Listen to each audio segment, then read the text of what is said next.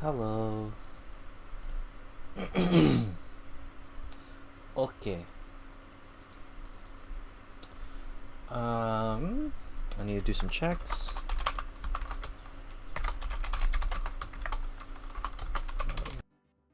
Roll. Hundo. 38. Okay, we're getting some mid rolls now when it comes to the hundo checks. Definitely could do better on the hundo checks, but I'm okay with it. Okay. From what I remember, we've done everything and looked at everything. And now we just need to move to the guard station because what? Okay, I thought he was gonna be here.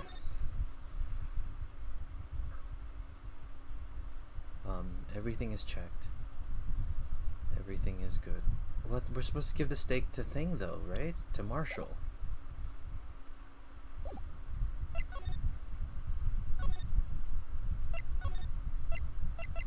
What? Criminal Affairs Department? No? Detention Center. Still, I do feel better about things a little. I mean, they caught the person who stabbed Detective Goodman, didn't they? Yeah, I guess they did. Best not to go too far down the road just right now. Things will just get a little confusing. Oh, it better not be... When... What is that? Sir, that's what I'm saying. Me? A perpetrator? I say... I was the perpetrated against, sir. That's what I'd say. I'm guessing it's... Oh, it's... No! Oh, greetings, sir. Wait, I know who you are. I did not know I would jump into the voices this quickly. Excuse me, but is this Mr. Edgeworth anywhere on the premises? I'm here, sir, at the request of the chief, sir. Got your report. Officer Meekins. So, you're a guard here at the detention center. No, sir, I'm not, sir. I'm a lost little patrolman. Just like a little lost lamb, sir. Oh, I get it. You're here to deliver a report. No, sir, I should say be man, but I guess I'm not judging. I'm just very stuck in my ways. How should I say this? Wait, he isn't. Is he? You.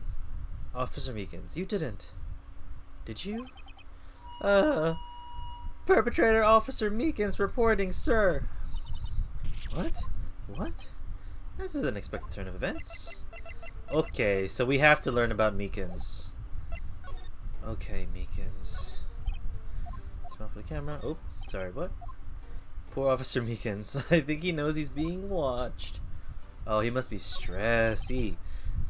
This guard monitors the visitor's room. Seeing a fellow patrolman in here must make him worry about his own fate in life. No comments from the peanut gallery. No comments from the peanut gallery. Can she read our mind? Oh, we're singing out loud. Sorry, it's not in blue. I keep forgetting it's not in blue. Anyway. Meekins, are you okay? Sir, I'm a patrolman with General Affairs, sir. Sir! Ow. I can hear you fine, Meekins. I had some business that day, sir, and so I went to evidence room, sir. The guard station in front of the room is empty, sir. So normally there's a guard at the evidence room. That's right, sir, because evidence is kept in the evidence room, sir. Now, the security officer was none other than Officer Marshall. Empty, not present. Marshall? Then, sir, I happened to glance at the security monitor room. That's when I saw him, sir. A suspicious person in the evidence room. A suspicious person. So I shot him. Oh, shit. Oh, Meekins. What the heck is this guy doing? So what happened then?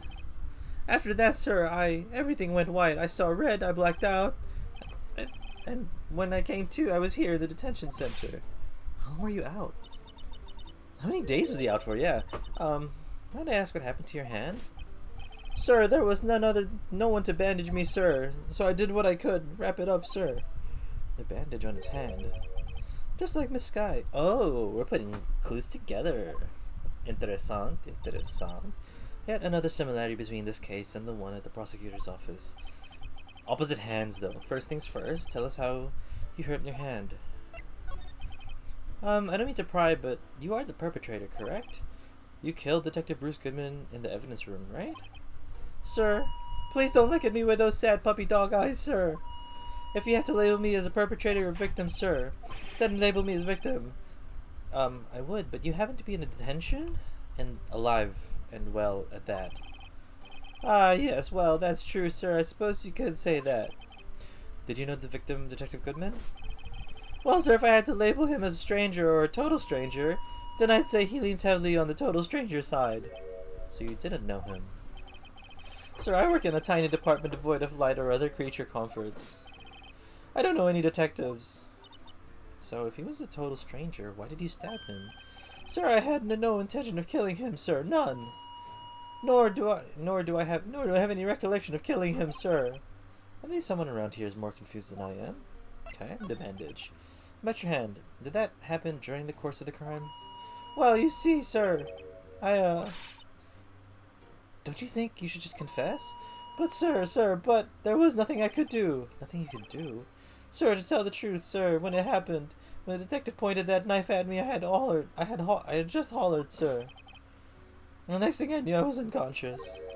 The next thing you knew, you were, huh? Then, when I opened my eyes, I was alone in the evidence room, sir, all alone. Alone because Detective Goodman had disappeared. Ooh, interesting. Then when I looked down, I was gushing blood from my hands, sir. Oh, the shock, the sorrow, sir. Can you imagine how I felt? The victim's body disappeared. That's some story. It does make sense, though. Officer Meekins, this is for you. I'm scared of knives, sir. Okay, I just wanted... That's the last knife, sir. That's the one. I was an apple, sir, in my dream, sir. I was being peeled. On second thought, you don't have to look at the knife. He's overreacting to the knife, but I guess he's been through a lot. Officer Meekins, could you take a look at this? I'm sorry, sir. Really sorry, but I have no idea what that is. Maybe you should ask Edgeworth, sir. Such a kind of man to pass the book to Edgeworth. Okay. I'm gonna go...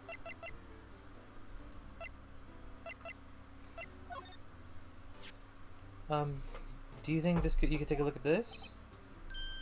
Hey, sir, that's it. That's what? My head was a blank until this very moment. But sir, now I remember, sir. You mean you remember what happened? Correct. That card was the cause of it all. Cause of it all, okay. Exactly, sir. That's exactly it. Nothing could be more exact, sir. Nothing. I'd better pry this a little deeper. Okay, so we have the card. Officer Meekins can go. Okay, yep. Pass to Edgeworth.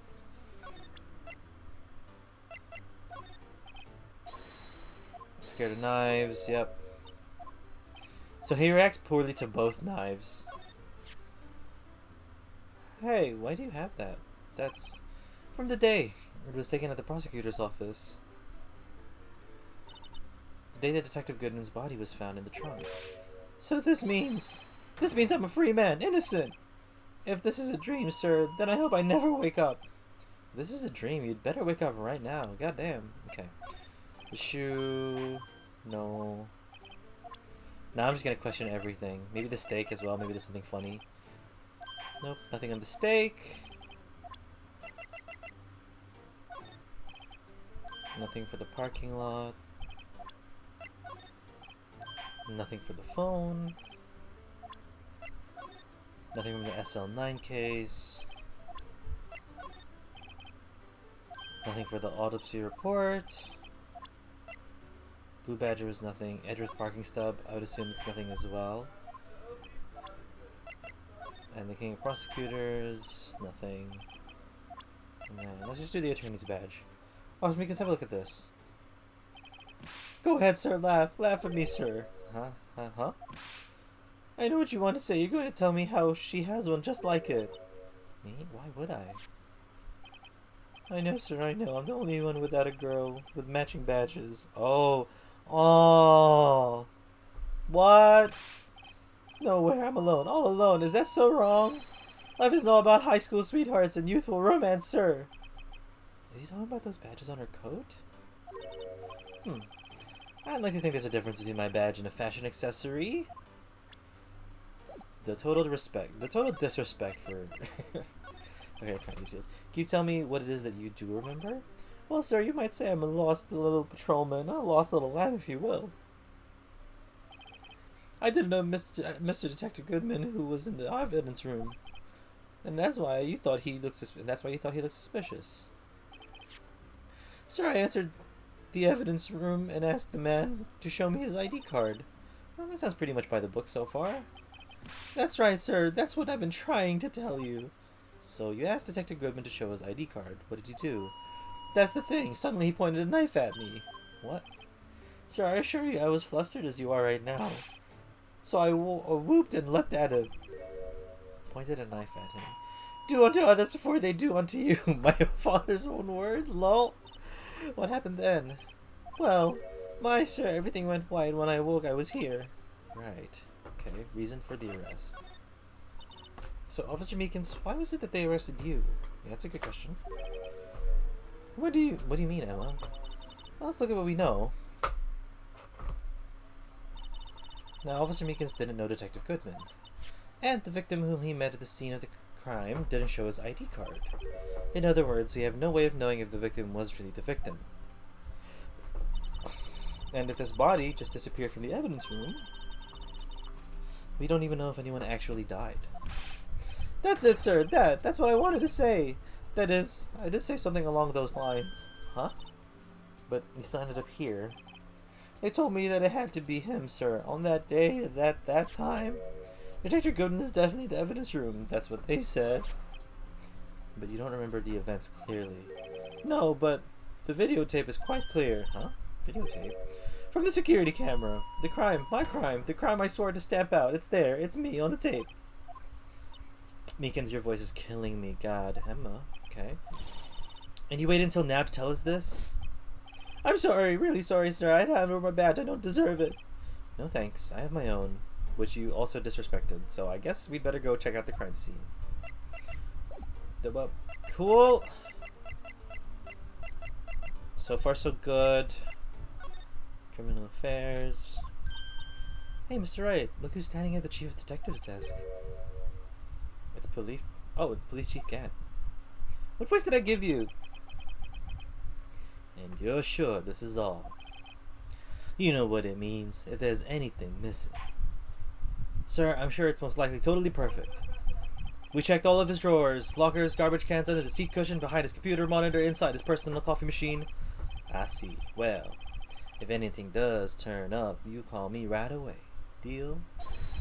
Yes, sir. We'll scour the place again, sir.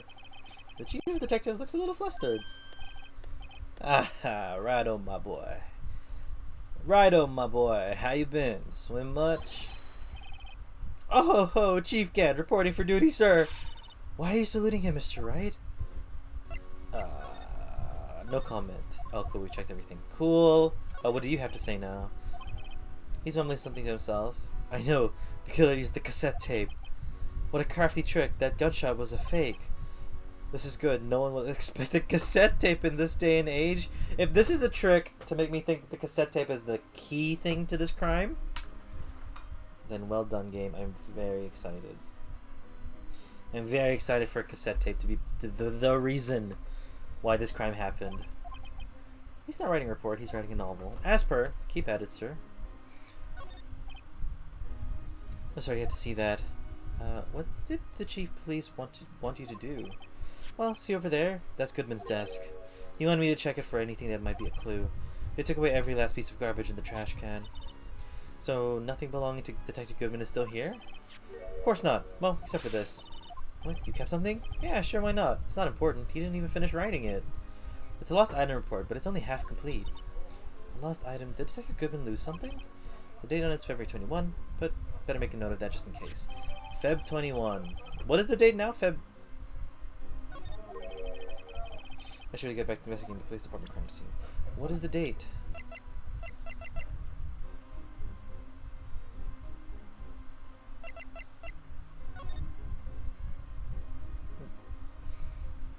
Date and time of death, February 21.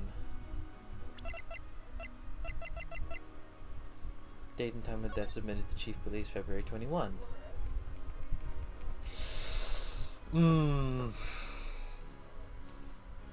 The ID card is wrong as well. 5'9"? Isn't it supposed to be like 8'5"? Oh, 5'8". Interesting. You could easily just change that over, right? Surely. You can kind of just fake the 8. Is Edward going to be okay?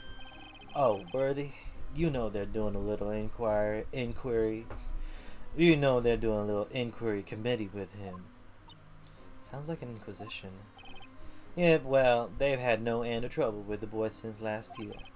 You mean the incident in Gourd Lake? It doesn't look good having a top prosecutor sit in the defendant's seat, does it? And you got someone else found guilty in that case, right, Rado? Yeah, it was Von Karma. He's the one who did it. Alleging he was undefeated in his 40-year career.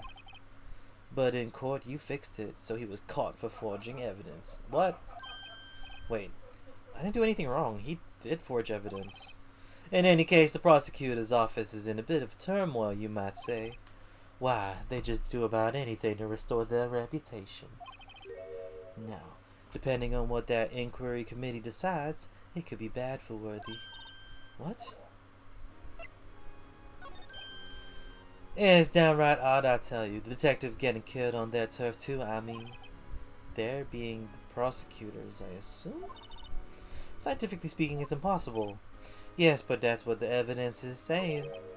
Goodman was stabbed in 2 locations at the same time. That's what it says. What evidence is this? Now, Rido, I can't give away all our secrets just like that. And this in particular, well, it's a little sensitive and I can't talk about it. I wasn't expecting much anyway. You know, one thing I hate most of all is hiding stuff. Secrets. Can't stand them. But you know, it's a full-time job just keeping the chief of detectives trap shut. Ah, he was the one you were picking on earlier. Huh? You saw that? Whoopsie. I wonder what it was that he wanted the chief detective to do. Well, we already checked with him. Permission to enter. Actually, I was wondering if I could ask you a favor.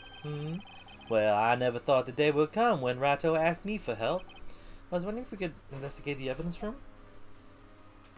The slow burn stare, yes. Yes. I am aware. Now, Rato. Let me just check.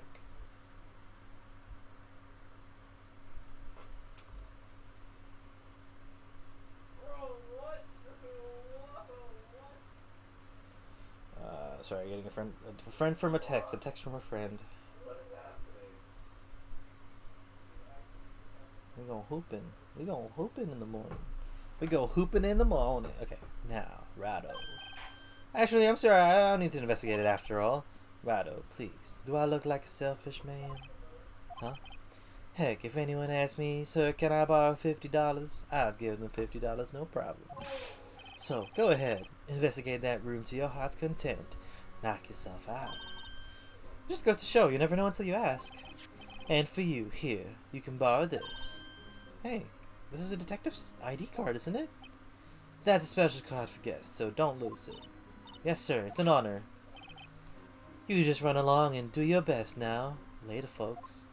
I feel like... Okay, so... He wants to prove Edgeworth wrong, but he also needs... Lana to get a guilty verdict, so... This could be used against us in court, since we were fishing around our fingertips in a place where we weren't supposed to be.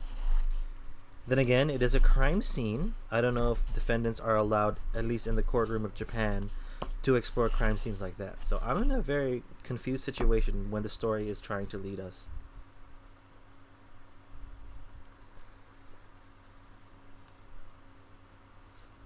Right, because we're not investigating. We're going through Phoenix's investigation of this. Looks pretty cool on my lapel, doesn't it? Just think, a real ID. You seem happy. Yes, sir, because, sir, we get to go into the evidence room now, sir. I think this is a bad influence. This place is a bad influence on the girl. Okay, cool. Big saves, big saves.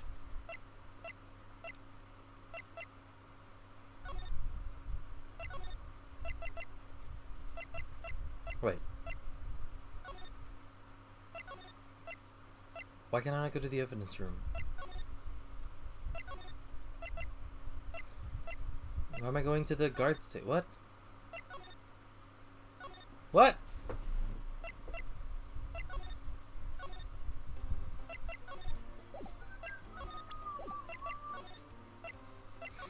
Correction Center. Yep, he's still here.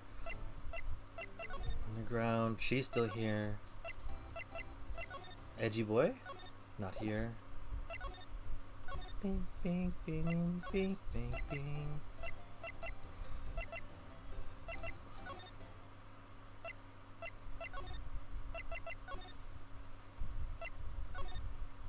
What? Wait, what?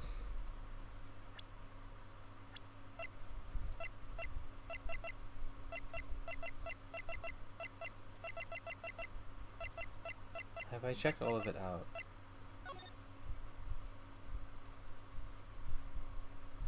I have. Okay. What? Where am I supposed to go?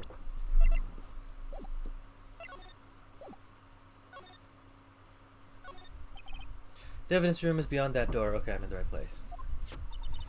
And we have the ID card from Chief Gant. Let's just walk in. It won't open. Ah, the card you just turned off, see? What is that security guard thinking? Howdy. Howdy, partners. Well. What's made my Bambina skies go so gray? Go so gray. What's the difference between Gant's accent and Marshall's, you may ask? I don't have a clue myself. Officer Marshall. God, why does it have to be him? What's that? Why does it have to be him? Look for. As you may have surmised, here is my saloon. We're here to investigate the crime scene. Yeehaw. That card you got there on your chest? That's better than a sheriff's badge in these parts. Yeehaw. Well, what are you standing there for? Get along, little doggies. The crime scene's awaiting. Let's say the card reader's on again. While we're here, I was wondering if we could ask you some questions. Sorry, cowboy, but I got no mind to tangle with you hombres. You're busy then? Did I say that? I only said I didn't wish to speak with you. Ah. Excuse me? You said you had no mind to tangle with us hombres. So that's everything. Oops, sorry. Examine. I hope we do everything again. What's up, Jojo? How are you, fam? Thank you for popping in some Shrek into the stream. Again, on my Twitch dashboard, looks fine. On my OBS dashboard, Shrek looks dismantled. I'll put it. Let me just screenshot it. I'll show you what it looks like. I'll post it on the Discord.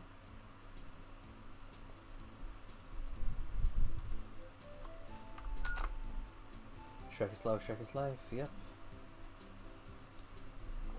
That's whole generation. I'll put it in the meme section in the Discord.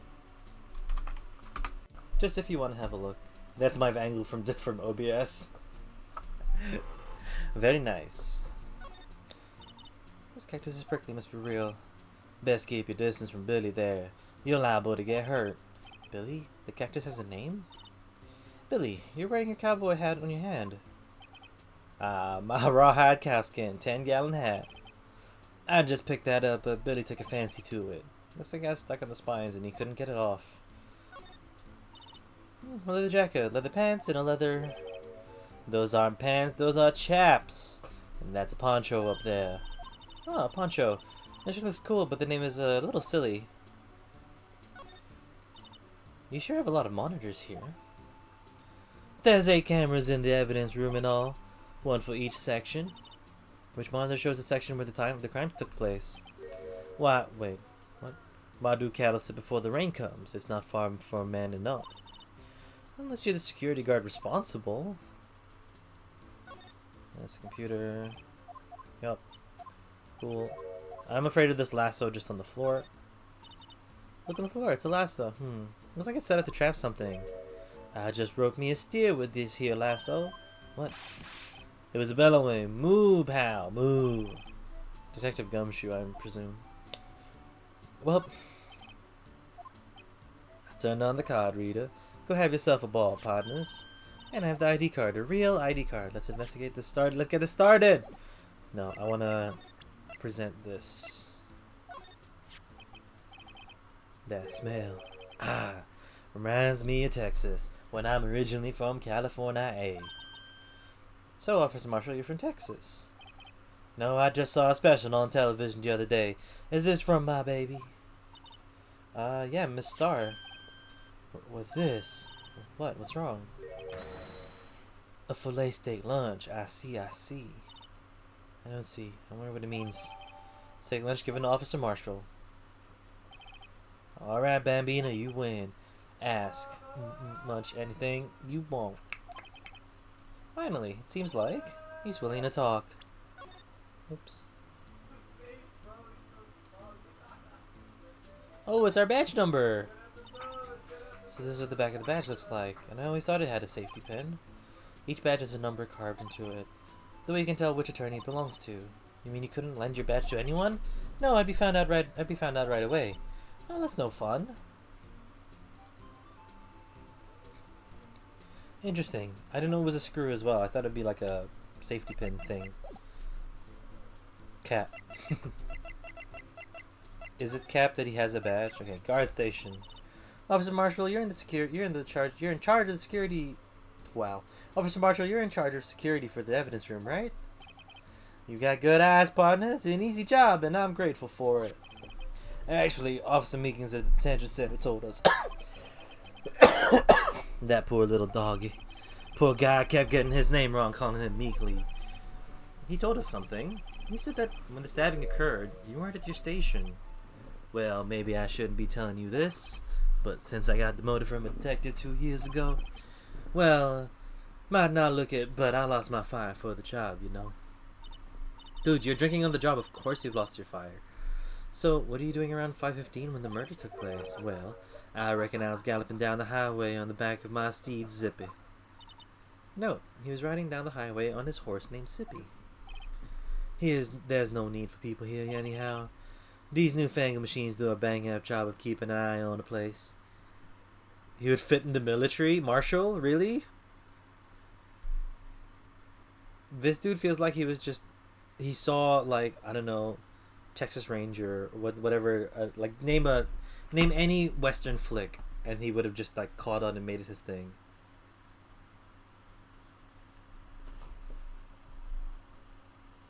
This man is, like, not fit for anything.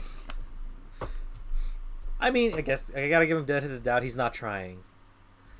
Just because of the drinking. Yeah, he probably drink it up with everyone. Did you see all the tequilas? I'm assuming are tequilas and spirits just scattered around the office. I mean, the security camera system? I don't take to machines much. Kind of like that stewed broccoli. They sneak up in next to your steak, you know. So stewed broccoli.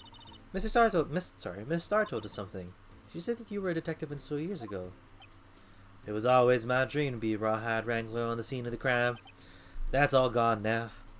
Like a drinking hole in a prairie fire. You're still investigating SL9 incident with Miss Star, aren't you? That was my case. It's all solved on the record books, but it smells like a bad game of poker. I can't let it go. That's all there is to it. What kind of case was it anyway? We heard the name so many times, but no one tells us what actually happened. There are some things you're better off not knowing, Bambina. Anyway, that case is officially dead as of 2 days ago. 2 days ago? The day of our case? That's right. The evidence transfers. I was just talking about the transfers too. I know what I know what maybe 2 of the machines in here do. Oh, only 2 of them? There must be a dozen. Like I said, Bambina, me and machines, well, I like them as much as I like stewed cauliflower with my steaks. The easiest ones to understand are these here security cameras. Those are the ones that Meekins mentioned, yeah. If nothing happens, the tapes are automatically erased every few hours. And Officer Meekins and Detective Goodman, are they on one of those tapes? I reckon they might be. You're the security guard and you reckon? One more thing. When you go up into the evidence room, you need an ID card. Thus the card reader by the door. The card reader leaves a record of every ID card that passes through. Interesting. Wow, so he was here. So this is the ID card record. Hey, I've seen that somewhere before. Sorry, Bambina, I can't show you more than that. Huh? I haven't heard whether this is related to the case yet. That's right, I saw a number on the record just now. I've seen that number before. Maybe there's some way I can prove that the record is tied to the stabbing. Sorry, but could you explain what this whole transferal thing is about? We keep only evidence from solved cases in this room. They're kept here under the presiding detective's supervision for 2 years. So we can reinvestigate them if it turns out there was a mistake, see? So what happens to the evidence after 2 years? It goes to sleep forever in the underground vault at the country sheriff's department. That's what we call transferal. We do it every February. I see now. Transferal is like a funeral for old cases. 2 years after a case is solved, it's closed forever, dead. Never to be reopened again. Never to be reinvestigated. And that happened to SL9 2 days ago. Interesting. So, I'm going to present you his number. See this? This is the victim's ID card. Ah, the one that was on the ground in the parking lot? Yeah, the number on this is 5842189. Officer Marshall, show us that ID card record again. 5842189. 1 minute before he died. That was used 514 right before the stabbing. What's more, there's only one of them cards in the whole world. So when the incident occurred, Detective Goodman was in the evidence room. But why did we find his wallet? Well, I guess it could move, but that means he wouldn't have died. Wait, what did Officer Meekins say? Sir, I entered the evidence room and asked the man to display his ID card. Card. So you asked Detective Goodman to show his ID card? What did you do? That's the thing! Suddenly he pointed a knife at me. Meekins. If he had his ID card then, why would he have pointed a knife at Meekins? Alright, compadre, you win. I guess I can give you this ID card record. Yeah, yo. I've got an idea. Maybe I should show this list to other people with IDs here. So we're just gonna ask about the IDs. Okay. That's an interesting thing to do. Let's ask more about SL9. Shares back on my wisdom, place much faith in evidence. That's why we just kept shooting each other. Fuck that. Tell me more about SL9. Please. This is for the sake of Officer Meekins now. Okay. Fine, I'm done talking to you, sir. February 23, evidence room, sector 3. It's quiet. The investigation must be over here. So this is the evidence room, really kind of like a graveyard. Graveyards are supposed to have grass and trees. This feels more like a morgue. Nice try, Mr. Wright. You can't scare me. Gumshoe? What the fuck, dog? Whoa. Oh god, we got fucking rocked by Gumshoe. Or she rocked Gumshoe. Oh, she rocked Gumshoe. Sorry, I thought you were a ghost. I wouldn't recommend going around smacking ghosts on the head, pal.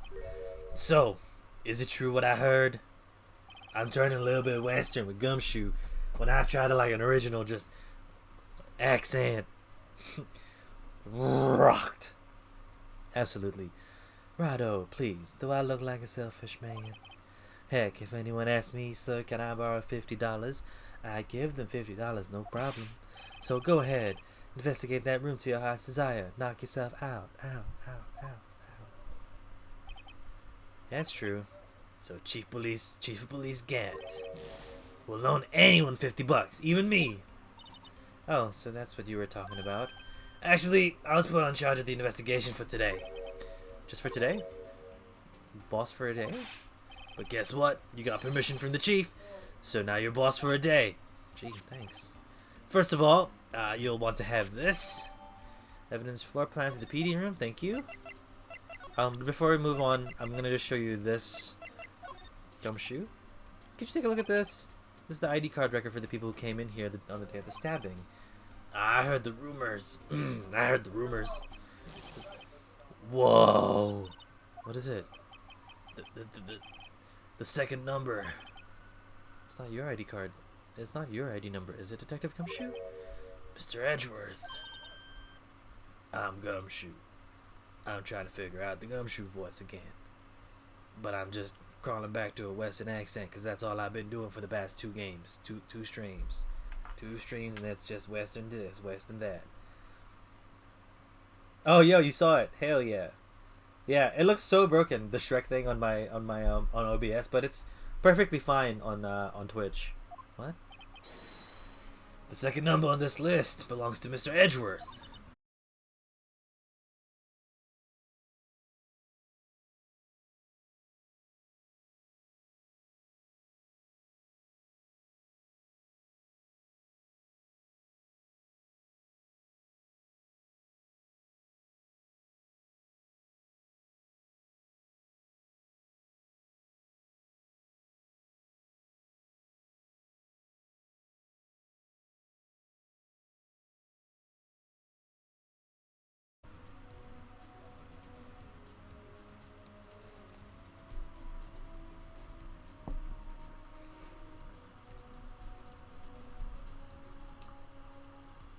I think we're back.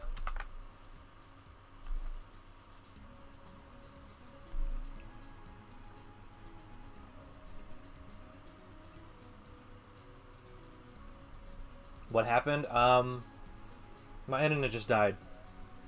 I think we're back. Are we back? Jojo, can you see me? Are we good?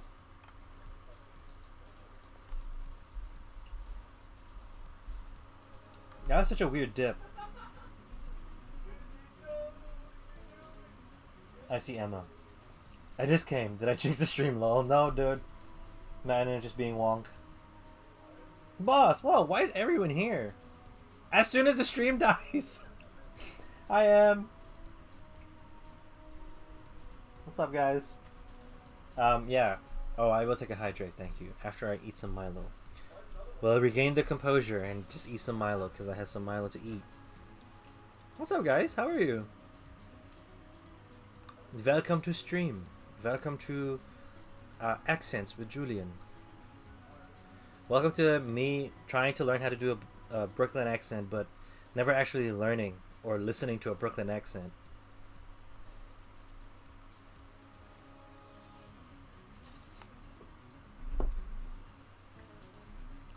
Dish the water bottle.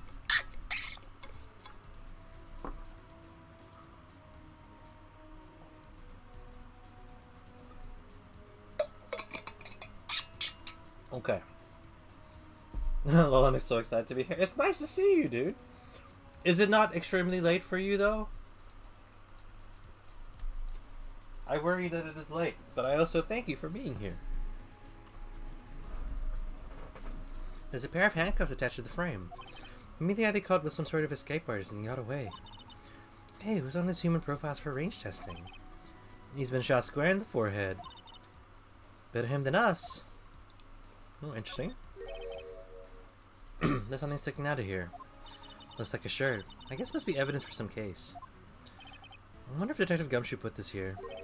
Here you go, pal. Making me out. Making me. There you go, pal. Making me out to be some kind of slob. I'm not responsible for the evidence here. That said, I bet that evidence locker was opened recently. Midnight. But I'm cleaning, so like I'm not sleeping until it's done. Well, enjoy the voices and the story while you're cleaning. I hope you've been doing good as well, Em. I hope things have been nice and kind of like working through throughout the year now that, you know, January's done.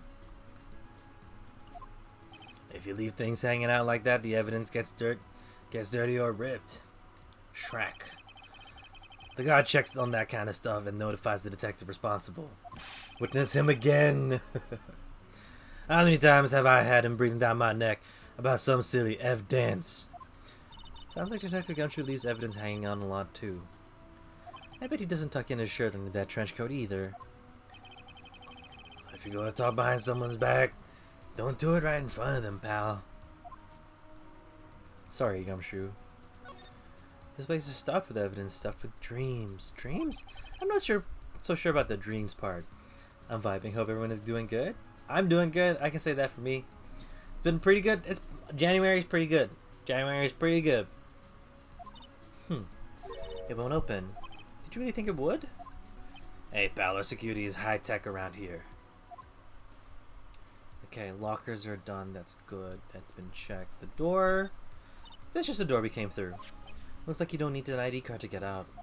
I wonder what would happen if Officer Marshall cut the power while we were inside. Let's hope he remembers we're in here. Okay. More evidence. Some sort of bulky equipment is gathering dust here.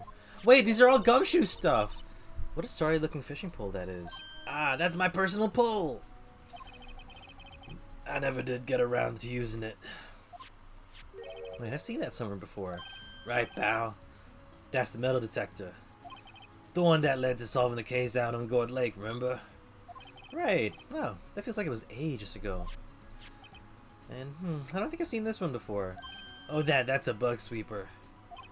I'm sure it'll come handy in solving some case sooner or later. That cheap looking box. You can't judge a person or a machine by their cover, pal. You gotta look at them at their heart. Inside. It's what is inside that matters. Oh, there's the crime scene.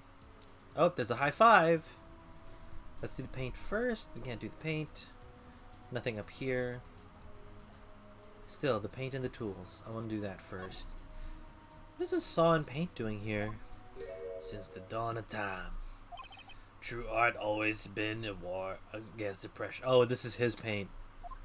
True art. I notice that there's blue and yellow paint here. Perhaps we're witnessing the birthplace of the Blue Badger? Well, you might say this is my studio. Here? In the evidence room? Gumshoe, I feel so bad. I wish you had more places to just hang out and be you, you know? What's this? Blood? It's a little worn, but there's definitely a handprint here. Looks like someone's tried to wipe it off. Mr. Wright, what if there are other bloodstains left in the room? We should use her testing out fluid to check. Yep, we will. Look, there's one open and the red light indicator above it is still lit. That lock is coated with Detective Goodman's and fingerprint. Detective Goodman's locker. Are you sure it's okay to leave it open like that? Well, it'd be hard to get it open again if we closed it. It's empty. They must have taken the contents elsewhere. Someone left a glove here, but only one. It's another thing from SL9! Detective Gumshoe, maybe? There you go, pal, making me out to be some kind of absent-minded detective. That's evidence from the case, you know. Oh, you mean SL9? Does it have a tag on it? Clearly. Rubber glove added to the court record. Oh, someone must have broken something big to make all these pieces. Detective Gumshoe, perhaps? Why do we keep blaming Gumshoe? There you go, pal, making me out to be some kind of hooligan. That's apparently from the case. The case? The SL9 incident, pal. Another piece of SL9 evidence. Take a closer look. I wonder the shape these pieces were before when it was broke before. I wonder what shape these pieces were in before whatever it was broke. Damn it, Gumshoe. No! Gumshoe's just doing his best. You try to put it back together? Good luck, pal. There's no job for amateurs. Well, I spent a good 3 hours on that before I had to give up. That's why I always carry a tub of glue. A tube of glue. A tub of glue. Well, the bottom piece looks like the bottom. Let's try putting the rest in place. Oh, we have to do puzzle? Like literal puzzle? Christ.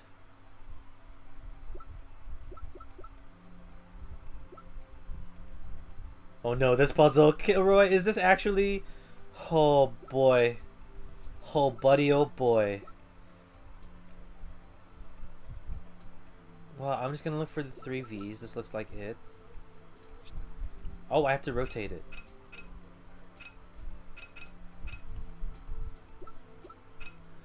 More Shrek. Alright, Jojo, relax on the Shrek. This is Shrek. This looks like the top, so that's the top. This looks like also it's like part of the top, or maybe one of the side pieces. I'm gonna say... I suck at visualizing pieces, so I found it hard. Oh, this one's definitely it, is it not? Yes. Okay. Okay, thank God they like tell us which piece to look at first. This would have been pain. Oh, sorry. How do I rotate again? I think that was it. Oh, Jojo, did you hear about... And everyone else on stream.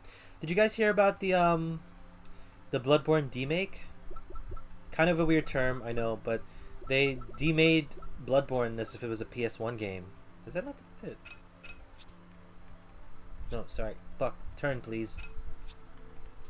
Oh no, sorry, it's this. I don't like Souls games. Ah, fair enough. Is that not? No, because I thought it would be this, but it might be this. Yeah, it was. Yeah, so they did Bloodborne as a PlayStation 1 game. Apparently it's only like 4 hours long. I kind of want to play it on stream.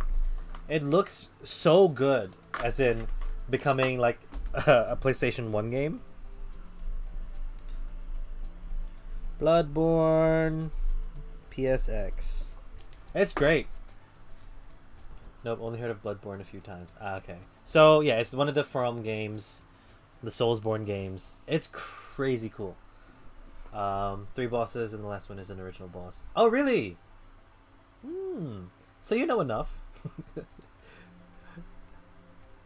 3 bosses. Yeah, so I know you can fight Gascoigne. That's about it.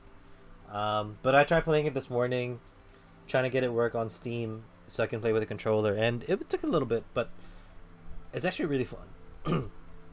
That's the right piece. And then this is going to be a bottom piece, so...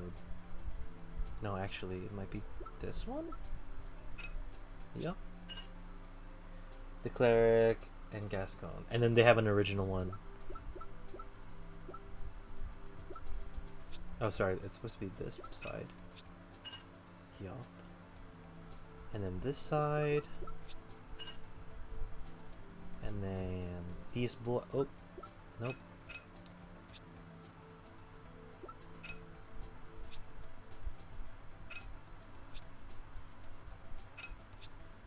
Okay, that one I just forced that one, so that's my bad. And the top bit, and there's a missing piece. Interesting. Okay.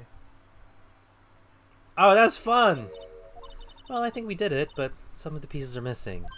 Yeah, I got that far too, in 2 minutes myself. The problem is finishing it. Were some pieces stolen? I bet they were missing to begin with. Still, doesn't look like the most stable kind of jar. I kind of understand how it got broken. Maybe we're looking at it the wrong way. Maybe that's the base that's flipped up, you know, on the wrong side. Anything else to examine? Done, done, done. Oh, no, more stuff here. Put these pieces makes a jar. 2 things that bother me. 1, why are some of the pieces missing? 2, does it seem a little unstable? No wonder it broke. I'll make sure somewhere something like that make a jar. But that's it. These lockers are done. That's done. The glove is done. They are really messy with the SL9 case. Straight up. So many pieces of evidence like missing. So many pieces of things just like laying around. Even in the transferal. Tag says SL9. I guess it's another piece of evidence from that case. You know, I never did care for the word tag. It's confusing. Huh? What's so confusing about that? Do you know how many other words could sound like it? Bag, gag, nag, lag, zag. Zag? Is that a word? Do you challenge me? What are you playing? A word game now? Let's play a word game! No. Let's figure it out. That's it?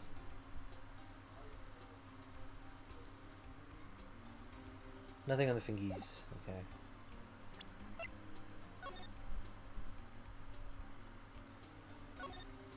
It seems like blood. They're hard to make out, but there's some sort of dark red stain. Looks like blood. Do you think Detective Goodman's blood somehow got on this when he was stabbed? Not likely. This is what it looks like. It's been here for months, maybe longer. The sharp evidence was in the SL9 incident. Might be when the blood got on it.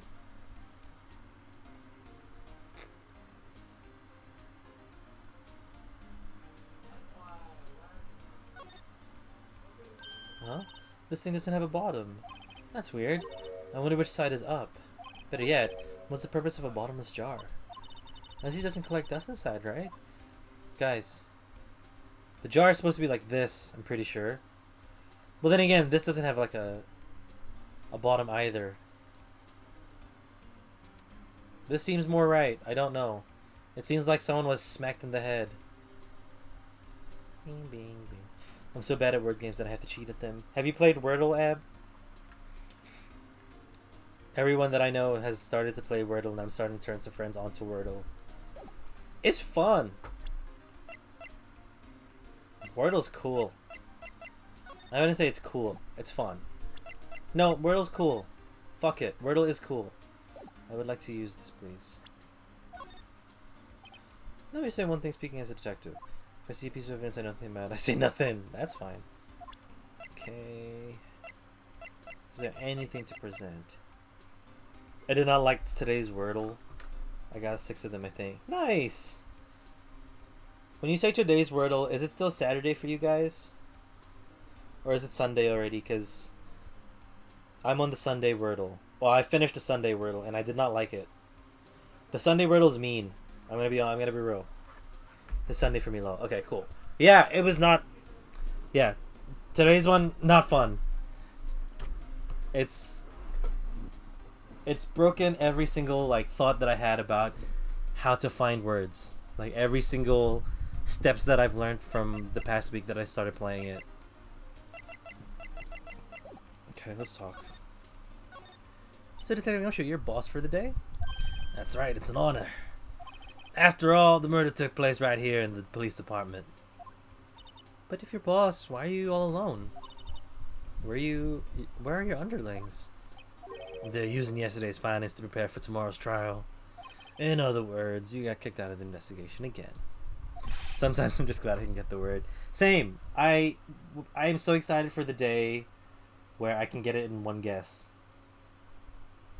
One of the tricks that I do for Wordle. So the main things that I do is like use words that use a lot of vowels, get that out of the way, but also try and just see how many letters I can find. So if I get like 3 letters in the first guess, I don't use those letters until like the 3rd guess, so I can cross out more letters. But one day the word of the day is going to be moist, and I'm going to get it in one go because I always start out with moist.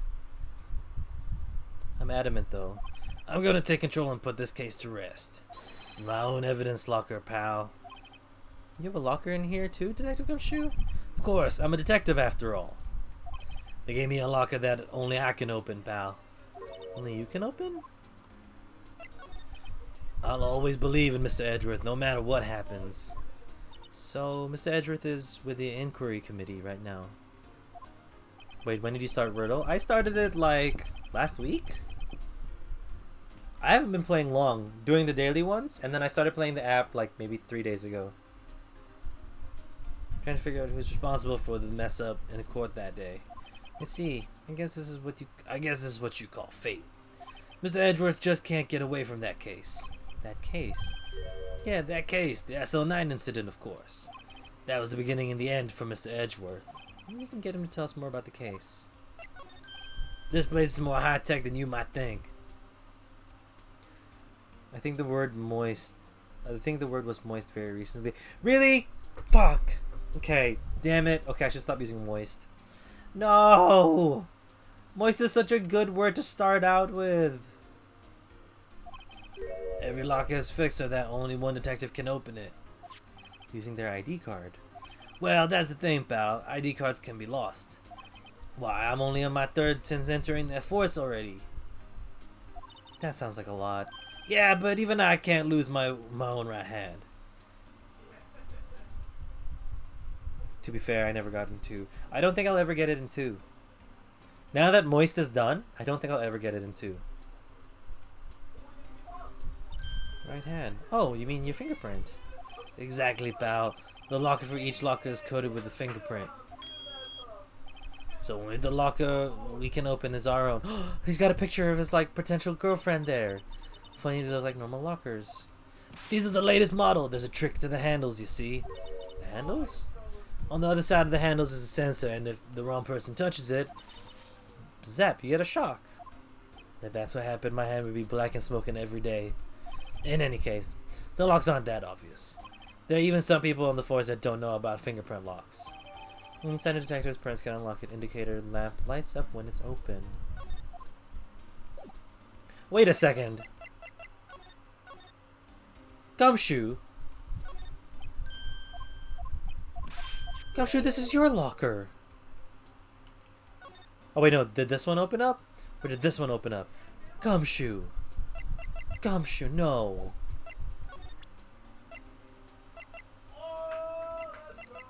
Can I use it? No, I can't use it.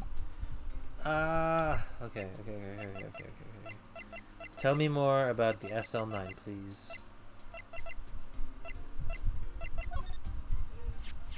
Detective Goodman's note about that switchblade knife.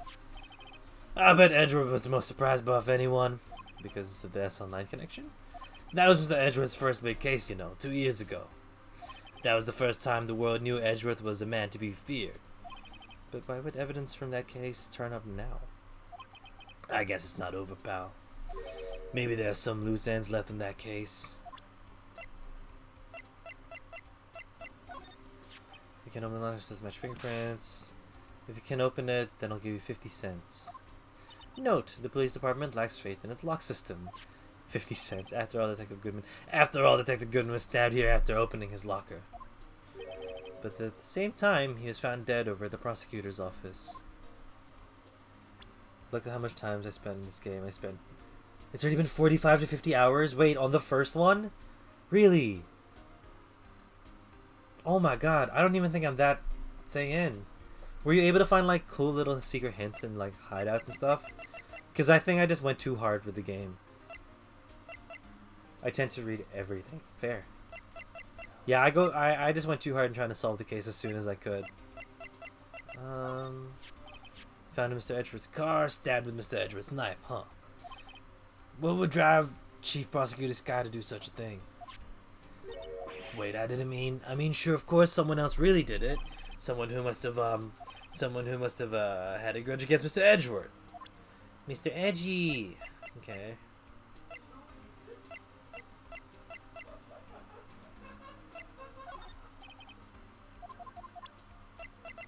Can I not use the spray?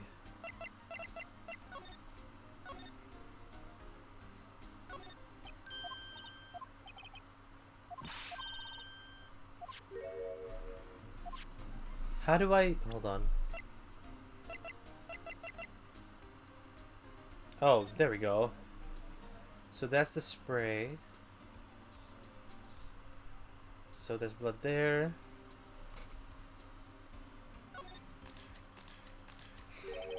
And there must have been someone... That must have been one massive pool of blood. Never seen anything like it. Not a professional. What's your opinion, Detective? Pale blue blood. Maybe Detective Goodman was actually an alien. Lol. This proves that something really happened in front of this locker. I'll make a note of that for floor plans. Hey, if you didn't want my opinion, you shouldn't have asked. Someone said they looked like farts, like the spraying. Cool. Okay, so I'm just curious if there's any more blood left near. Well, obviously that's the fingerprint. This is your locker, Gumshoe. I knew it. This is someone's right handprint. What? What's the matter, Detective? This locker's... It's mine. It's yours, please. You have to help me when they come take me away. Promise you'll testify that I wouldn't harm a fly. You'll do that for me, won't you, pals? This is an important clue. I'll just jot it down in the floor plans. I'll count on you guys. Believe me, you can't trust the police. What? But you're a detective. That's why my word is so much stronger. Okay. Just curious that Gumshoe's not doing anything weird. That's a pretty clever animation that saves you time and money. It looks like it's just the same spray, but just rotated. Or is it 3 different sprays? But it's like a little just soft zoom in animation. That's actually kind of smart. There we go. I'm gonna close my stuff before the bugs enter. Why am I getting a reaction here?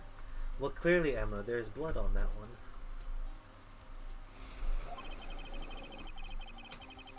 There's no reason for the murderer to touch the spot if he fled out the door. This just might be something significant. Hey, that's some pretty amazing stuff you got there, pal. What, this? It's called luminal testing fluid. Where'd you get your hands on that? Huh? I'd like to get some too. I'll just borrow $50 from the chief. Where'd you get this, Emma? I was buying by mail order. Is it illegal, Emma? Huh? Okay, anything else? Oh, sorry. No spamming. Sorry. This looks to be it. I mean, the game will tell me if I've forgotten something. Let's see, the floor plans, please. 3 pieces of blood, or I guess 3 spots of blood. Present. Yep. Oh, there we go. Thank God. Now that was a bloody violent case. Violent? So it was a murder. A serial killing. A serial killing. Maybe I don't want to get involved with this after all. But the killer made a mistake and Mr. Edgeworth built his case around that to nab him. And this was 2 years ago. That put Mr. Edgeworth right in the spotlight and it started the rumor mill. Rumors? About forged evidence. It was supposed to be all cleaned up with the transferal the other day.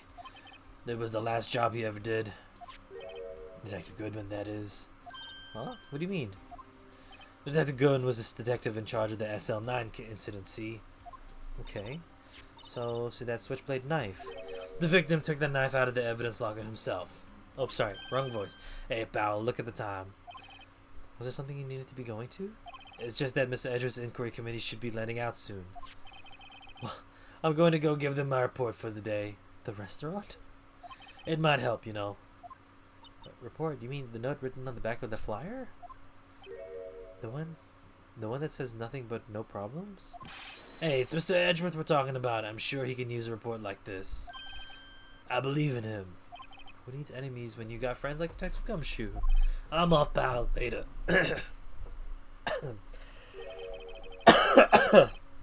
Probably see what Edge had to say too. Okay.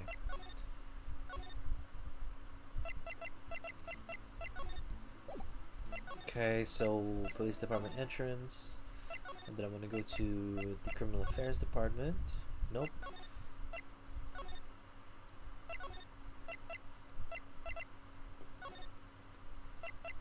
Dun, dun, dun, dun, dun, dun, dun. Edgeworth, how'd it go? Oh my God! Ah, guests, my apologies. Oh, it's you. Have we met somewhere? Huh? Miss Edgeworth, I beg your leave. So long. Is Edgeworth here? There, standing by the window with a teacup in his hand. A teacup. Right. He has the hotel bring him tea? What? Miss Edgeworth, you're back from the district prosecutor's office inquiry. I am. By the way, Detective Gumshoe was looking for you? Ah, yes, he brought me the latest information. It seems... Really? Was it helpful? Apparently, a new French restaurant is opening near here. I think he is trying to console me somehow. The real info was on the other side, Edgeworth. Poor Mr. Edgeworth. I think this whole thing is really taking a toll on him. Nope, sorry. This is probably the last one before court case number 2. Alright, looked at everything. Inquiry committee. So how did the inquiry committee go? Actually, they decided to treat this not as a case of concealing evidence, but as communications error during the investigation. Concealing evidence? Yes, apparently there's some who believe that I concealed evidence. They gave me a warning. You were lucky this time. Again. Again? I've heard them say that so many times. Ever since that case 2 years ago. You okay for the trial tomorrow? Well, I'm still presiding prosecuting attorney. However, something happened. They gave control of the investigation over to the police department. The police department? Yes, any further investigations for this case will be directed by the chief of police, Gant. I can do nothing but wait for his results. I see. Why, I ask you why? All along I've done only what I believe is right. I have nothing to be ashamed of, but still. I've never seen him this out of sorts. Well, let's have you look at this. Right, please. Yep.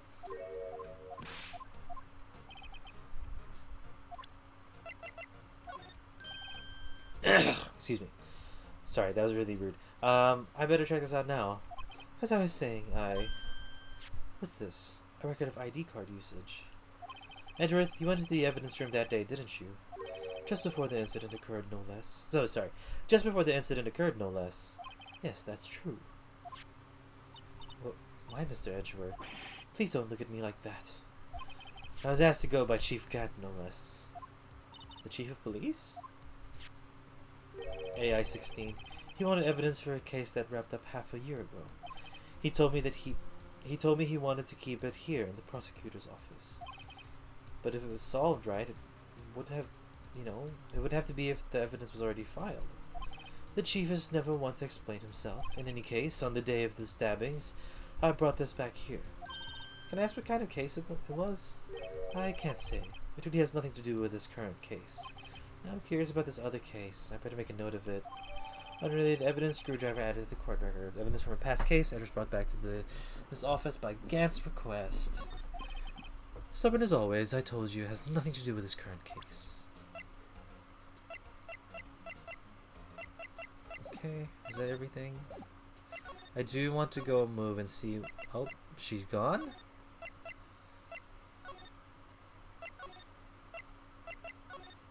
Oh, and he's gone. Oh. Cool. Police department.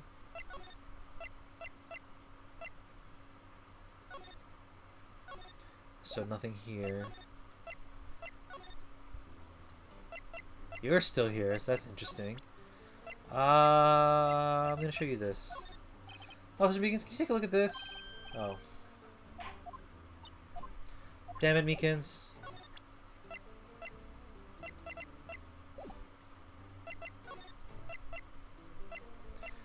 Oh,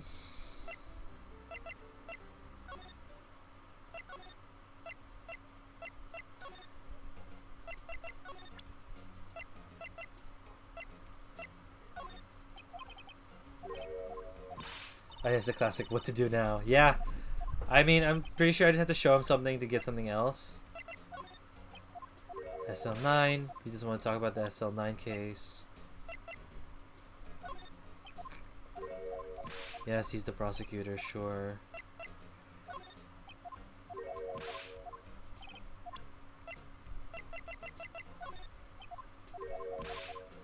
Interesting.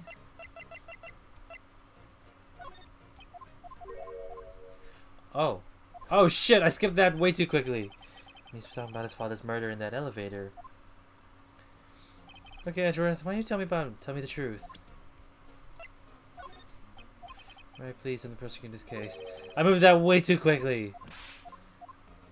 I just thought it wouldn't be working. Let me see if he says it again. I know you. You probably got a hold of some information already, right? It has to do with that case you were on. The SL9 incident? And some dark suspicion you were wrapped up in? You are the man who revived the worst memory of my life. I figured I'd be telling you about this sooner or later. Yep. Okay, cool. Cool. Thank you for letting me repeat that, game. And just to be safe... Right, please. Right, please stop show and telling right now. Right. Come on, you have too many things in your file. You just have to stop. You've already found something, right? Why must you do this to me and waste my time? My tea is now getting cold if you haven't noticed. Okay, so same thing. The SL9 case is what gets him there.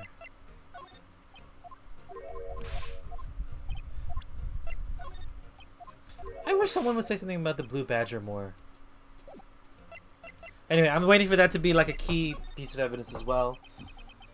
The SL9 incident was a heinous serial killing case. The head of the investigation was the deputy chief of police at the time. David Gant. That wacky old coot was involved in the case 2 years ago too then. He was a top officer and it was my first time working with him. I was nervous. Ah, you get nervous too, Mr. Edgeworth? What I want to know is why was a deputy chief of police on the investigation? In truth, I used slightly more extreme methods than normal. We were dealing with a vicious murderer. If I let him go, the blood would be on my hands. We won our guilty verdict and the killer was executed. Wait, you didn't? Of course not. I didn't touch the evidence. Yes, I will do anything in my power to win a trial. However, I do have a code and I will follow it faithfully. By the way, Emma, the chief of prosecutor wanted to know something. My sister? What? If you were still studying forensic science. Huh? Yeah, of course. Well, just today, Mr. Wright and I were using this. Luminal testing fluid. Well then, you might have a use for this. Aluminum powder for taking fingerprints? It's been chemically treated for better adhesion. For me? Are you sure? We are the enemy, you know. I've no say in today's investigation. Do as you will. Edgeworth, I'm really... No need to thank me. Here, take your powder and these fingerprint files for everyone involved. Thanks. How about giving these to Gumshoe as well? Cool. Recover fingerprints from handprints. Comparison. Cool. Well, let's get going. One last investigation. I do seem to remember seeing a suspicious handprint somewhere.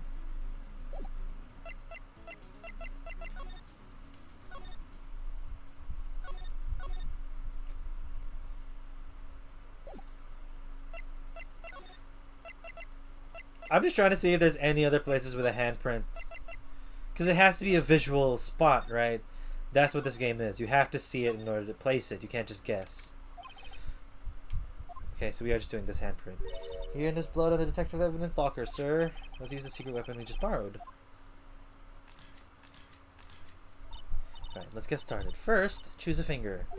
A finger? Each finger leaves behind a slightly different imprint. So let's choose the finger that will have the clearest imprint. I really can't tell from a glance. Quit procrastinating and choose a finger. Thumb! Okay, now it's time to check for prints. Let me show you how this is done. I'm starting to get that sparkle in her eye. I am distraught. I ate all of my high chews. Oh no! Dude, high chews are actually so bomb. But I need a specific day for high chews, right? I don't want to be chewing all the time or like going for it all the time. It's a good exchange for gum. First, we sprinkle the aluminum powder around. Huh? How do you do that? With the A button, see? Oh, okay. It looks like that I did the trick. Aluminum powder adheres completely to the print. Once the powder is well spread, just blow away the excess. How do I do that? With the X button. Oh, this is how they got around to it. Oh, the mango ones. I'm very much a strawberry dude. So anything related at all to strawberry is my go-to. Also, sorry, I know this is like not what you're talking about, Em, but this is crazy because this was one of the cases that my brother couldn't get past when he was playing. You didn't like this mechanic? It was meant for the DS. It really was. When we were emulating the game, or when my brother emulated first when we moved to New Zealand, this was the part that he couldn't get through because there was a blowing mechanic. So in the DS, I guess on the touchscreen, you'd be able to pad out the fingerprint. You'd be able to put the dot, and you'd be able to blow on the DS because the DS had a mic that would react to this. That's so smart.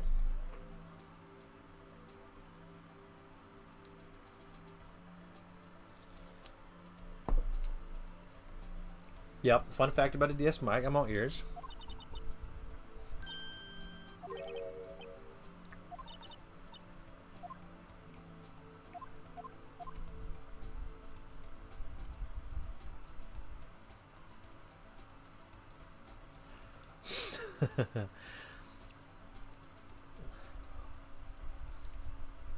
Sorry, this is real fun. Whoa. Found one, but this looks like nothing like a fingerprint. Now that you mention it, I guess it doesn't. We're out of luck. Out of luck? The person who left this hanging was wearing gloves. Yeah, fact. You can yell or scream from like 10 feet away and it'll pick it up and react. That's pretty good. Hey, calm down. That's just the way it goes sometimes with scientific investigations, but it does seem a shame. While we're at it, why don't we look for other prints? Other prints? Look at the locker door again closely. Yeah, we can try the index finger.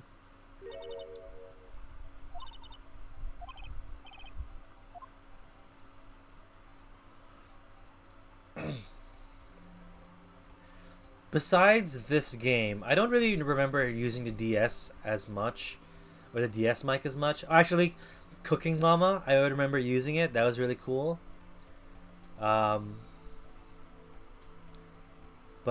Yeah, apart from that, I don't really remember anything else.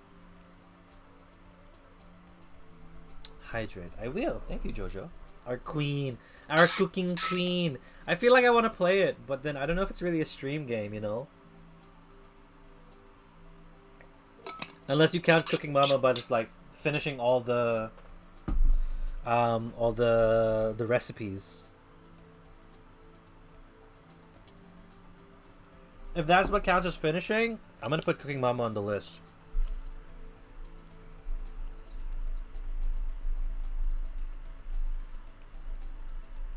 Mama.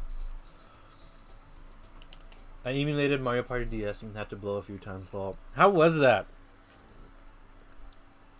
Did you end up just giving up, or did you have your own way of like your own button to blow?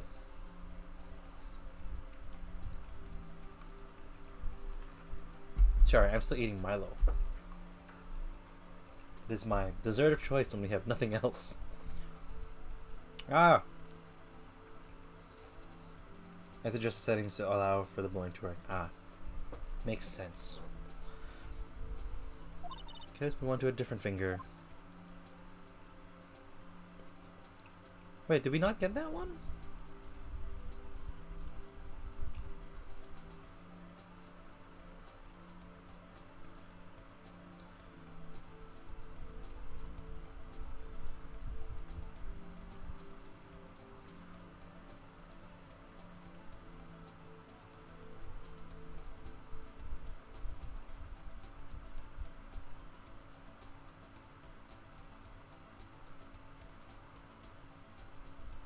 Or do I have to blow some more?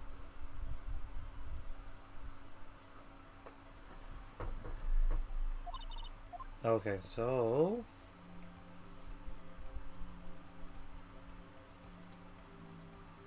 Are there other fingerprints? Really?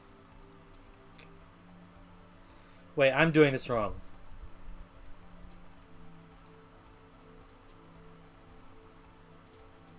I'm just gonna powder the shit out of the whole screen.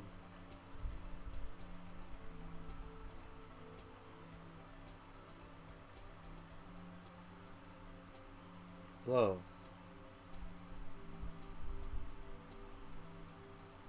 Hats. Okay. Let's get Penguin a hat. Well, hat redeem. I know, it's a very small hat, but that's the best that I can do. Unless you want a different hat. We'll start off with this hat. If anyone else wants to put a hat on Penguin, we can definitely put on a different hat. Come on, fit, please. Oh.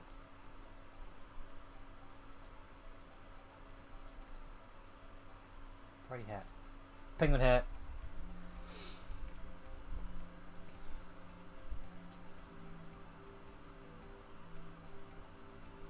Did I do something? Oh. Man, am I not paying attention enough? Oh, we had to do it again. Okay. A print so clear it's dazzling. Dazzling? Anyway, this print took a lot of effort to find. Let's match it up right away. So we're not done yet. This is quite a process. Well, there's no point in finding a fingerprint and not knowing who the owner is, right? I guess she's right. Look at the fingerprint data from Mr. Edgeworth. You point out the person you think left the prints. How am I supposed to know who it was? I can make a pretty good guess. The bloody handprint and the fingerprints are in different places, right? That means the prints probably don't have anything to do with our case. So, whose fingerprint would most likely find on this evidence locker?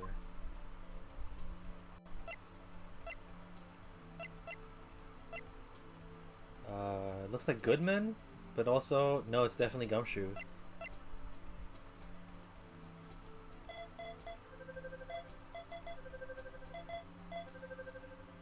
Comparison complete. So these prints belong to Detective Gumshoe. Something wrong, Mr. Wright? You give me so what look. I guess it's probably because I was thinking so what. Okay, so we came up with nothing this time, but there's always next time. Sometimes you hit, sometimes you miss. You gotta roll with the punches, Mr. Wright. Thanks for the sympathy. Wait, if I remember correctly, there was other handprint in this lock in this room. Let's check it out. Yep. I really wish there was one on thing, but handprint was here. Okay, let's try using this. Check for prints. Let's check for prints. Let's have to warn you something first. What? The area where the blood was wiped away, right? We may end up finding it using the chemical means. Any prints that the area will have been wiped away too. Oh, Right. So that means no prints. Would you say the probability for hypothesis is high? Don't ask me. Anyway, you must try to find prints that weren't wiped away.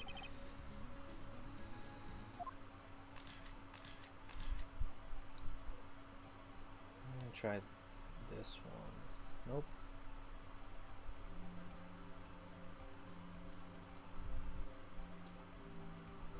Wait, are these not the prints?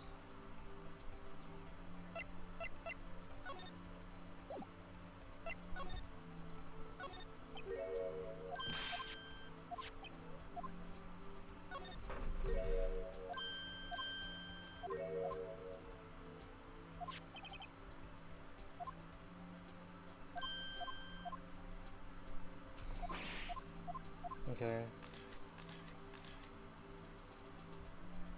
So we can't look.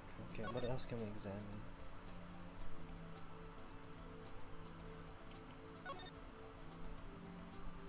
Yeah, we can't look at Goodman's locker. So the person who took his knife had to be Goodman, but why was it wrapped in a scarf muffler? Inside the car muffler. Scarf muffler and a car muffler, okay. Yellow crime scene. First time seeing that. June tape.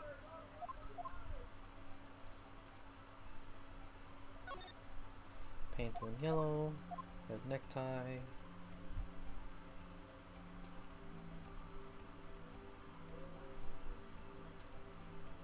Can we not use it on...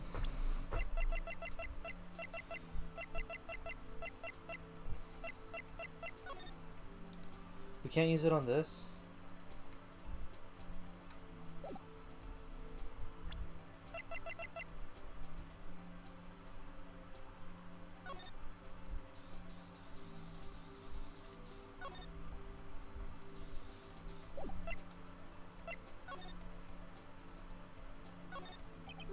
The moon fruit reaction. Okay, let's try it again. Just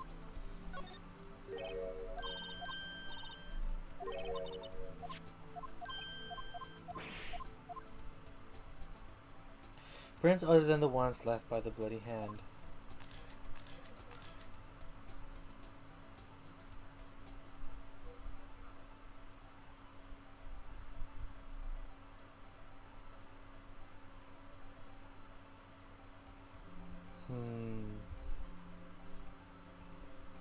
I'm lost. It's okay.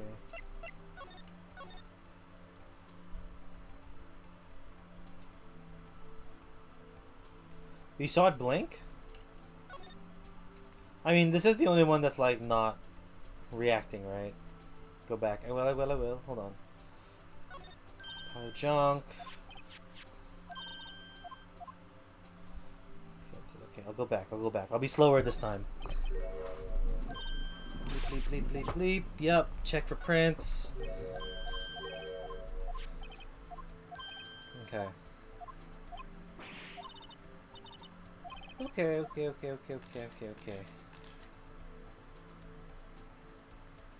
And what area did you see it blank?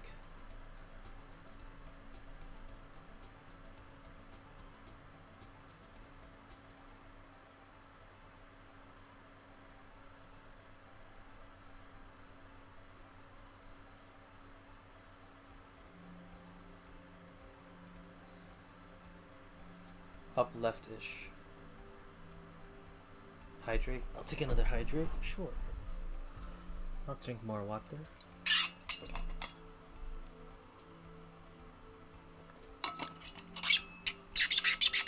Thank you, Jojo.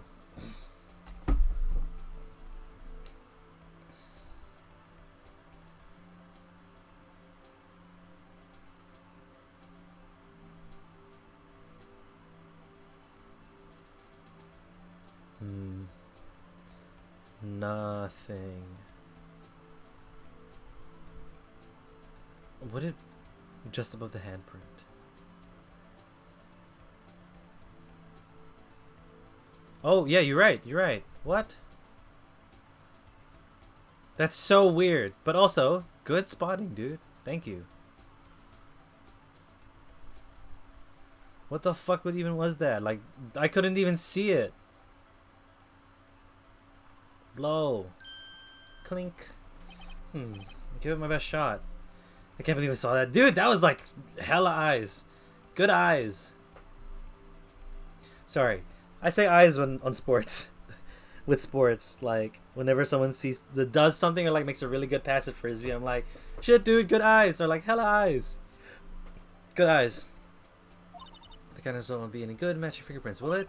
But it doesn't look like we'll get a clear result from this print. Let's try a different finger then. So that was this. So it should be... So this is what we saw. So the thumb now, I guess? Oh, what? Oh, that's the thumb. I'm a dumbass. Pinky.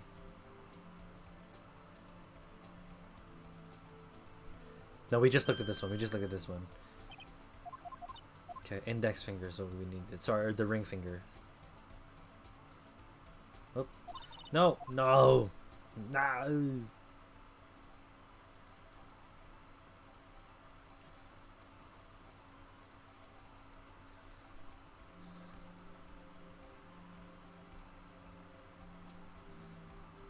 More dusting, more dusting. It's like dusting powdered sugar, but not edible. But also, powdered sugar just gets fucking everywhere. Clink. Cool. So... Marshall. Forbidden sugar. Guys, I haven't baked food in a long time. Well, actually, that's a lie. I haven't baked a new recipe in a long time, and I might try a new one tomorrow. I'm very excited. It's called yemas. It's a little, like, egg sugar candy. I'm very excited to try. Very scared because of syrup, but we'll see. Hey, these fingerprints, whose are they? Is it someone I know? It's Officer Marshall. Huh? Officer Jake Marshall? Officer Jake Peralta Marshall? Have you had a century egg? I have had a century egg. Very long ago. I don't actually remember what it tasted like. I would like to make one. Even though it'll take fucking forever for me to like figure out how to balance it out properly, even with a recipe. Is this detective... This is decided different... What? This is decidedly different from Detective Gumshoe's prints. The luminal reaction, the blood and the fingerprints are in the same place. Oh. So we have Jake Marshall's fingerprints on a white bloodstain. Yeah, we do. But why would Marshall... Looks like our investigation is finally turning up some results. Yes. This is what you call decisive evidence. I don't believe it. Marshall? Marshall Peralta... Jake Peralta Marshall Mathers? GG's! Court time! That's very excited to say court time, but... no one's ever gonna... I don't think everyone ever in the world is like, yay, it's time for court! Unless you're playing this. This is where you began today. Dude, you were here for... You did this one for 4 hours? Damn! So I can go to sleep now. Okay. Please, do go have a rest. If you are going to sleep, thank you for coming by. I do appreciate you popping by the stream. And 3.5 hours. Still, that's a long ass time for this court session, but it's court time. I need sleep. Y'all, anyone that needs to sleep, because I'm pretty sure y'all are northern hemisphere. Y'all in like America territories, like North America. Have your rest. Have your sleeps. I'm only able to do this on a Sunday because I don't have work tomorrow, because it's a holiday tomorrow. So I got the time, baby. But I did read everything, so I'm sure you can speed through this all. But I read a lot though, too. Ooh, holiday, yeah. It's not a great holiday, I gotta be honest with you. It's you know, there's a lot of like I don't know what else to say. It's not a good holiday, I'm gonna be honest. There's a lot of colonial things to unpack and put show into light, but either way it's a thing. Yeah, Jojo, dude, oh my god, 2 hours of sleep, dog. Please go to bed. Have your rest, sir. You've blessed us with the Shrek, you've blessed us with the penguin hat and some water. You deserve some sleep. Nah, I'm a fight god. Are you playing? What are you playing? What Japanese game are you playing? What Japanese RPG game are you playing? Because it always ends up fighting God. It's like, I'm a school kid just trying to live my school life because I'm in a new and unfamiliar place. And like, I don't know, 100 hours, you're gonna meet God and fight God. Ah, nice, playing some Yu-Gi-Oh. Dude, everyone who does it fights gods. Also, when I win the lottery, I know I don't technically need to win the lottery to buy a set, but I would like to buy the Exodia pack, like all 5 Exodia cards. A Toon deck, cute! Like Toon Blue Eyes and everything. That's dope. Now, I would like to... So my plan for when I get all the Exodia cards is frame it, and then when I own a house, or at least I'm renting a house, I'm going to build like a little tarot shrine with the Exodia cards at the top. So it'll be Exodia, all 5 pieces of Exodia, and then the 3 original God cards. So, Slifer the Side Dragon, Obelisk Tormentor, and then I think it was Ra. Was Ra the other one? You have 3 Exodia pieces? Hell yeah. 3 God cards. Yu-Gi-Oh! It was... The 3 cards were... I keep forgetting.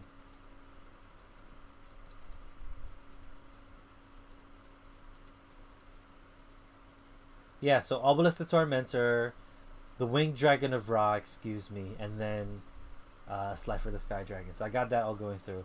The God cards are hard to summon normally. Do they have a special summon? Or is it just the amount of stars that they have? That's a fuck ton of stars.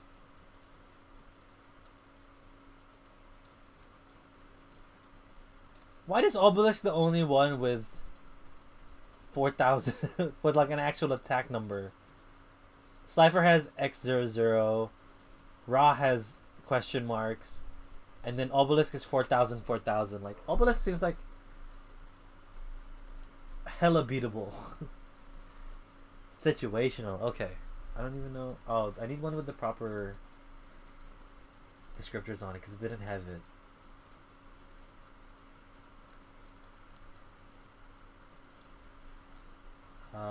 Requires tributes to normal summon.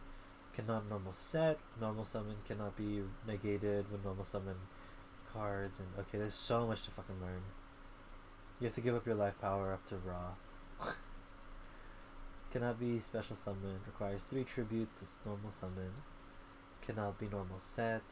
This card's normal summon cannot be negated when normal summon. Other cards are in effect that cannot be activated when this card is normal summon. You can pay life points so that you only have 100 left. This card gains attack and defense equal to the amount of life points paid. Oh, okay, I get it. You can pay 1,000 life points and target 1 monster on the field, destroy the target.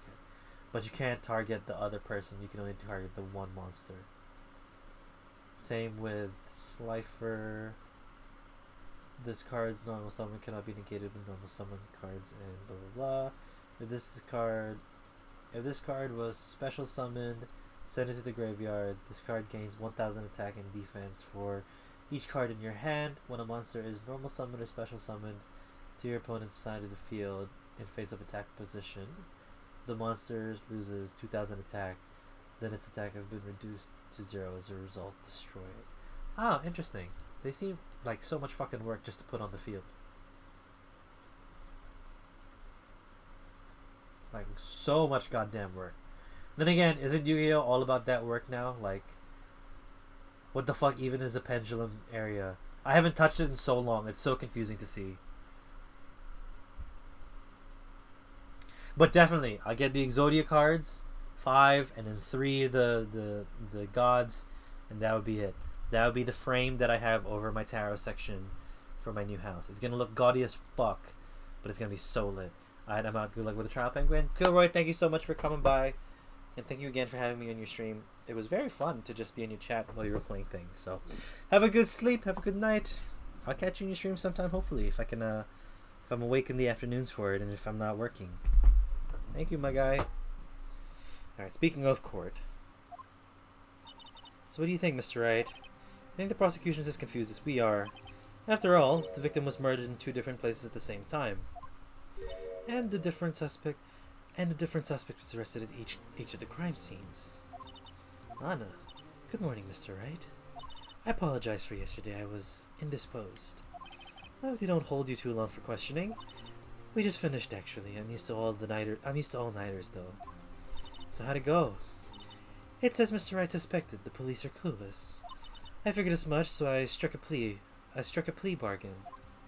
Plea bargain? What do you mean by that? We agreed that if I told them the truth behind this simultaneous murder, they wouldn't seek capital punishment. That's what I mean, Emma. But Lana, don't tell me you... Much to my regret.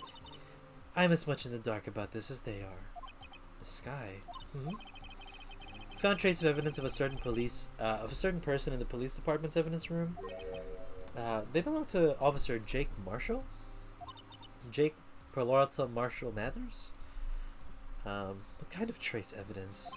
Bloodstained fingertips, to be exact. That's the trump card I have up my sleeve today. You understand what this means, don't you? In order to defend my sister, you're going to accuse Mr. Marshall. We have to play the cards we're dealt. Isn't that right, Miss Guy? Do what you have to, Mr. Wright. Thank you, Miss Guy. Feb 24th! A very important day. Very, very important day. For me and my family.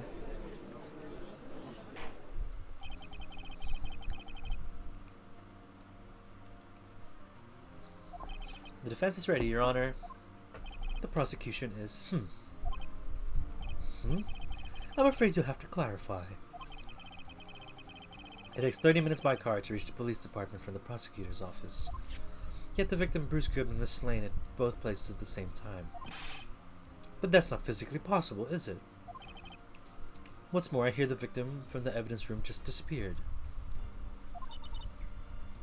Yes, and the body eventually reappeared in the trunk of Mr. Edwards' car. Wow, this is one messed up trial. This is kind of fucked up. One of my duties as prosecutor is to present impartial evidence. Today I will present evidence relating to the murder at the police department. In doing so, I believe the ways in which we should proceed will reveal itself. Now that's what he sets Mr. Edgeworth apart. Now that's what sets Mr. Edgeworth apart. He sounds so on top of things. Even if he doesn't know what's going on himself. That's supposed to be an admirable trait? Very well. Let the trial resume. On the day of the crime, what exactly transpired to the department? Mr. Edgeworth, you may call your first witness of the day to the stand. For its first witness, the prosecution calls the suspect of the murder that occurred at the police department. The suspect? You mean the so-called murderer? Oh boy. Oh, Meekin's voice. Here we go. Will the witness please state his name and occupation? Yes, sir. I'm Officer Mike Meekin, sir. My occupation is that would be murder, sir. Murderer, sir. So you're telling us you're a professional killer? Sir, it was me, sir. I'm the one who did it. I'll never kill anyone again, sir. You've got to believe me, sir. Actually, what we'd like to hear from you is, sir, I'm what you would call part of the younger generation, sir. A person who chooses whose action adults can't possibly comprehend. Please, Mr. Edgeworth, sir, help me, sir. Officer Meekins. Yes, sir. Give us your report of the crime. Consider that an order. Yes, sir, as you wish. After all, I'm part of a generation that must be told what to do, sir. Alright. The writers were clearly, pissed off at us young people. Or at least this was released in 2001, so it would have been like my sister-ish. Those, people of that age. But also, it just shows how much the older generation can fuck up the younger generation. Which I hope we don't do, but it's just a cycle that happens. Oh boy. Yep. This is a 2001 game. Although it's not my normal duty, I was assigned to guard the evidence room that day. I spotted a suspicious man on the security screen and rushed into the room. Just for clarity's sake, I didn't choose the voice because I thought he was a young person. I chose the voice because he just looks goofy. That's all. While he's carrying around a megaphone indoors. I was only doing what I was trained to do, sir. I was suddenly attacked. I fought for my life, then I did it. After that, I passed out until another officer smacked me awake. Okay. I need to see my evidence.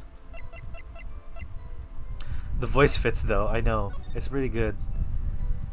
4989596.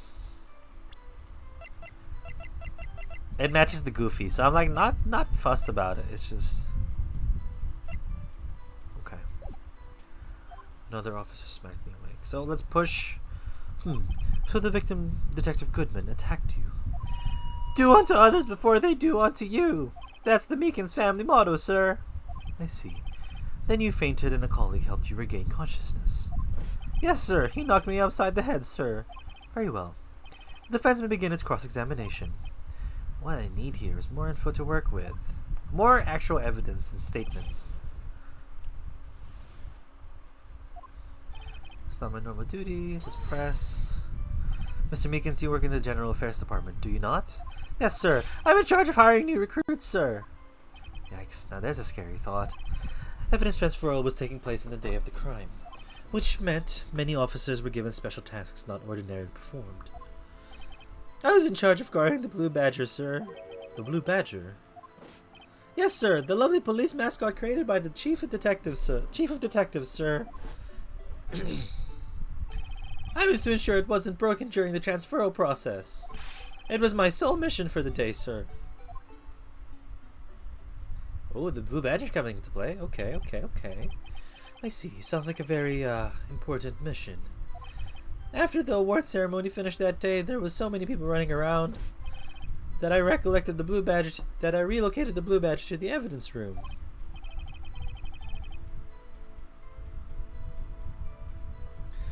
Pause.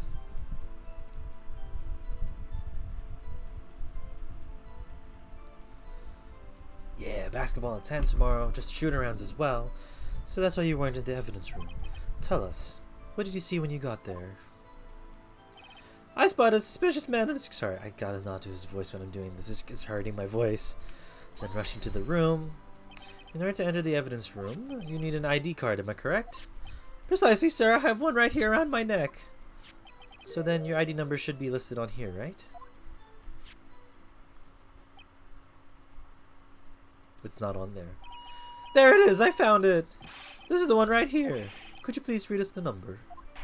Yes, sir. It's 4989596. That is my number, sir.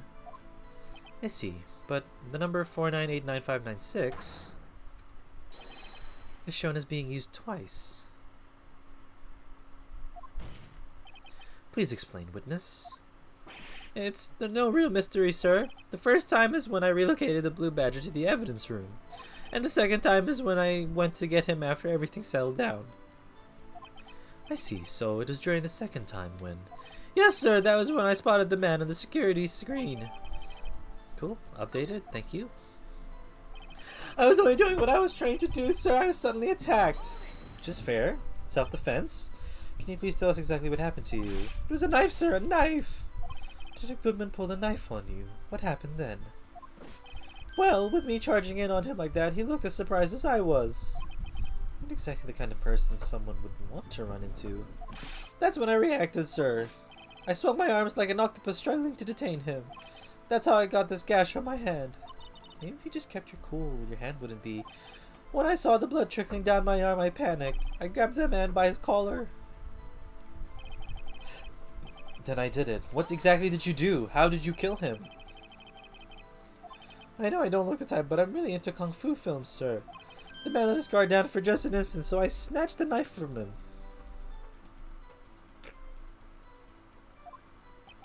You took his knife? I spun him around and performed a disarming maneuver. I made sure to close my eyes like a man. Yeah, he must have been desperate. The next thing I knew, his white coat was drenched in a sea of my blood. A sea of my blood? And then, the next thing I knew, yes, he punched me right in the face, sir. That's not another officer smacked me awake. About what time did you regain consciousness? No offense, sir, but how am I supposed to know what that? I was unconscious. Oh, right. According to the report from the officer that woke up the witness, it was about 5:30. He hit me right in the head too. I woke up crying, tears of pain. That's nice. I mean, it's nice that you recovered, that is. When I came around, though, I made sure to finish my mission, sir. Your mission? Yes, sir, the Blue Badger, sir. I returned him to the entrance before things got out of hand. Oh, we can all rest easy now. I believe we now have a fairly accurate picture of what happened. Yes, Your Honor. Only one thing remains unclear. Was the man this officer really murdered really the victim? He's got a point. Yes, Officer Meekins. With regard to that, sir, take a look at this. It was sent to my jail cell. Chief Gant delivered it to me this morning. Chief? Delivered it? What is that? A videotape? Yes, sir, that's absolutely right, sir. A videotape, sir. It contains footage from the security camera in the evidence room. Why wasn't this not brought up? But what? But I specifically asked if there was such a tape, and was told it had been mistakenly erased. That's quite a mistake. I just do what I'm told, sir. It's the only thing I'm really good at. Aw, Meekins. Looks like communication with the police department is as good as ever. Well then, let's have a look. Well then, let's have a save.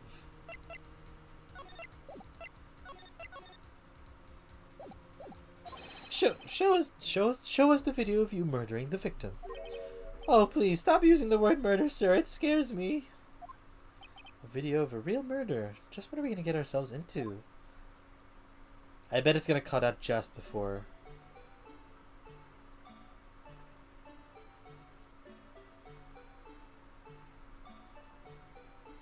This is so creepy. God damn.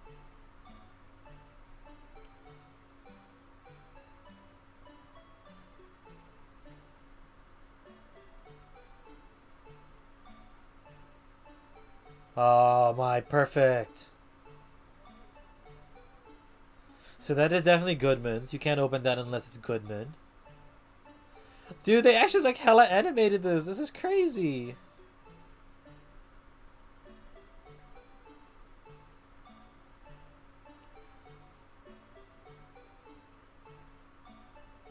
Oh shit! He put his hand up and everything.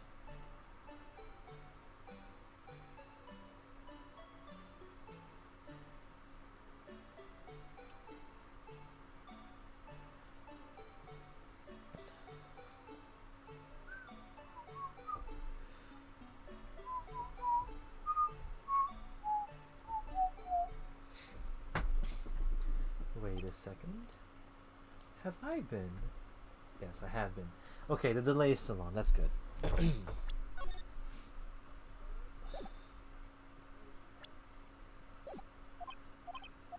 Well, I believe we're all thinking the same thing. How can we deal with these unsettling feelings stirred within us? What? What the hell was that wriggling piece of plywood? Sir, that is the pride and joy of the entire Criminal Affairs Department, sir. It's the Blue Badger, sir. Why am I not surprised this isn't going smoothly? Security video added to the court record. Yes, well, anyway. This tape seems to prove that the witness did indeed encounter someone in the evidence room, nonetheless. Your Honor, instead of relying on clearly incomplete footage, the witness's testimony will suffice. Is that alright with you, Officer Meekins? Yes, sir, as you wish, sir. Mystery Man. His face can't be clearly seen in the video. I'm gonna save at this point of the game because it's a good place to save. But there's no question that the other person is Detective Goodman, sir. I mean, he opened the locker, which required Detective Goodman's fingerprints to do. Which is facts, yeah. The locker he opened is unquestionably Detective Goodman's locker, sir. So it must be him. No one else could have unlocked it. Which is, again, true. I fully believe... what's this about a fingerprint? Each detective has been given a locker equipped with a fingerprint-activated lock. These locks ensure that each locker can only be opened by the detective it belongs to. Intriguing. That would mean the victim at the crime scene would have to been Detective Goodman. Very well, the defense may begin its cross-examination. I don't know where this cross-examination will lead, but everything begins with contradictions. That's where I have to start. Did I not see one? Interesting. His face can't be clearly seen in the video. Very true. Were you able to get a good look at him? At the face of the man who attacked you with a knife? Sir, if you must label people as being seen or not seen the man's face, I believe that would be classified as the latter. The latter? But you were standing right in front of him, were you not? More to the point, you are the person who fought him, aren't you? Oh, yes, sir, but I didn't get a clear look at his face, sir. I'm not the kind of guy who looks directly at people when talking with them, you see. Yeah, that's a good trait for a police officer. Sir, I'm sure it was him. I bet my badge on it. That's... Rest in peace, your badge. The question of the person was Detective Goodman. You just said you couldn't see him. You never actually saw Detective Goodman's face. Well, I suppose you might say that. That is, if you must label people as... What? His face can be identified, but you can verify it. Why is everyone looking at me? If I had to label your stares as disturbing or... Meekins. Having been shown a questionable video at best, we are not in the best of moods. Now please, be more certain when you testify. Yes, sir. You claim the man who brandished a knife on you was Bruce Goodman. Tell us, you are positive it was him? This is the fact that's good about these lockers. Is there no other way to open them? No, sir. I myself tried all kinds of methods in the past. They only respond to the registered fingerprints, sir. I wonder what kind of methods he's tried. If the man opened the locker's lock, which only responds to this registered fingerprints, then he must be the person the lock was assigned to. Exactly my point, sir, and this too. How do you know that information? I've heard rumors, sir, from people in the know, sir. People in the know? The workers in the department cafeteria, sir, they keep me informed. They also listen to my romantic troubles, sir. For the record, the open locker did indeed belong to Detective Goodman. I verified this information, though, through a more reliable source. So the victim opened the locker with his own fingerprint, yes. So it must be him. No one else could have unlocked it. Again, I believe that for sure.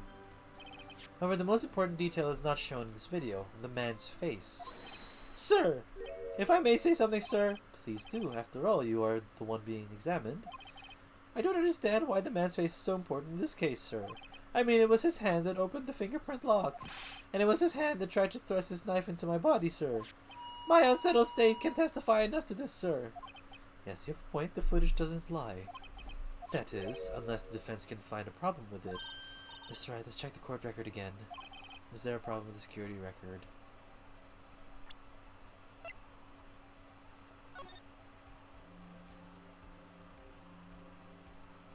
(7:14) 2:21. So this is still correct. It's within the time.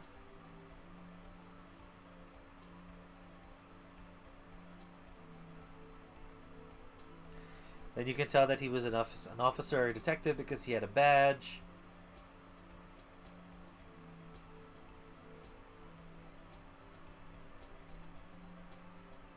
And that's the glove that fell on the floor.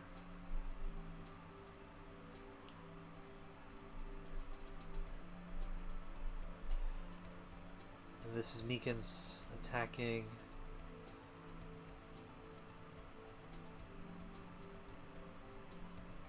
It looks like he really went for a stabbing motion rather than, you know, a punch.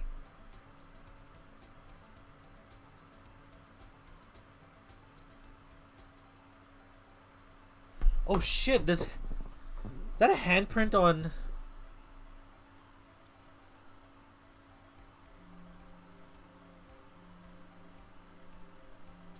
Dude!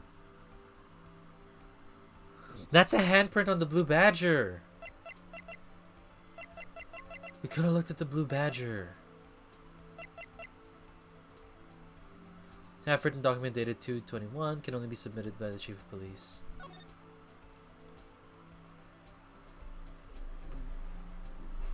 Lost item report. Man, I can't save. I'm gonna say there is a problem. And save here. Regarding the video contained on this tape, there's one thing particularly that seems rather strange. Strange? This contradiction leads to the possibility that the man may not have been Detective Goodman. What? This video contains such a contradiction? Interesting, Your Honor. I have a proposal. Yes, Mr. Edgeworth. I propose we have the defense point out to us this alleged contradiction in the video. He would want me to point it out. Very well. Proposal accepted. Let us further inspect this piece of evidence. I will now play the security tape. Please show us the contradiction you speak of.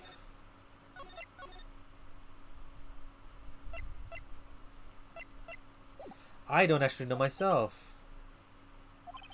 This is the first time I ever had to do that. You can do it, Mr. Wright. It's set up so you can fast forward, rewind, or pause the video. Just take a good look and be sure to point out the right thing. Please don't play it too many times. I can't stand watching this video. Has this guy ever become a police officer? Now then, Mr. Wright, please enlighten us. Where is the contradiction?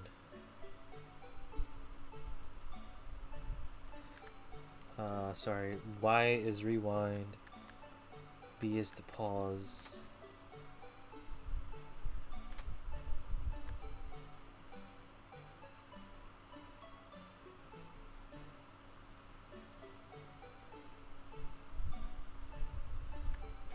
Oh, interesting. Hold on. I want to rewind.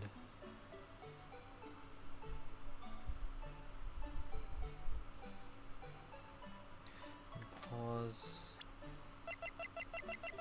Because... Oh, 5:14. Okay, never mind. I was gonna say 5:15 could have been the time. That was wrong. That's also fine. That's where the stabbing took place.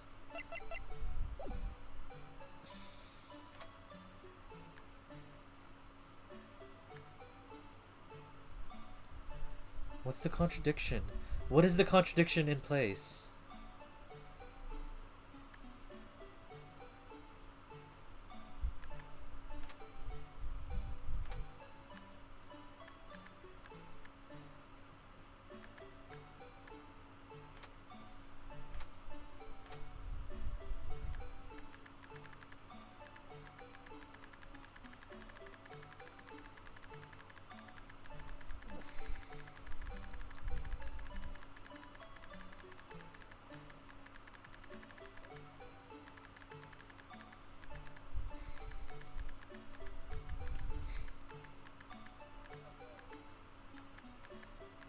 Well, the struggle clearly didn't take place as we thought.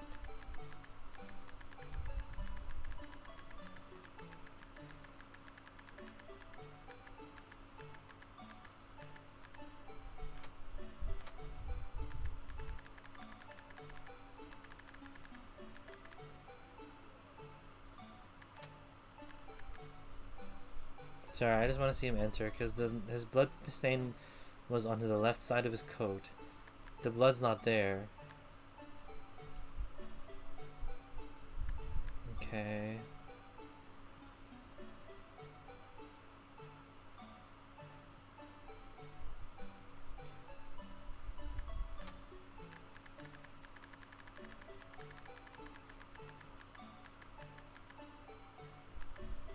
Yeah, what the hell is that blood stain? The thing that's strange about the videos would have to be this. Hold on a second, I need to use my eye drops. Well, I don't get it. Would you mind if I borrowed your eye medicine? Don't look at me with those bleary eyes. Before your eyes get too teary, perhaps you should think this through again, Now what do I do? I'm gonna return to the cross-examination because I don't believe that there's something here yet.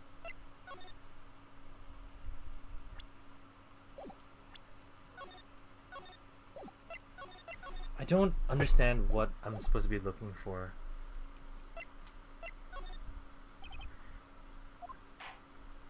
Now then, the defense may resume its cross-examination. Thank God. So the witness is still willing to continue, that is. Yes, sir! It's my duty as a police officer to help the lost, sir! Great. Now they think I'm lost. His face can be clearly seen in the video. Oh, can't be clearly seen in the video. The question was Goodman. He opened the locker which required Goodman's fingerprint to do. The locker he opened and question was Detective Goodman's locker. Must have been him, no one else could have unlocked it. Wait, I want to look at the video again. Was the locker open?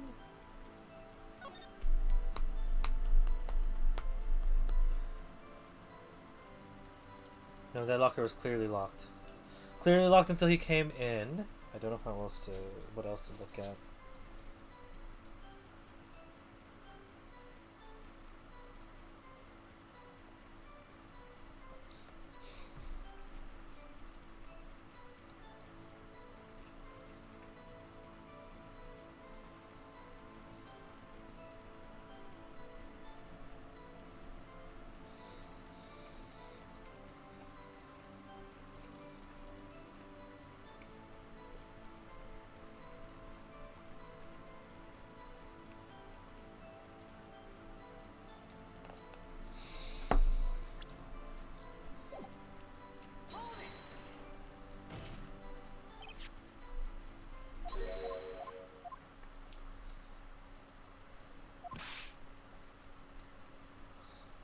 It was his hand that tried to thrust his knife into my body.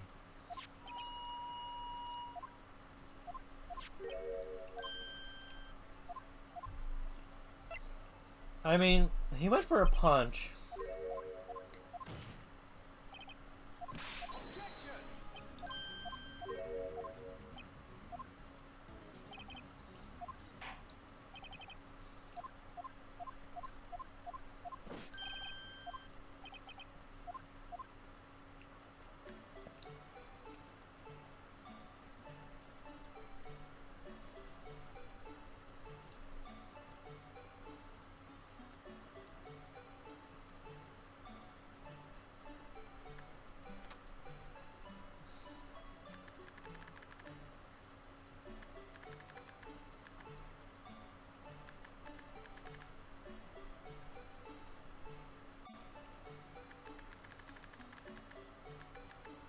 No, that looks like he's about to stab him.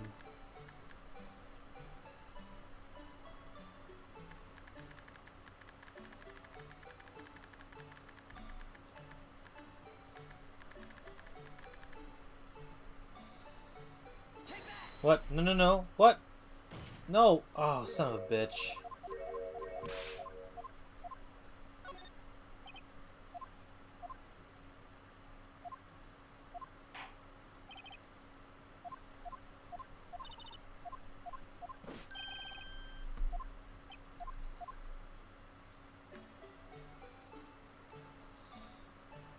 So my brain just automatically goes to, he put his hands up, so it wasn't really a struggle.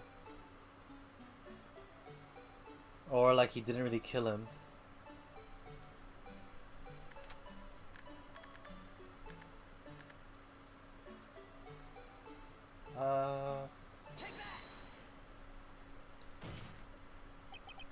Nope.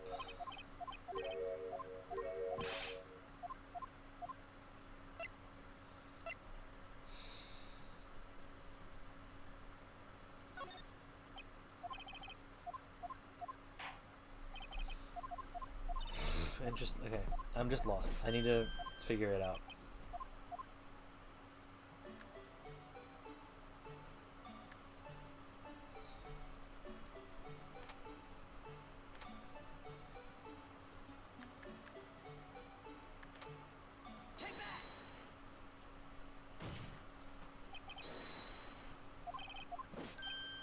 Sir, do you mean me, sir? Yeah, the light, because shouldn't it be red? I forgot what color thing it was. As I understand, what does it say in my thing? Indicator lamp lights when it's open. So it was already open. Yeah. Interesting. Cool. As I understand it, the locker apparatus works like this. When you grab the handle, a sensor reads your fingerprint if it's a match. The light turns on and the lock is released. According to my very limited experience, that's the way I understand it, sir. If so, then something is seriously wrong with this picture. Is it the fact that we need to save? Doing good.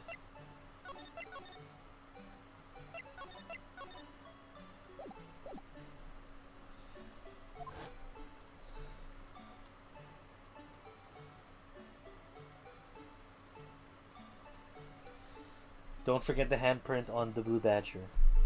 Don't forget the handprint on his cheek.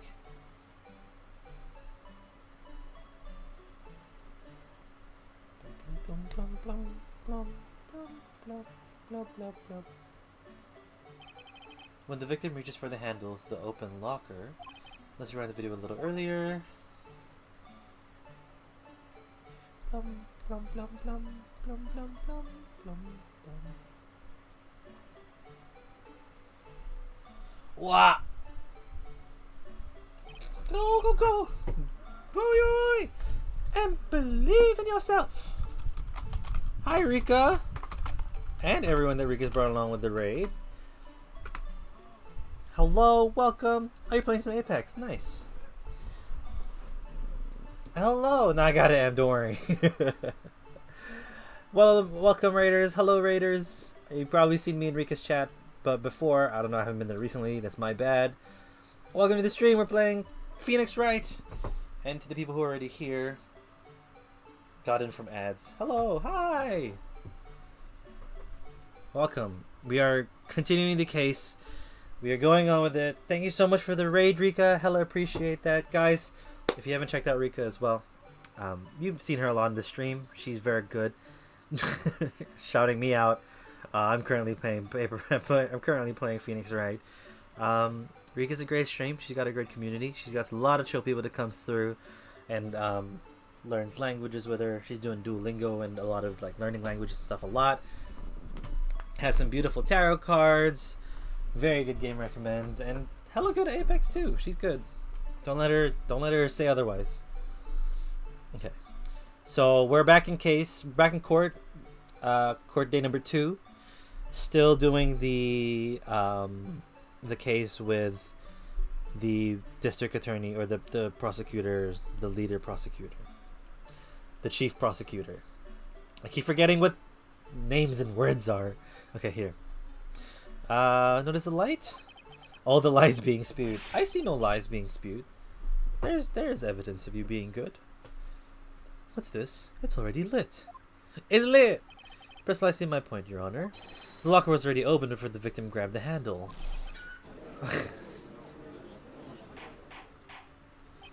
Yeah, I've been working so much. You've been on the grind, dog.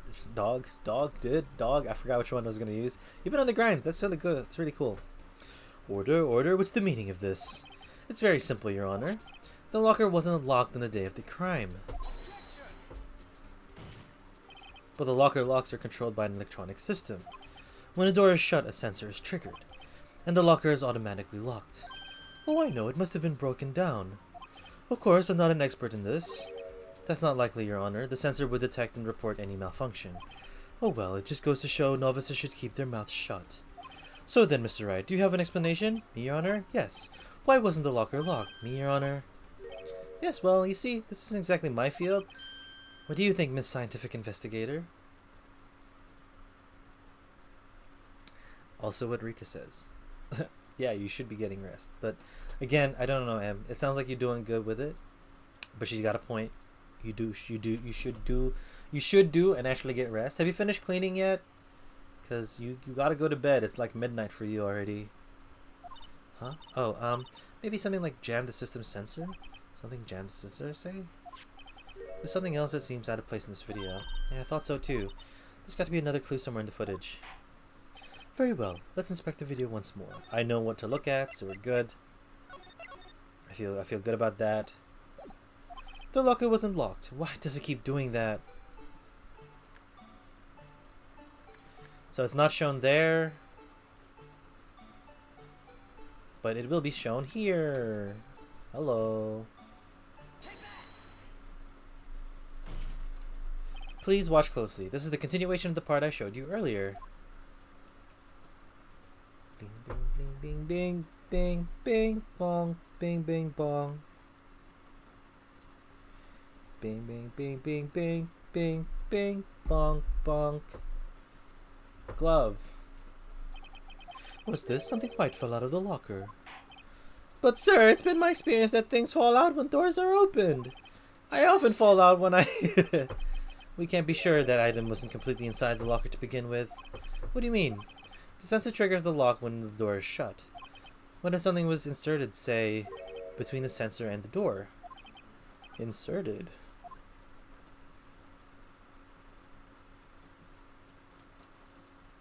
Oh, it really do be raining.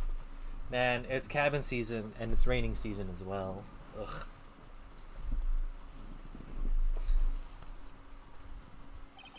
This white thing wasn't inside the locker. It was stuck between the door and the sensor. Oh, I understand now, sir. Just like my tie. 2 out of the 3 times I get stuck in the door when I get out of my patrol vehicle, sir. Instead of the door... But the object would have to be extremely thin to fit in the door. Oh, hi, Streamlabs. Not only that, it would also have to block electrical currents. It would need to be an insulator. Yes, an insulator, but at the crime scene, there just might have been something that fits the description. But, sir... I think I finally got this figured out. Very well. Will the defense please present the relevant evidence? What was the insulator that was stuck in the door? I found this near the locker, a thin rubber glove. But we can't be sure that was in the victim's locker. There's a tag that says SL9 incident. The video seems to depict the victim opening the locker. But that isn't the case. The lit lamp attests to this. On the day of the crime, even I could have opened that locker. Is this not so, Officer Meekins? Sir, it would appear so, sir. Order, order, order. So we are to believe then that the victim, whom this witness stabbed in the evidence room, was not Detective Goodman. Don't be misled, Your Honor. What do you mean, Mr. Edgeworth? The defense has merely demonstrated that possibility and nothing more. The victim in the video was indeed Bruce Goodman. The prosecution will offer one more testimony to prove this. What? Officer Meekins, please testify about this. Sir, me, sir? I'm not sure what you're referring to, sir. Oh, you mean that, sir? Of course, sir. Is this a joke? Very well, begin your testimony. Let us. Mystery Man 2, okay. There's one thing that proves that man was Detective Goodman, sir. To enter the evidence room, one must use their ID card. When an ID card is used... It doesn't say it's found at the crime scene. And it is indeed Goodman's ID card.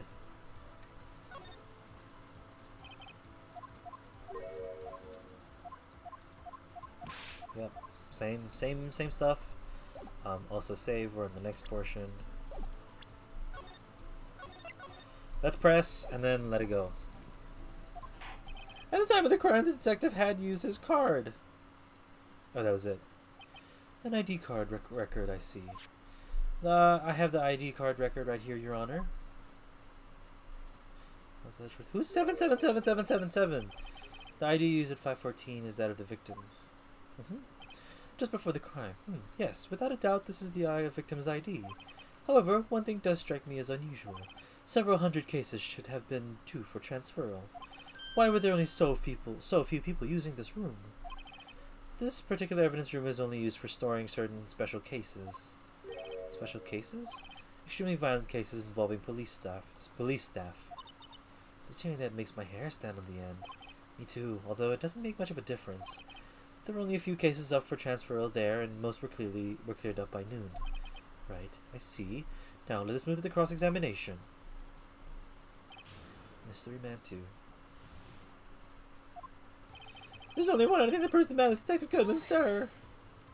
So unlike your earlier testimony, you believe this to be rock solid, do you? Yes, sir. Solid as stone, sir. If my hand wasn't wrapped in bandages, I'd even give the V for victory, sir. Can he just use his right hand for that? Let's hear him out fully. As you've seen, one never knows what he might say until the very last second.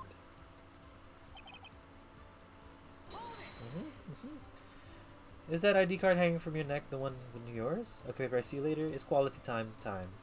Okay, have fun. I will! Thank you for the raid, Rika. And yes, anyone else that hasn't seen Rika or hasn't popped by her stream, definitely give it a go. It's a very chill time if you're looking for just a relaxed stream with some really cool people. 100%. Have a good rest. Have a good quality time.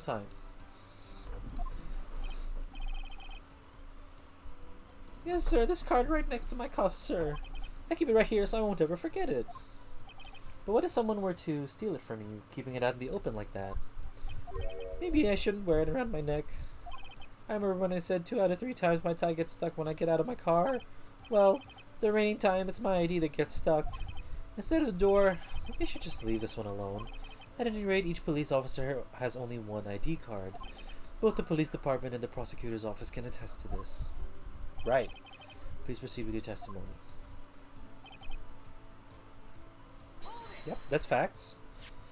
Let it be noted that this is the record the witness referred to. Let me see. Yes, that would be it. Detective Goodman. What's the matter? Oh, according to this, Mr. Edgeworth, your name is on here. Why are you bowing? So it is, Your Honor. Not that prosecutor. Maybe he's behind all this, being a prosecutor. Well, is that man in blue a murderer? Why is there another child? That's 2 times now! Stop putting children in this... Stop bringing your child to the courtroom. Another kid. Sorry, that's for TikTok. Stop it! The inquiry committee will want to speak with you again today. I have nothing to be ashamed of regarding my actions or their consequences. For now, let us continue with the cross-examination. Poor Mr. Edgeworth, he must be so difficult. It must be so difficult for him. At the time of the crime, the detective had used his card. Earlier, I believe he testified that when you asked the man to show his ID card, he pulled a knife on you. Yes, sir, he didn't show me any ID card, sir. Don't you think that's odd? I mean, if he had his ID card, all he had to do was show it to you. There wouldn't be any reason to draw a knife. Maybe he just panicked. Everything stems from contradictions. Let's point them out. Mr. Wright, what do you think? I'm confused. What? The problem with this ID card testimony is far too obvious. It's not like Edgeworth to miss something like this. You're thinking too hard about it. Come on, let's show them what we've got. Yeah, just like the ID itself.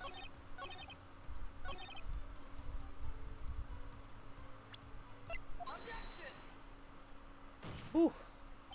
Wait one moment, Officer Meekins. I'm not good at waiting, sir. I have the victim's ID card right here. I found it at the crime scene. That makes sense. No, Your Honor. When I say crime scene, I'm not referring to the evidence room at the police department. I mean the other crime scene. The underground parking lot at the prosecutor's office. Your Honor, I have one more piece of evidence to present. It's a very important clue regarding to the victim's ID card. A lost item report. It's only half complete. But it shows that Detective Goodman had lost something on the day of the crime. Something important enough to fill out this report. Let me guess, you believe this something to be his ID card, right? I can't say for sure, but there is a high probability. On the day of the crime, Detective Goodman was not carrying his card. Order, order. So now, what does this all mean? It can only mean one thing. It doesn't even require that much thought. The man Officer Meekins encountered in the evidence room was not Detective Goodman, but rather the man who stole his ID card. Good theories, Phoenix. Good theories. Order, order, order. Does the prosecution have a response? They have only one thing to say to the defense. Bravo, Mr. Wright. Bravo? Allowing me to summarize the defense's argument. At 5:15 on the day of the crime, the man in the evidence room Officer Meekins encountered was not Detective Goodman. There are 2 grounds to support this. First, the locker in the evidence room was already unlocked. Second, the victim lost his ID card. Am I correct so far? Yep. What's he up to? That being the case, we must inevitably arrive at a single conclusion. That the victim in this video is a fake. Then, the murderer in the evidence room is also fake. In other words, the security camera does not show the instant of the murder. That is... yeah, well, I guess that's right. There's something wrong, Mr. Wright. Only moments ago you seemed content to be pointing your fingers around. This isn't going to end well. Well, well, it seems you finally realized exactly what you've gone to such lengths to prove. Explain yourself, Mr. Edgeworth, that it's not Goodman. So Goodman actually died in the prosecution's office. The defense has already done the explaining for me. The victim in this video is a fake, which means a murder did not take place. at the police department at 5:15 on the day of the crime, so the real crime could only take place at one location, the underground parking lot. At the prosecutor's office, the murder being Miss Lana Sky, the defendant. The evidence is compelling. A trustworthy evidence. Observed the moment the defendant used the murder weapon. Yeah, our case should have been to prove that he was there. I knew that testimony was too shabby. It was all a trap from the beginning. The activity in the evidence room still leaves many questions unanswered. Who exactly was the victim Officer Meekins encountered, and where did this person disappear to? However, this trial's purpose is to examine the murder of Detective Goodman. Just so, Your Honor. Mr. Wright, you have to do something, or else Lana... What do I do? How am I supposed to get myself out of this mess? I'm gonna save. I'm gonna save here.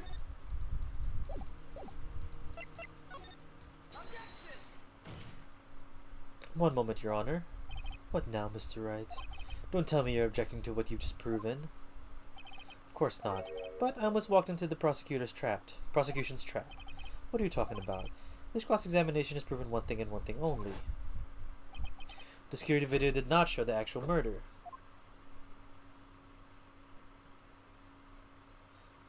That's facts. Yeah, it doesn't show the actual murder.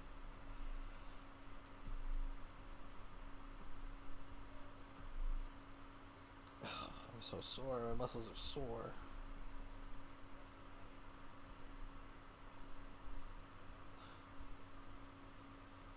Yes, and your point. However, it cannot be said that this is unrelated to the murder in the parking lot. Why? Specifically, large amounts of blood traces were found in the evidence room. The defense demands further examination into the truth of the matter. Mr. Edgeworth. Yes, Your Honor? If this court were to examine this further, other witnesses will be necessary. Is the prosecution prepared? I'm sorry, Your Honor. The prosecution considered the incident at the police department to be unrelated. We have not prepared any other witnesses for this incident. This just might be my chance. Time to call a certain Texas Ranger to the stand. Mr. Wright, do you mean? Your Honor, the defense would like to request a specific witness. Oh, whom do you have in mind? Someone who someone who we have reason to believe knows the truth. The truth behind the activities that took place in the evidence room.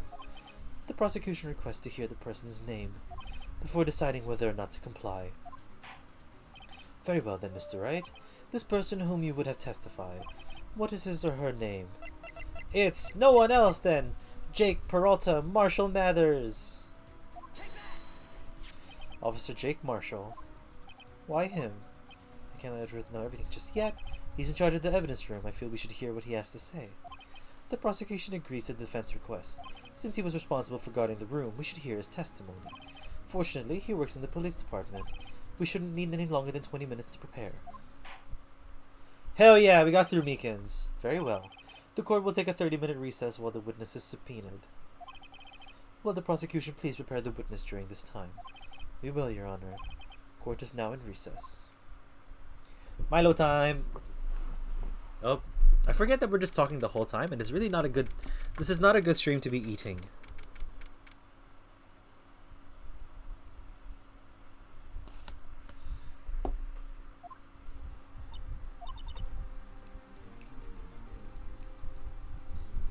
There's no stopping you, is there, Mr. Wright? Huh? What do you mean? You called for Jake Marshall. It seems you figured everything out. I haven't actually figured anything out. Oh no. You're the one who knows everything. Emma, you always know everything. Why don't you just tell us? Mr. Wright is trying his hardest to protect you. I don't recall ever asking for his protection. How can you be so cold? Don't you trust us? Don't you trust me? I hope I'm not interrupting on anything, pals. Gumshoe. Oh, I guess I am. I'll come back later. Later, Gumshoe. Wait, Detective Gumshoe, what is it? You got a lot of nerve, pal, making a detective run all around while on duty. And to top it off, you call me here. I've seen happier people at funerals. Sorry, detective. You better be, pal. Hey. Hey, hey, hey, hey, hey! I didn't see you there, Chief Prosecutor Sky. That's okay. So, have you brought what I asked? Oh, oh, yo. You mean this, right? My apologies, detective. Due to my present circumstances, I was forced to use Mr. Wright's name when making my request. My name?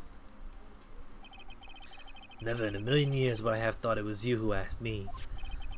Could I bother you to bring me the SL9 incident files? I need them by noon. Talk about crazy. The SL9 incident? But Lana, I thought Mr. Wright might need them, so I had them brought here. Here, you might do well to read them. I can't believe you, the chief prosecutor, were a witness in that case. You were a witness? Joe Dark? Files for Joe Dark killing solved 2 years ago. Take it from me, you don't want anything to do with serial murders. Can I read this? Closed. Perpetrator Joe Dark. Serial murder. Sentenced death. Victims Edward Jones, Edith Kirby, Jeb Bates, Jason Knight, Rachel Moss, Neil Marshall. Wow. Trial data. Head prosecutor Miles Edgeworth. Witness Lana Skye. Emma Skye. Whoa, Emma was part of this case. Investigation Task Force, Damon Gant, Lana Skye. Why were they the executive investigators if she was a thing? Head investigator, Bruce Goodman. Investigators, Jake Marshall, Angel Star. Yeah, so that's everyone we've seen so far. Oh, what? Now that I brought you stuff, you're just gonna ignore me? Emma, but why? Why is your name in here? What? My name's in there? I don't know, unless... No, it couldn't be. Lana, this SL9 incident, is that... That's the classification number the police filed it under. 2 years ago, the rest of the world knew it as the Joe Dark killings. The Joe Dark, no. No, Lana. That's over with, no. Emma, wait. She ran away. You know what? I just remembered I gotta be somewhere. Sorry, pal, but I'm out of here. Emma. Jake Marshall, Angel Star, Damon Gant, Miles Edgeworth. Not to mention Lana and Emma. Everyone involved in this case is connected to those killings 2 years ago. This can't just be coincidence. Knowing you, you just might be able to figure it out. Time to get back to the trial, Mr. Wright. Best of luck. I better take a good look at this file. There's a lot of murders. To be continued. Nice. I might go till 11. I might just go till 11. Yeah, I know. This is a lot. Everything coming together. Which is good. But curious about all the names being used. That's why they kept investigating it, because they smell something fishy happened. But also, Lana Skye was both a witness and an investigator. So it actually is kind of dodgy if you were to think about it. Okay.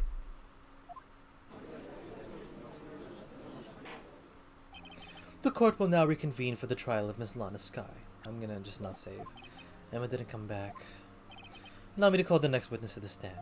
The officer in charge of guarding the evidence room on the day of the crime. It all aligns way too perfectly. It's like they really wanted this to happen. So heavy. Yeah. Yeah.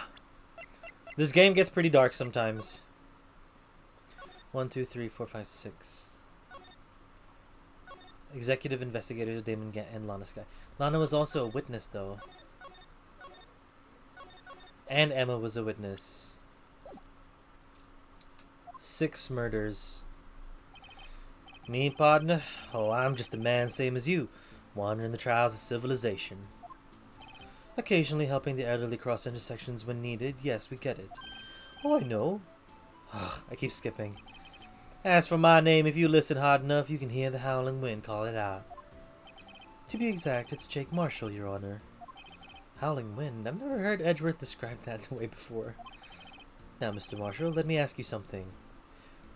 They really just gotta let him drink like that? What a chump. I know! Dude, he's been drinking from that flask this whole game. That's his animation.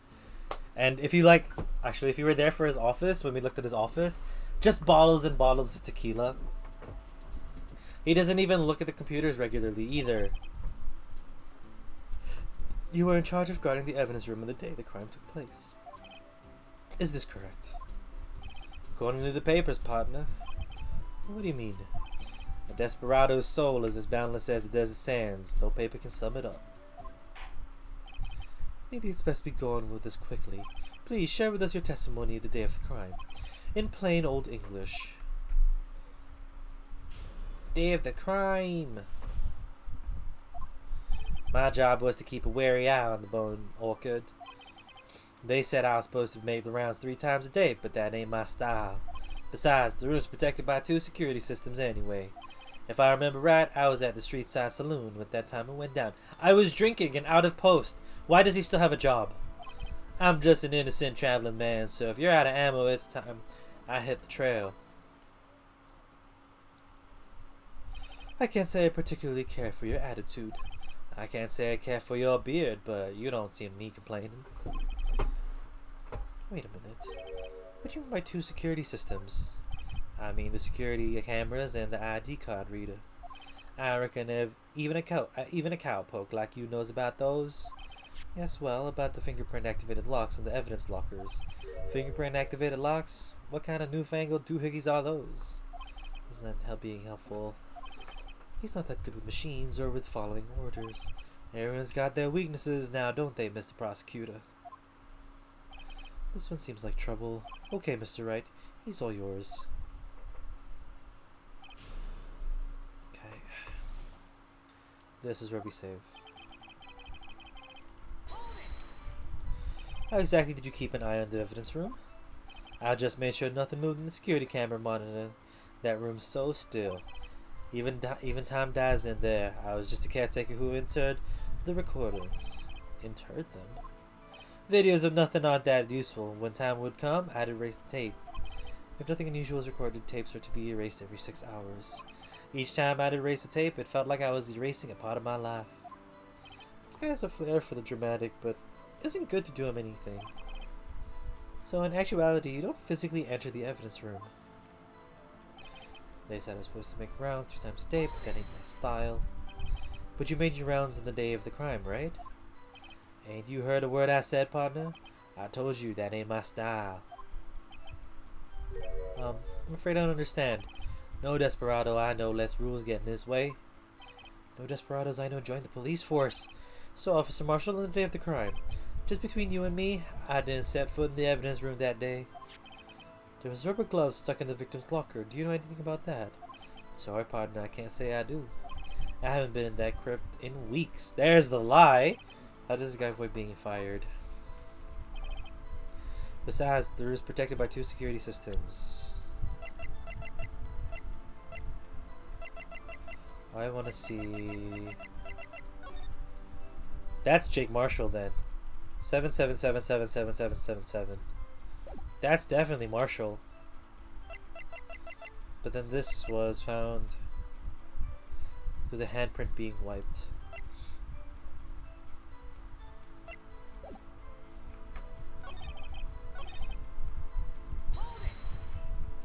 So you used to be a detective, so you've used the evidence room in the past, correct? Of course, back in the day my locker was a gold mine of evidence. And yet you didn't know anything about the fingerprint locking mechanism. Sorry, partner, I ain't good with machines.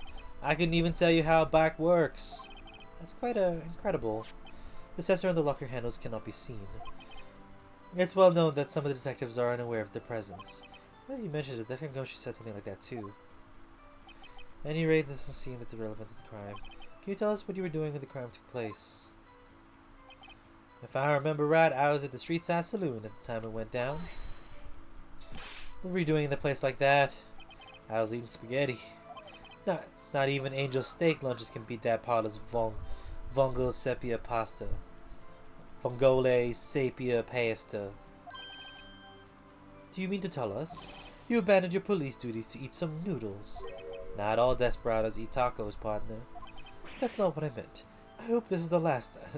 This has at least taught you a lesson. That's strange. This usually Edgeworth says, did you not want to raise this year? I'm just an innocent traveling man, so if you're all out of ammo, it's time to hit the trail. Out of ammo, officer? That's right, partner, or as you call it, evidence. If you plan to pin me on this crime, then you'd better draw. Otherwise, you're just wasting my time. My seahorse is waiting to carry me back west into the sunset.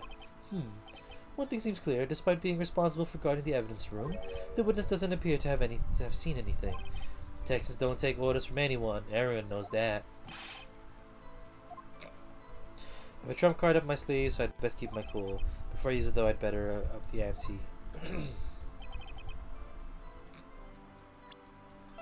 Well, this is my trump card, but what ante can we up with?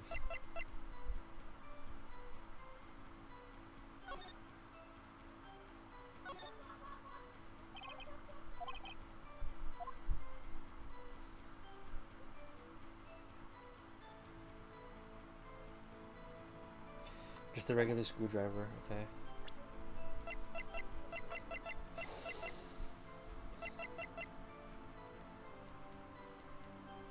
I think I'm gonna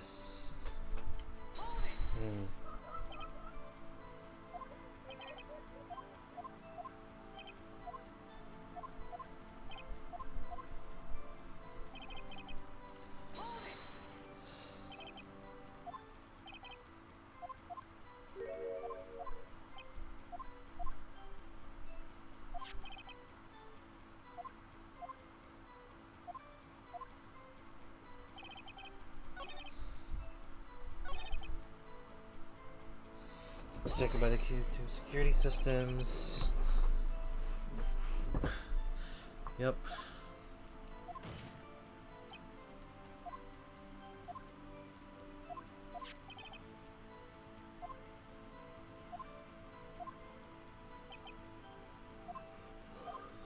I mean, to be fair, it really isn't relevant.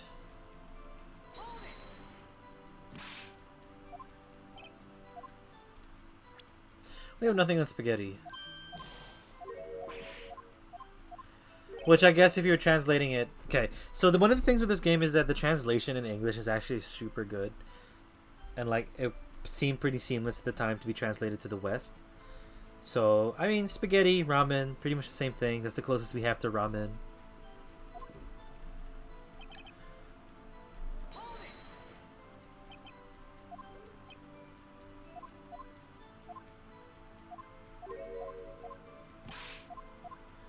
Before I use it though, I'd better up the ante. So we can't use that yet.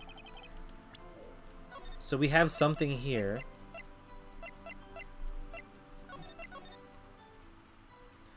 We have something that like ties him to it.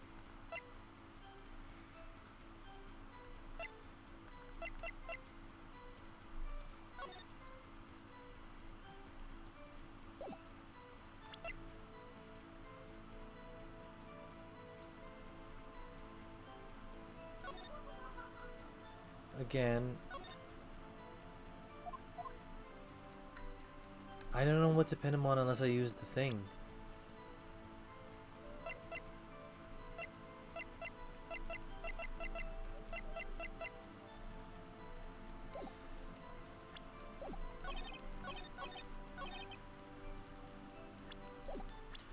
I'm gonna save here. I'm afraid of what's gonna happen, so we save. Nope, not the one.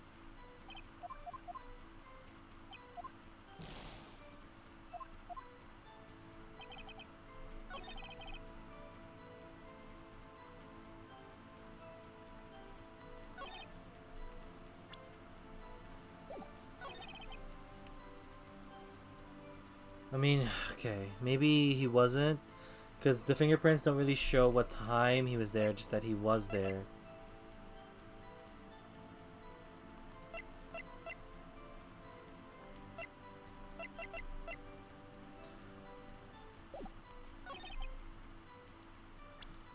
I mean, this is it, right? That is it. That was it. Okay.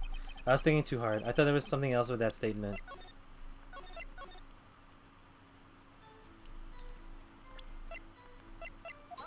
I gotta go for the more obvious statements first before I move on to anything.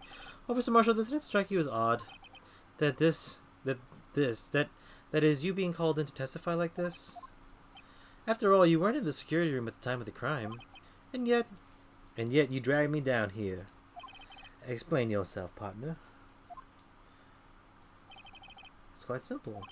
You left a very large trail behind at the scene. Or to be exact, a handprint. Listen real good, partner. Like I said, I'm the caretaker of that crypt. I pay my respects, that is. Make my rounds about once a month. It's only natural for my fingerprints would be in there. Now, you did say that you were never in there. I only wish it were, officer. But you see, your fingerprints were covered in blood. Desperado, Rough Rider. Witness, what's the meaning of this? Your bloodstained fingerprints were at the crime scene. The blood was wiped away, however. A luminol test clearly revealed this. Well, Officer Marshall? It seems to me there ain't a person in this room with a head on his shoulders. I take it you have an explanation then, Officer Marshall. About the blood-stained fingerprints? Very well, you may begin your testimony about your fingerprints found at the scene of the crime. Okay, Marshall, damn. Like I said, it's only natural for my fingerprints to be in that evidence room. One of them just happened to be the same place as the blood-stained handprint. The murderer touched the locker with my fingerprint was by chance. The murderer touched the locker where my fingerprint was by chance. The bloodstain and the fingerprint are completely unrelated. Or didn't you know the murderer was wearing gloves? See, I had nothing to do with it.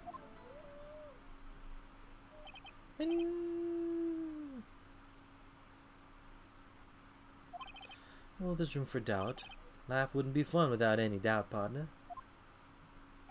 The defense may now cross-examine the witness.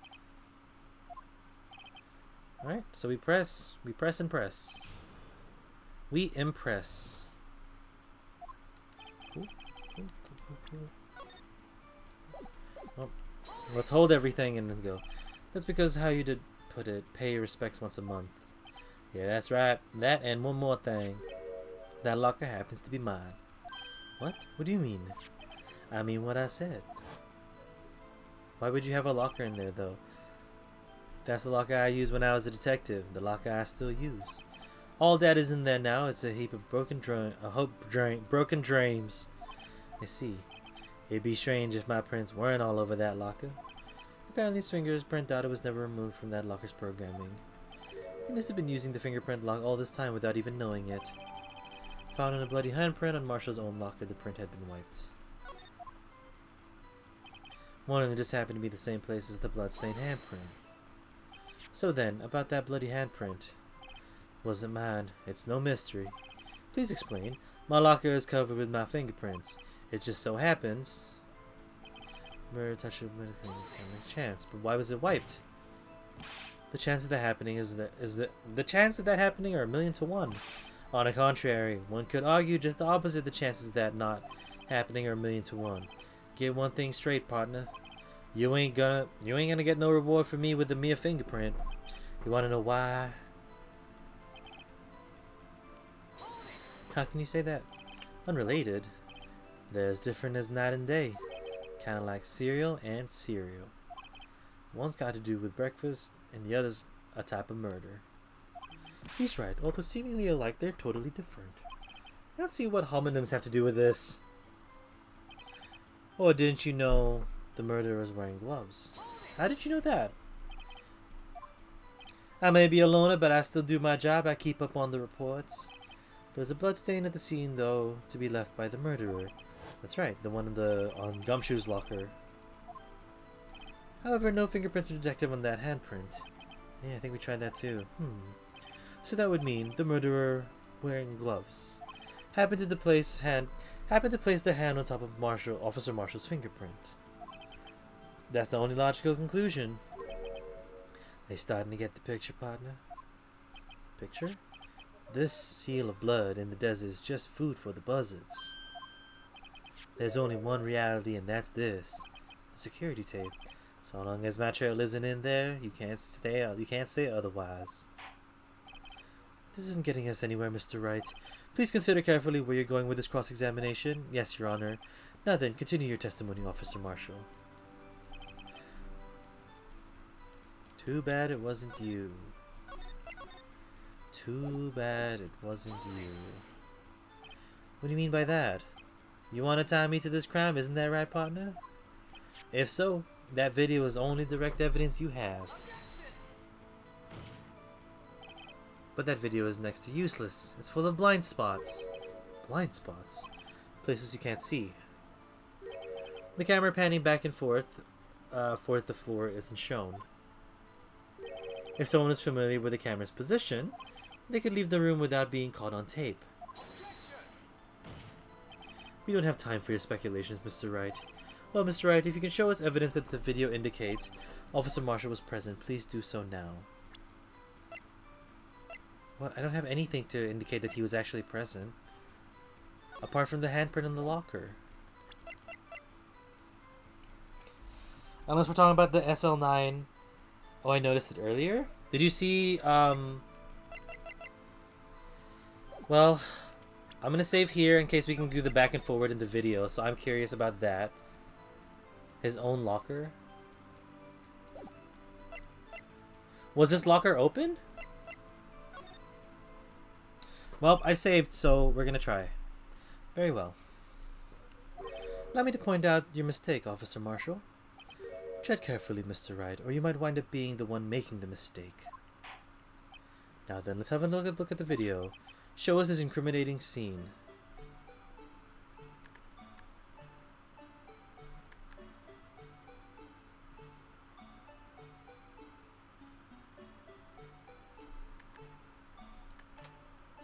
So the locker is fine.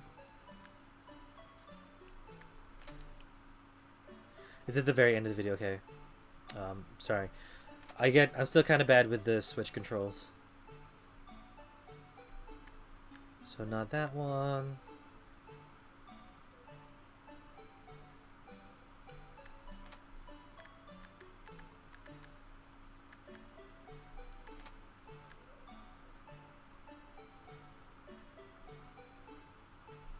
Oh, the cloth.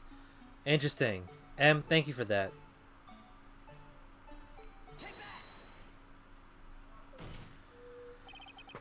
Bring our attention back to the security camera. Is a mistake I'm afraid you'll soon not forget, Mr. Marshall, Officer Marshall. The days are short in Texas, and so are our tempers. Could you sum up what you had to say in 8 words or less? Very well. You can clearly be seen in this video. Nice. Exactly 8 words. Not bad, partner. The key lies in a certain locker shown in the video. You're right, I did not see that change. That locker with the white cloth sticking out. That was the witnesses. That was the witnesses, I believe. Now then, let's rewind the video a bit.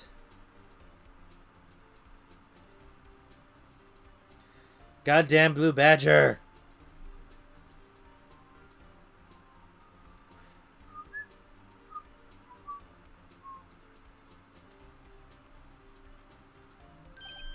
Oh, the white cloth is gone.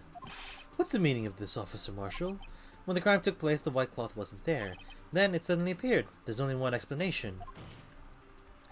Officer Marshall, you were in the evidence room at the time of the crime. What's more, you opened your locker when the camera was turned away. I'm still trying to see where Phoenix is gonna prove that Sky wasn't the one in problem. Hold your horses. Sorry, partner, but you got the wrong man. So what if my locker was opened? That doesn't mean I'm the one who opened it. The murderer needed to hide something, so he opened a locker and stuck it in. It's not my fault he happened to choose mine. Why is everyone staring at me like I'm a wanted man? This guy isn't just playing dumb. He really doesn't know. I hate to rain on your parade, but you're the only person who can open that particular locker. Oh yeah, I call your bluff. You say I opened it. What the fuck, dog? Ah, the fingerprint sensor. We talked about this earlier today. The lockers can only be opened by the detectives they belong to. What kind of crazy talk is this? Well, Detective Gumshoe did mention something about this. Buddy. I know. Oh, buddy. I'm sorry, but you really have to know. In any case, the locks aren't that obvious. There are even some people who on the force that don't know. Oh, sorry. Pal. There are even some people on the force that don't know the fingerprints about the fingerprint locks. So, Sheriff, what do you have to say in 8 words or less? When did he get jerky? I only got 1 word for you, partner. No! No? No?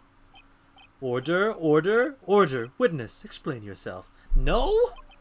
If this is a joke, it's the worst I've ever heard. I assure you this is no joke, Officer Marshall. Now then, please tell us what you were doing in the evidence room at the time of the crime. Olay. Please answer the question. What is he, a bullfighter now? That's right, Officer Marshall. I believe we can figure out the rest from here.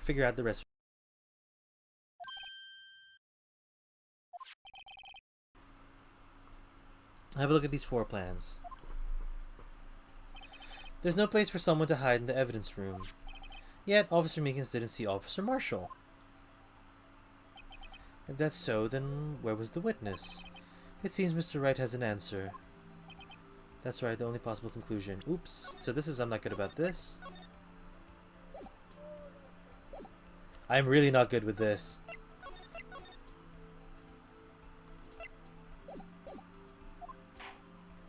Well then, let's hear it. Where was Officer Marshall at the time of the crime? I mean, he could only have been the victim. He wouldn't have been here.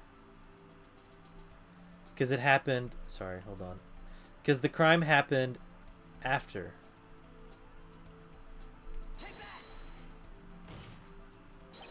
Officer Marshall was standing right here. There, but that's where the victim, Detective Goodman, was. Correct, unless the man wasn't Detective Goodman. I believe the victim in the video is Officer Marshall. It was you dressed up like Detective Goodman. But that's preposterous. Officer Meekins witnessed the detective at the crime scene. Once he saw the man's face, he'd know for sure.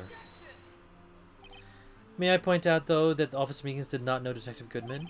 He also testified about the man's reaction when confronted. When I entered the evidence room, I asked him to show his card, sir. Yes, and how did Detective Goodman respond? He suddenly pulled a knife on me. Me. Something about the officer's story puzzled me. And the man who had his ID card, why didn't he just show it? Yes, he would have needed to enter the evidence room, so he must have been carrying it. The answer is simple. He couldn't show it. As you can see, Detective Goodman's picture is on his ID card. Oh, I get it. If he showed that, his cover would have been blown. Officer Meekins would have realized the man wasn't Detective Goodman. Do you have anything to say to this, Officer Marshall? You've got quite an imagination, partner. We got a term for that. It's called circumstantial evidence. Circumstantial evidence? He's still denying it. You're gonna have to do better to break a detective, unless you have hard evidence proving I dressed up as the victim. I can't say I particularly care for your uncooperative disposition.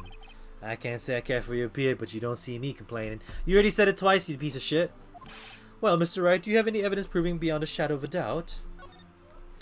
Do I ever? I have no fucking clue.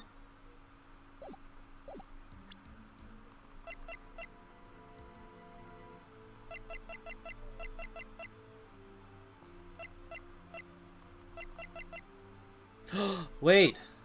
No.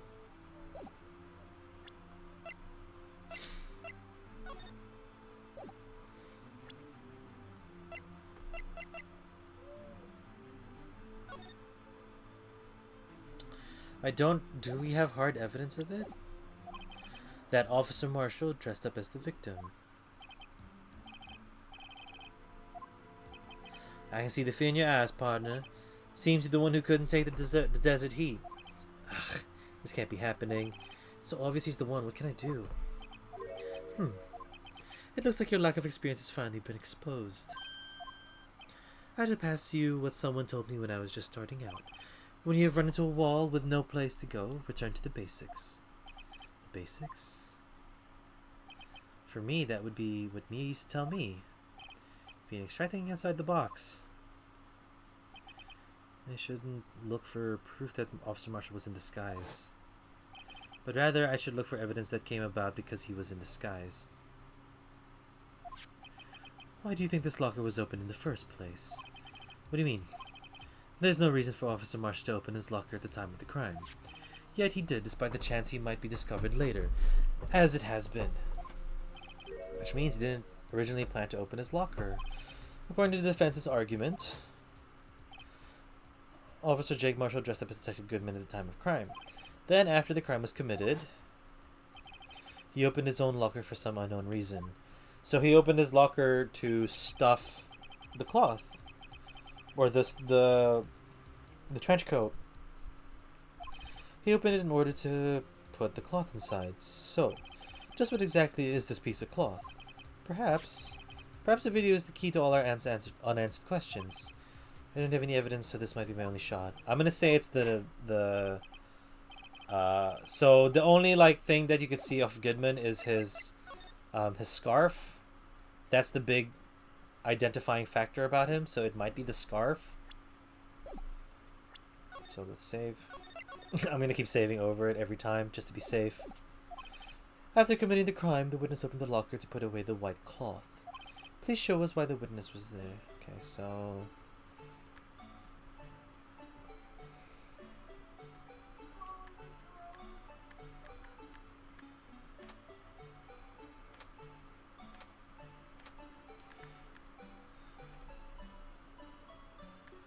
that's the glove falling. Meekins.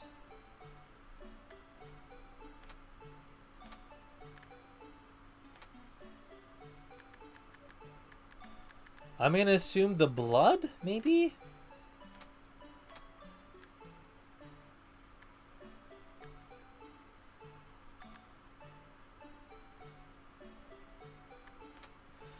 Maybe it's cloth to wipe away the blood. That's the best that I can think of.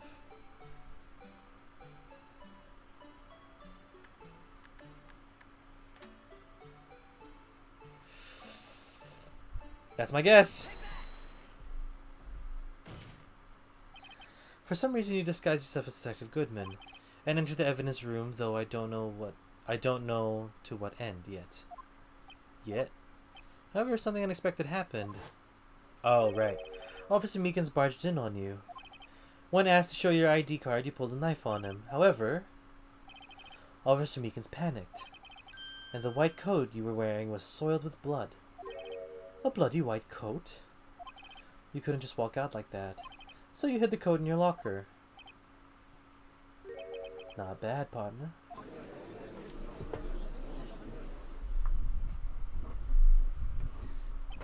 Now then, Officer Marshall, are you ready to tell us the truth? Looks like I underestimated y'all. I hope you're happy now, Mr. Edgeworth. 2 years ago, if you were only half as persistent as you are today, we all wouldn't have to be here now, would we? The fuck does that mean? Officer Marshall, tell the court what you did. All of it. Alright. It seems the time has come. Marshall's confession.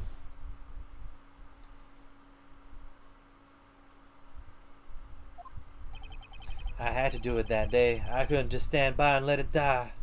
I stole the detective's ID and dressed like him. I planned to take out the evidence. I wasn't expecting Officer Meekins. I knocked him out, and then managed to escape. I knew which areas wouldn't be caught on the camera. There wasn't any murder in the evidence room at 5:15. There wasn't. So the supposed victim was really you. But there's still one thing I don't understand. The traces of a large quantity of blood were found on the floor of the evidence room. If no one was murdered, then how could that be? Officer Meekins managed to cut his own hand. My guess is he's the donor. There's way too much blood for such a small donation. Marshall's confession! Alright, let's go, Marshall. To do it that day, couldn't just let it stand by and let it die. The SL6 case. Do you even have to ask, partner? The SL9 incident. Oops, sorry, SL9. 2 years have passed since that case was closed. It wasn't going to completely end with the transferal that day. Not if I had anything to do with it. That incident's over now, but what did you hope to accomplish by sneaking into the evidence room? When a case is closed, only the case's lead detective can look through the evidence. I want to have a look at it myself one more time, no matter what the cost. I don't care what anyone says, partner. That case is mine. But Marshall wasn't in charge of that investigation. And from memory, it was Goodman.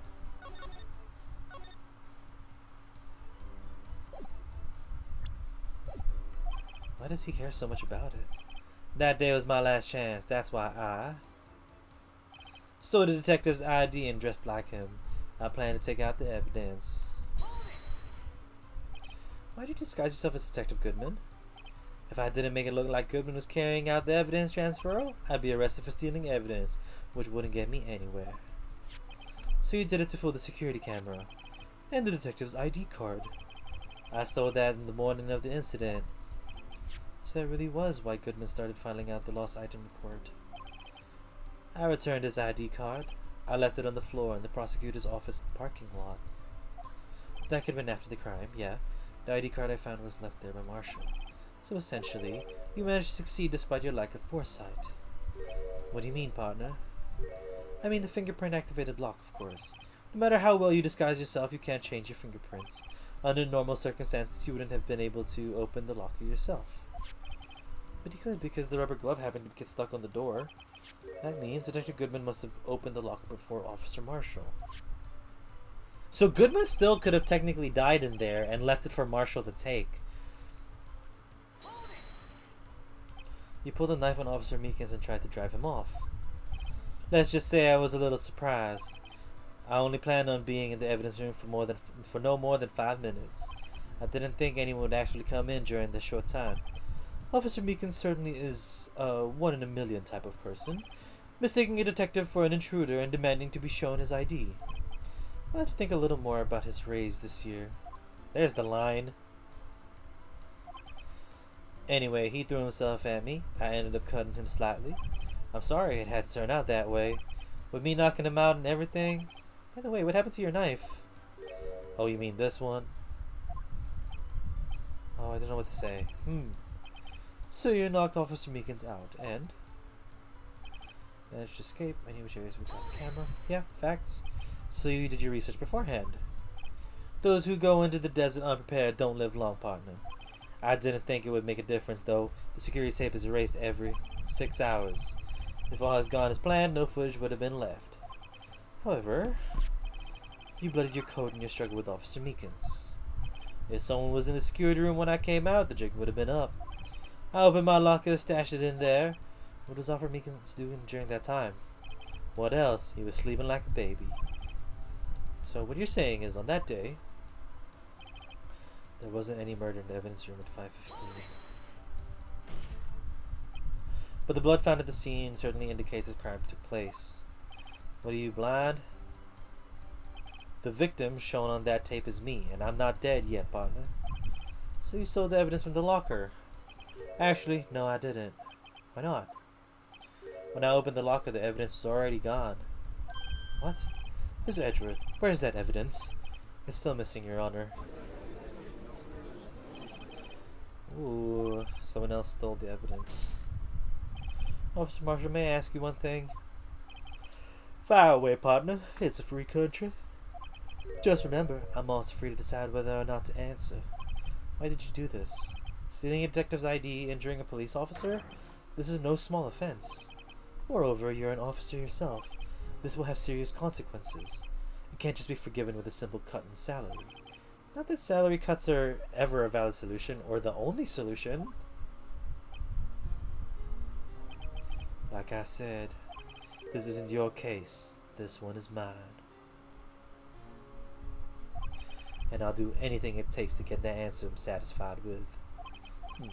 The witness has an unusual amount of zeal. Let's hear more. You can't just forget the SL9 incident. You know why? Why? Because I got high. Because I got high. Because I got high. Ba-da-da-da-da-da. I'm sorry, hold on.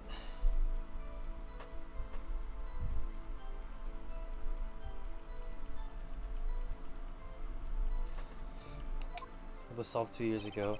That's the reason the evidence was stored in the evidence room. Joe Dark was convicted for his crimes. One thing I can say for sure is he deserved his sentence. I remember the Joe Dark case. It involved serial murders, didn't it?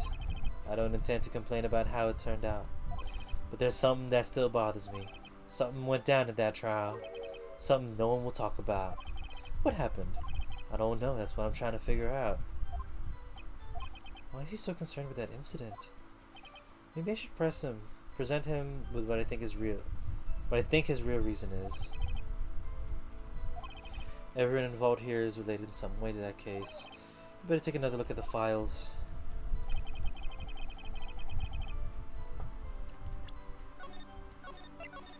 So I'm presenting the file, but they're going to tell me where in the file it relates to.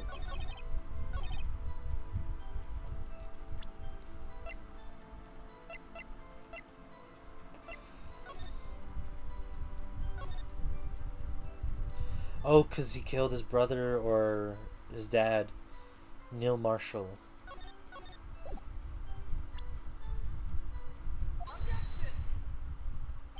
Officer Marshall, I think I understand. I think I know why you care so much about the SL9 incident. Sounds like you've been sipping too much cactus juice, partner. I have the SL9 incident file here. The name Marshall is mentioned in here. In the list of murder victims. Neil Marshall. Are you related to this man? Neil Marshall? Yeah, I'm sure you've heard the name. 2 years ago. A prosecutor? He received the same lousy prosecutor award you got. What? A prosecutor? He must be talking about the King of Prosecutors Award. Now I remember, Prosecutor Neil Marshall. He handled the SL9 case before I did. That's right, he was killed, and the case fell into your hands. But what's his relation to you? He was my brother. He was investigating the murders with Damon Gant, the then Deputy Chief of Police.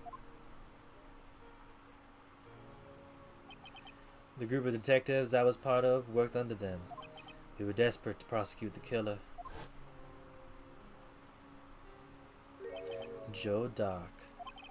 My brother fought Dark and was killed. That was the first time Dark left behind any evidence. That was all we needed. He was arranged... What? Apologies for my lack of knowledge. Arraigned. What is that? Pronunciation?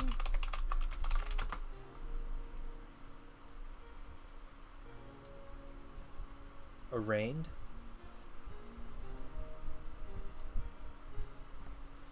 Okay, so arraigned to bring a defendant before a judge or magistrate to hear the charges and to plead usually either guilty or not guilty. Compare and indict. Okay, so bring him to court essentially is what it is. He was arraigned and incarcerated. The case is finally closed. At least according to the public records. What do you mean? My brother couldn't have been killed by Joe Dark. I knew my brother better than anyone. No one could have beaten him in a fight. And that's it. That's your reason for your insane actions. There's more to my brother's death than what the records say. No matter how much you try to hide it, you can't fool me. Well, at least one thing's for certain. Now we know what happened at the police department on the day of the crime. That was the day of the SL9 case could be reopened. Not satisfied with its resolution, Officer Marshall planned to steal the evidence. Disguising himself as Detective Goodman, he entered the evidence room. Officer Meekins confronted him, so he rendered him unconscious and fled. Yes, this mystery has finally been cleared up. No murder took place at the police department that day. The things that happen by chance never ceases to amaze me. At exactly the same time as the murder at the prosecutor's office, this fake murder was going on at the police department. Chance. It's gotta be more than just that. So if no one was murdered at the police department on the day of the crime, that means the murder in the prosecutor's parking lot was the real one. which in turn means only one person could have committed the crime. Chief Prosecutor Lana Sky. But wait, a verdict wasn't reached in yesterday's trial. Which is why we examined the incident at the police department today. But there's only one reason the defendant was not convicted yesterday. There yet remained the mystery of the simultaneous murder at the police department. It seems to me this boy's got the draw on you, partner. All of the mysteries of the police department have been resolved, no doubt about it. Our sole murder took place in the prosecutor's office. The only suspect is Lana Sky. And the testimony of one Miss Angel Star is completely incontestable. If you have a response, make it a single word or less.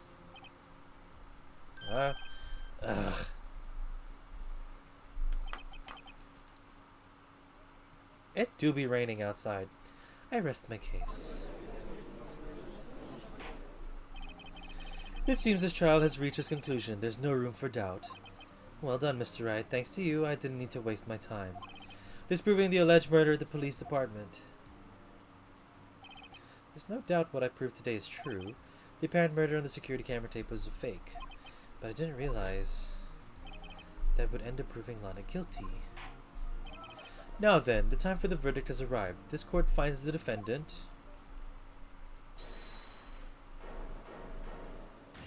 What? Your Honor, wait. Emma?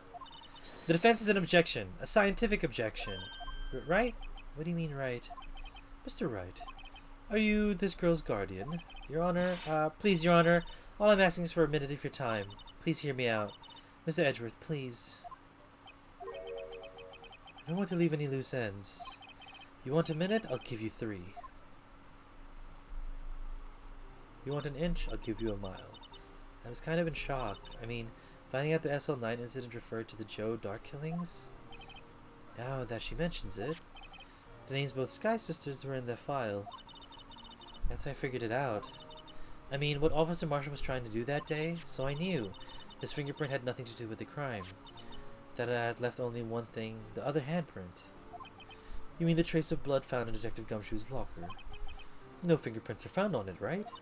No, but I figured if I examined it scientifically, I'd be sure to find a clue. So I ran over here and looked at it again. So, did you find something? No. Huh? Sorry, I guess I'm not much of a scientific investigator after all. Is that all? Please don't be mad, I'm just a high school student. And I'm just an attorney. But Mr. Wright, those traces of blood are the only clue we have. If we can't find something wrong with them, please, Mr. Wright, you're a professional. If anyone can save Lana, it's you. You can't be saying that on the... Me? Oh boy. Time's up. Now then, Mr. Wright. Panic save.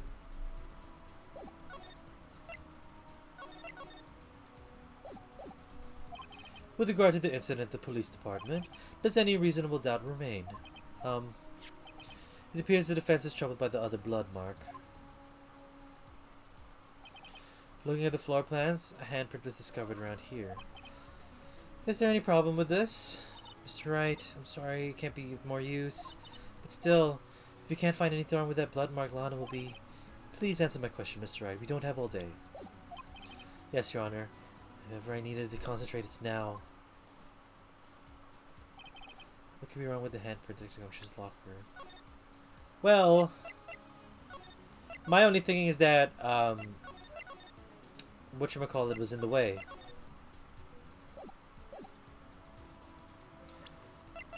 This dude was in the way, right?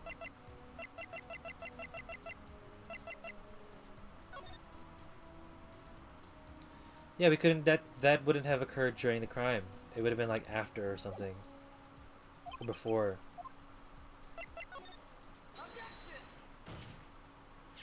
This handprint left at the crime scene clearly shows a contradiction. The only thing that seems clear is you're grasping, Mr. Wright. You've been staring pretty intently at those floor plans. Tell us, is there a problem with them? Yes, this is strange. Take a good look at these floor plans. Something is missing. Missing? You mean something hasn't been drawn on there? Yeah, something that, when drawn, will completely change the meaning of the blood mark.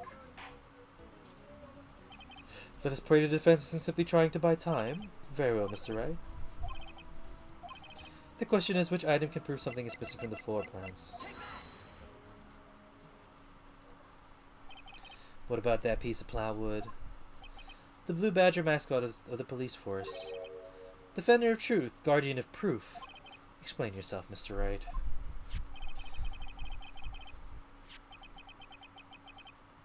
Please look at the floor plans of the crime scene. The Blue Badger is not there.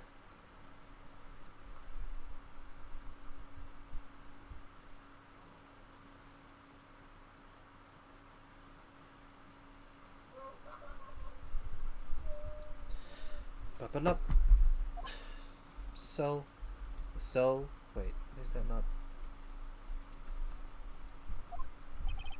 So watch what happens when we put him in. This is where he was dancing at the time of the crime.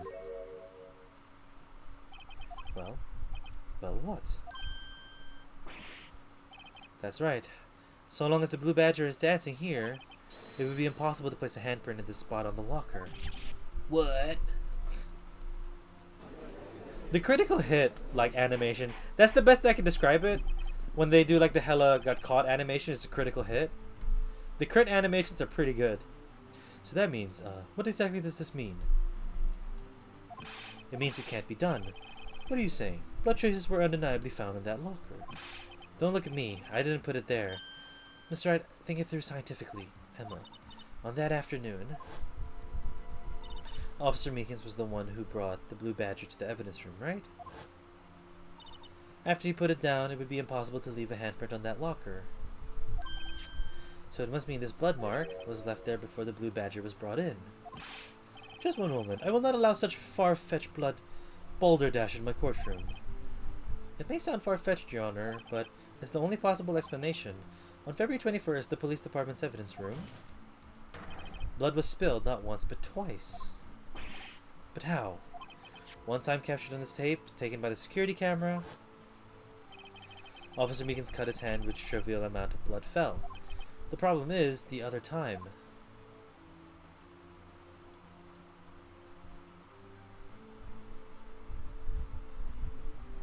So is it after Meekins that it happened? Someone bled prior to the struggle shown on this tape. It had to be seen. It had to have been, sorry. It had to have been Detective Goodman when he was really murdered. That's ridiculous. I refuse to accept your absurd claim. The murder portrayed in the security tape has been proven to be fake. However, that does not explain the blood mark found in the locker. So then, assuming this murder you purport has really happened, when did it take place? I demand you to show evidence when it occurred. I demand to save, just in case I fuck it up again. When did this first occur? To summarize, the defense claims that, prior to Officer Meekins being cut by Jake Marshall, who was posing as Detective Goodman, another incident took place in that evidence room. That's right, the blood mark on the locker proves this. Very well, then tell us. When did the first incident occur? As Mr. Edgeworth said, proof must be presented. Proof that shows when the murder took place. There's only one piece that can show that. Now then, will the defense please present its evidence? What shows when the first crime took place?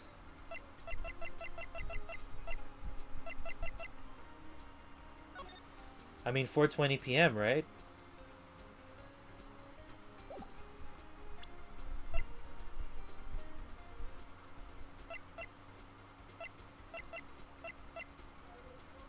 Yeah, because that's it.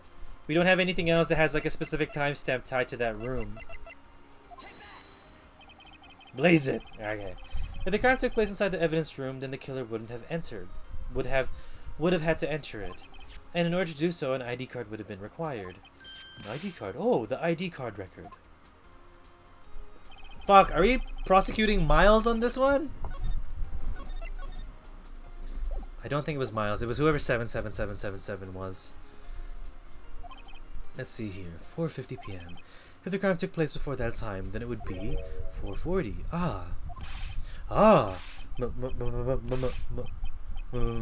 Miles Edgeworth. Just what have you done? I never would have figured you had the nerve, boy. Drop the act, witness. It doesn't take a lot of thought to figure out it couldn't have been me. Nope, I ain't getting it. I'm afraid I don't understand either. It's clear from the luminal test that the blood was there. However, when the second crime took place, both Officer Meekins and Officer Marshall failed to notice the blood. That means blood from the first crime was wiped away by the real murderer.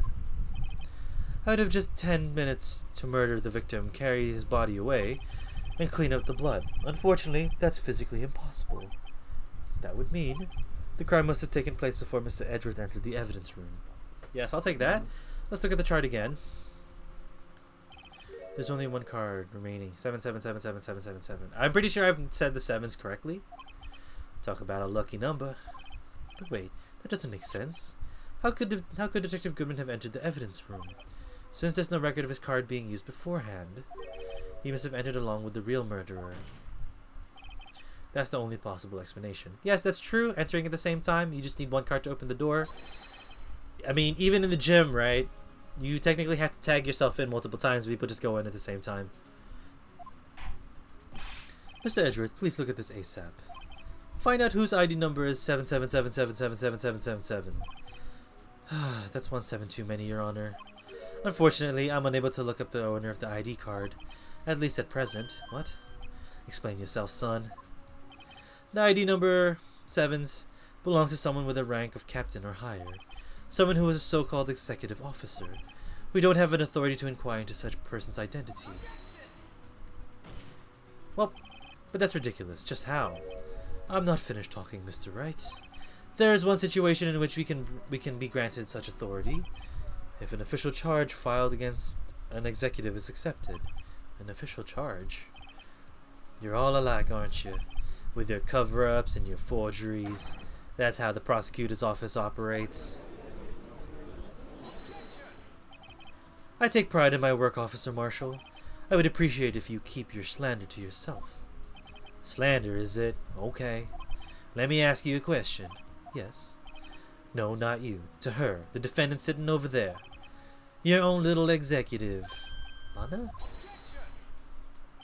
Don't be stupid. She's been charged with murder.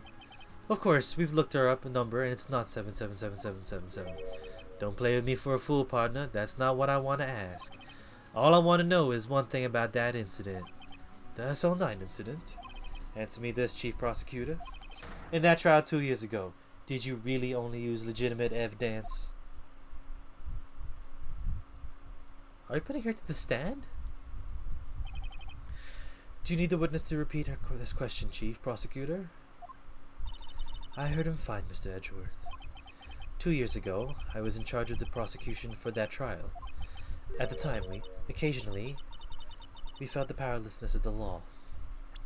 Save. At least, I did. Lana? I became a prosecutor in order to suppress crime with the law. But before I realized it, we were the ones being suppressed by the law. Defendant, just what are you saying? I'll ask you again, Chief Prosecutor. During that trial 2 years ago, did you really present all the evidence in the court? In court, can you look at me and can you look me, an investigator in that crime, in the eye and say that you did? Chief Prosecutor, you didn't. I don't have to, Officer Marshall. Why won't you answer him? Drastic crimes require drastic measures. That's just the way it is. We did what we had to in order for him to get the verdict he deserved. But Lana, even if it involved forging evidence. So evidence was forged. Damn. How many stands are there in this courtroom? See, that's what I'm talking about. No. No! Order! Order! Order!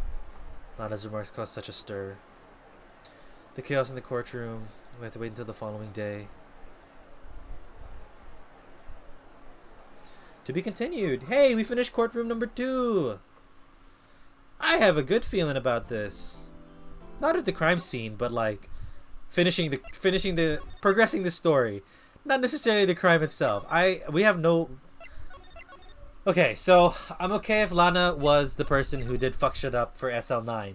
That's fine. That's not the current case we're dealing with. We're dealing with whether the fact that she actually committed murder, and so far, it's still not believing that she did, even though she says she did. She's trying to cover up for SL9. That's why she wants to go to jail. Because if she goes to jail, SL9 will be closed. It'll have been put into the graveyard of cases that were closed, and she would have been fine. That's why she committed, quote unquote, again air quotes, this crime. That's what I'm thinking. That's where my brain is so far. I'm so sorry, Mr. Wright. I'm so sorry for what my sister said. Drastic crimes require drastic measures. That's just the way it is. We did what we had to in order for him to get the verdict he deserved. I didn't know. I never knew that the SL9 incident was just another name for the Joe Dark killings. Sounds like everyone's heard about these killings but me. Same. Lana wanted Dark convicted so badly. That's why she used me. That's why she used what happened to me. What? What do you mean what happened to you? It's all there in the file. Joe Dark's last victim was Prosecutor Neil Marshall. When he murdered Officer Marshall's brother, he left behind an incriminating piece of evidence. But what did you have to do with those killings, Emma? On the night Prosecutor Neil Marshall was murdered, Joe Dark tried to kill me. What? He tried to kill you? Officer Marshall's brother Neil was only trying to save me. So that means you... Yeah. I was a witness in the Joe Dark trial. I didn't see that one coming. Well, I mean, it's in the file, Phoenix. It happened 2 years ago. It was right about this time of the year, too. There was a terrible thunderstorm that day, unusual for the season. I was alone in my sister's office. We were planning to eat dinner together when she finished her work. Then suddenly, this terrifying man came bursting into the office. Joe Dark. It seemed like he was running from someone. He pulled out a knife and screamed at me. I didn't know what was going on. Just then, Prosecutor Marshall showed up. Jake Marshall's brother, yeah. Joe Dark tried to take me hostage.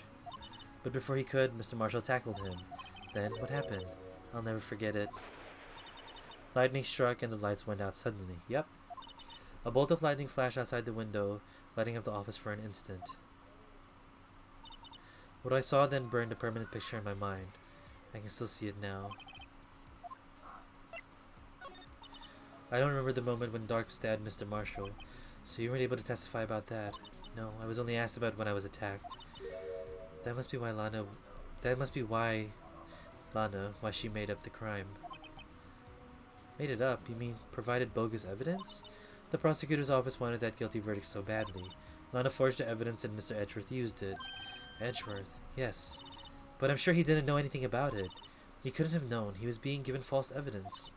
Even so, that's when it all started. Oh, so Gant and Lana are in cahoots.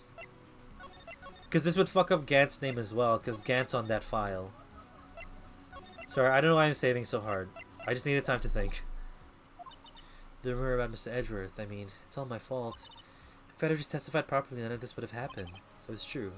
Even though he may not have known it, Edgeworth really was involved in falsifying evidence.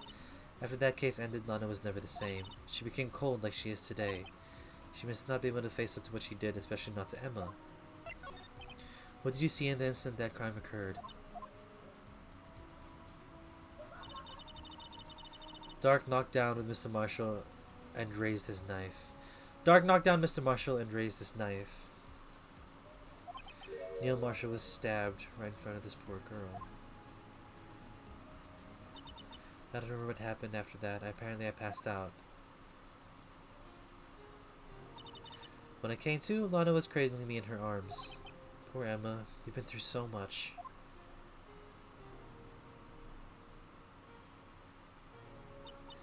I couldn't bring myself to testify about that instant. I tried, but the words wouldn't come out. I drew a picture, but it wasn't any good. 2 years ago, you must have been 14. That's understandable. Yeah, that makes sense. You were a child. You're still technically a child with a lot of trauma. You shouldn't have been doing this. Once it was all over, I made up my mind. I decided that when I grew up, I'd become a scientific investigator. I want to be able to fight crimes with my testimonies. and to find evidence to make an all-right case. Was she hit? Potentially. But then again, the lights went out, so a lot of this really falls on her remembering and her memory. And from the previous case before this, Edgeworth was also going off of a memory that he killed his father, but he didn't. It was not a. It was just a. It was just a. It was a false memory. I forget what else I could say, or what else to call it. That way, Lana would never have to forge any. I think I'm finally starting to understand what makes Emma tick. But there's still something that bothers me about that crime. There's something puzzling me, Emma. What is it? You said you were in Lana's office at that time, right? That's right. Why then would a serial killer come running in there? Not only that, but he was being chased by a prosecutor. Oh, there's no mystery there. Joe Dark had been taken in for questioning that day. Taken in for questioning? You mean by the police? Of course, this happened at the police department. He tried to run away halfway through the interview and fled into my sister's office. But that's the police office. That's 30 minutes away from each other. But why did he run all the way to your sister's office? Because the detective's office and questioning room are right across from the elevator. Oh! Across from the elevator? But Lana was the chief prosecutor, wasn't she? Not at the time. 2 years ago, Lana was a detective. She was the best in the entire force. That's news. After the Joe Dark case, she was transferred to the prosecutor's office and made chief prosecutor. Okay, cool. It seems everything's somehow related to this incident. What was the label again? The SL9 incident? Yep. They have everyone connected to this trial as incident here. All that's left is to figure out just what the role everyone plays in this case. I'm not sure I want to know everything.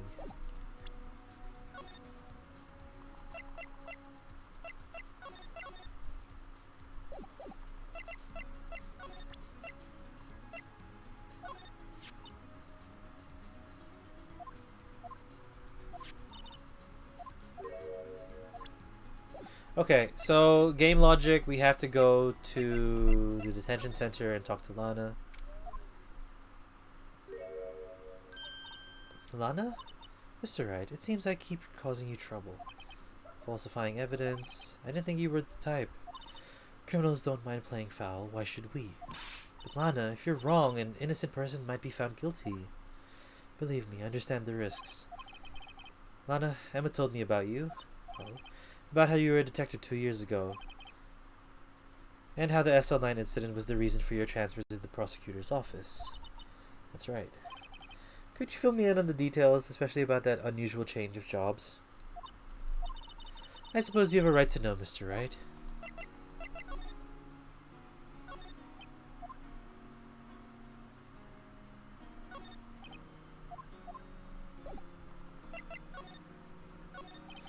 A lot of revelations were uncovered at the trial today. Not the least of which was the fact that this case is largely connected to another one 2 years ago. Evidence from that case was stolen as well, though I expected as much. I know how obsessive Officer Marshall can be. That trial, it really wasn't fair, was it? I believed in you, Lana. I believed that no matter what happened, you'd always stick to the truth. It couldn't be helped, Emma. At that trial 2 years ago, I sold my soul. Well, all the drama aside, the fact of the matter is, at 5:15, there was no murder at the police department. Tell me it's not true, Lana. What the witness, Miss Starr, said about you stabbing Mr. Goodman with a knife. Lana, I don't understand. Why won't you tell us? Emma, this doesn't involve just me. I don't think I've ever seen Lana look so fazed before. She's protecting Gant. That's the only thing that I can think of. It's a big thing to help cover up Gant's behavior. It's true, I was a member of the police force 2 years ago. She was amazing. They still talk about all the cases she and Chief Gant cracked together. Chief Gant? He was the deputy chief of police back then, but he still worked the crime scenes. Damon Gant. He was everything I aspired to be. Until you saw him falsify evidence. They were the best team ever. They solved crimes before the reports could even be filed. Emma really idolizes her big sister. But now you're chief prosecutor. What happened? I always planned on becoming a prosecutor. The reason I became a detective was to gain experience investigating crime scenes, so you could use that experience in court, right? Gant's help in the SL9 case was crucial to this resolution. After that, he became chief of police and arranged my transfer to the prosecutor's office. Maybe I should ask more about the investigation of theirs 2 years ago. 2 years ago, I was second in command of the detectives investigating Dark. Second in command? That means the investigation lead was Damon Gant, right? The investigation lead, excuse me. Yes, Deputy Chief Gant and I shared the same office in the same investigations. They even had the same office. We led a team of the best detectives on the force. Detective Goodman, whose case it was, Jake Marshall and Angel Starr. It was the first time Marshall worked with his brother. He was quite gung-ho. Without a doubt, Joe Dark was the serial killer. We asked him to come in for questioning. We were desperate for evidence. That was when his final murder took place, when he had tried to murder Emma. Prosecutor Marshall was trying to save me from Dark. You see, the first person who happened upon the scene of the crime was me. Now you tell us. Damon Gant and Neil Marshall were the ones questioning Dark that day. The investigation was in its final stages, and Dark must have suddenly panicked. So he waited until Gant and Marshall let their guards down and fled the room. From there, he ran straight to the office, shared by Deputy Chief Gant and myself. That's where he found me. So you were the first person to run into the scene, Lana? It appears so. I was filing some papers while Gant and Marshall were questioning Dark. When I returned to my office, I saw 3 bodies on the floor and smelled blood. 3 bodies. Prosecutor Marshall, the victim Emma, who had passed out, and the suspect Joe Dark. During the struggle, it seems... Did Emma kill Marshall? Thoughts from the head of a man who is curious, concerned, and confused. That's one of the things why I can think that... Sorry. That's one of the reasons why I would think that Emma doesn't remember things, because it's like a really stressful time in a really stressful situation. But that's also why I think Lana would kill Goodman. So I do think Lana might actually have killed Goodman to protect Emma from having to go to court for manslaughter. Like, I think Emma was being attacked by Dark, don't get me wrong. I believe that for a fact. But then when Marshall came into the room, there must have been like a scuffle, the knife must have fell, and Emma must have tried to protect herself, accidentally killing Marshall. Because Marshall's body was on top of Dark's body from the memory, right? So... Oh no, did she confuse them? Yeah, that's what I'm thinking. Maybe she confused them because the lights went out, right? There's a scuffle, you're a kid, you're trying to protect yourself, you're just reacting to the moment. Maybe that's what happened. That's why Lana actually killed Goodman, because Goodman was trying to reopen the case and reopen the situation. So Lana could actually still be guilty if we find that out, if that is the case. Then again, I don't know. I'm just anxious and overthinking a lot of things, so potentially it could be right, but also this game has so many plot twists and turns that it could be wrong.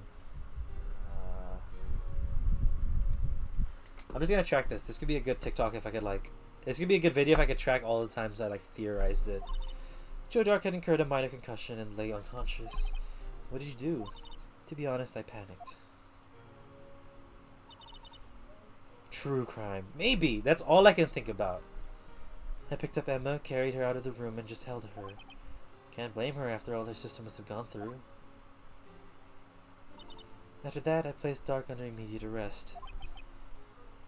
Let me get this straight. We were all involved in the SL9 incident. That's right. Quite a coincidence.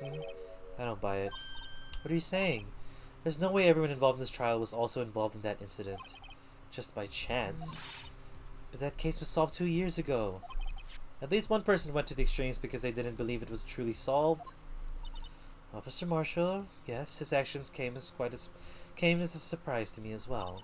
Ever since his brother died, he's changed completely. Yeah, I don't blame him if his brother died and was murdered. Even if it was an accident. I guess he wasn't convinced of the ruling against Joe Dark. Life doesn't end with the closing of a case. Everyone has to live the rest of their lives with their memories.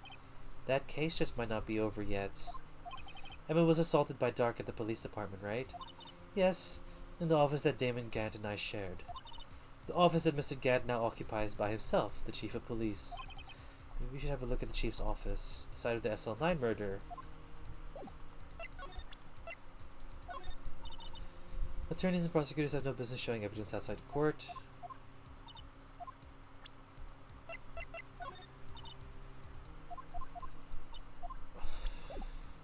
So yeah, the scene of the crime would be that. Man, if this is Emma's fingerprints... Holy shit! This could be Emma's fingerprints! No, it's not fingerprints. It could be blood. Thing's blood. So maybe Emma didn't, like, kill or hit the wrong person with a knife. It was hit with a vase, or the vase. Okay, I don't see Detective Gumshoe anywhere. Things seem kind of quiet around here today. You're right, the chief detective seems the same, though. Why don't we go look for some other people to talk to, right? We can come back here later.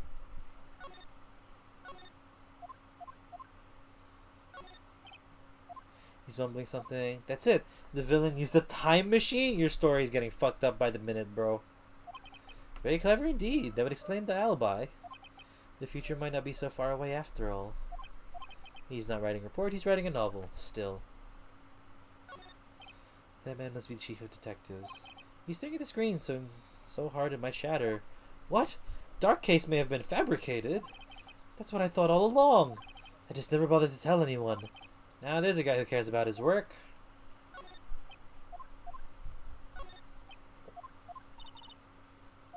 Oh well, Dancing Blue Badger TM is still under development, you see.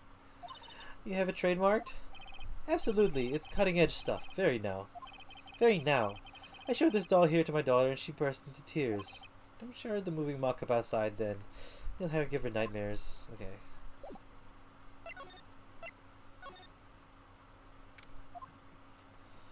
Howdy, Bambina. Oh, Mr. Marshall. I never thought things would turn out this way when I woke up this morning. Que sera, sera. You never know where life will lead you, eh, Bambina?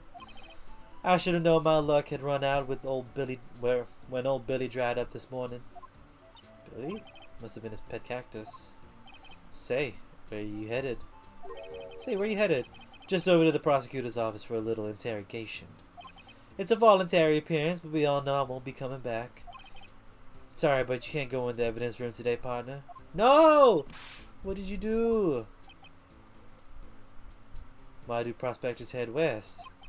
If ever there was a case, I need to know the truth about what about it was that one. Before you turn yourself in, Mr. Marshall, would you mind telling us exactly what happened? Looks like I won't be getting a steak lunch today. No, sir, you won't. Oh, the handprint is already... Okay, the handprint was already there. Never mind. I thought the handprint would be important. Okay, let's talk to Marshall. Someone's fishy about that trial from the beginning. It wasn't just me either. All the detectives thought so. What do you mean by fishy? Some of the facts reported were inconsistent with the evidence we found. For example, the murder weapon. The murder weapon, you mean? The switchblade, that knife with the broken tip? That was Joe Dark's, alright. But in the initial autopsy report, a question was raised. Question? The blade of the knife was not a perfect match with the wound the victim sustained. Oh, it could be, but that's not a blade. Anyway. What does that mean? It means there's a good chance that knife was not the murder weapon. However, in the report that was finally submitted, that possibility had been erased. Could the facts have been concealed with forged evidence? Potentially. That case left behind scars on all of us. The scars that the SL9 incident left behind.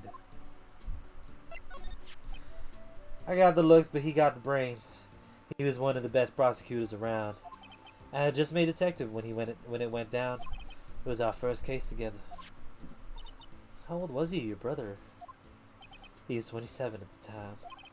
He was awarded the highest honor that very day. The highest honor? You mean the king of prosecutors? Knew it. What are you looking at me like that for? That's an honor for prosecutor. Mr. Marshall must have really been close with his brother. The day the SL9 incident took place, that was in the same day as... That's right, it was the day of the evidence transferal. Oh, interesting. It was drizzling that morning, and by nightfall there was thunder. I can't believe 2 years have gone by already. I tried to steal the evidence so the case wouldn't die. Apparently someone tried to stop you. Detective Goodman was murdered and the evidence locker was empty. There was something going on behind the scenes in that case. We all knew that later. Every detective involved in that investigation, save one, was taken care of. Miss Starr was fired and now is demoted and boxed away in a tiny room. What about Detective Goodman? If they did something to him too, the commissioners would get suspicious. Now, they're careful enough not to be too obvious. They? What are you talking about? Don't get upset, Bambina. I mean Damon Gant and Lana Skye. The investigations led Damon Gant and his second-in-command, Lana Skye. There wasn't a person on the force who hadn't heard of that duo. That case was the biggest step in both of their careers. After the case ended, Lana transferred to the prosecutor... Sorry, I was not reading. After the case ended, Lana transferred to the prosecutor's office, right? Yeah. Damon Gant, the new chief of police, arranged for that to happen. She's never been the same since she left. Everyone who knew her said so. Chief Prosecutor Skye was totally different when she was a detective. Now that he mentioned it, Emma said something like that too. Tell me what happened to my sister. Sorry, Bambina, but her secret is too well guarded. I never found out. Not a secret, and all started 2 years ago. Stop drinking, goddammit! You are a police officer on the job! So, there you have it. That's my story. Did you enjoy it, partner? It was certainly enlightening. There's one thing for sure I found out in court today.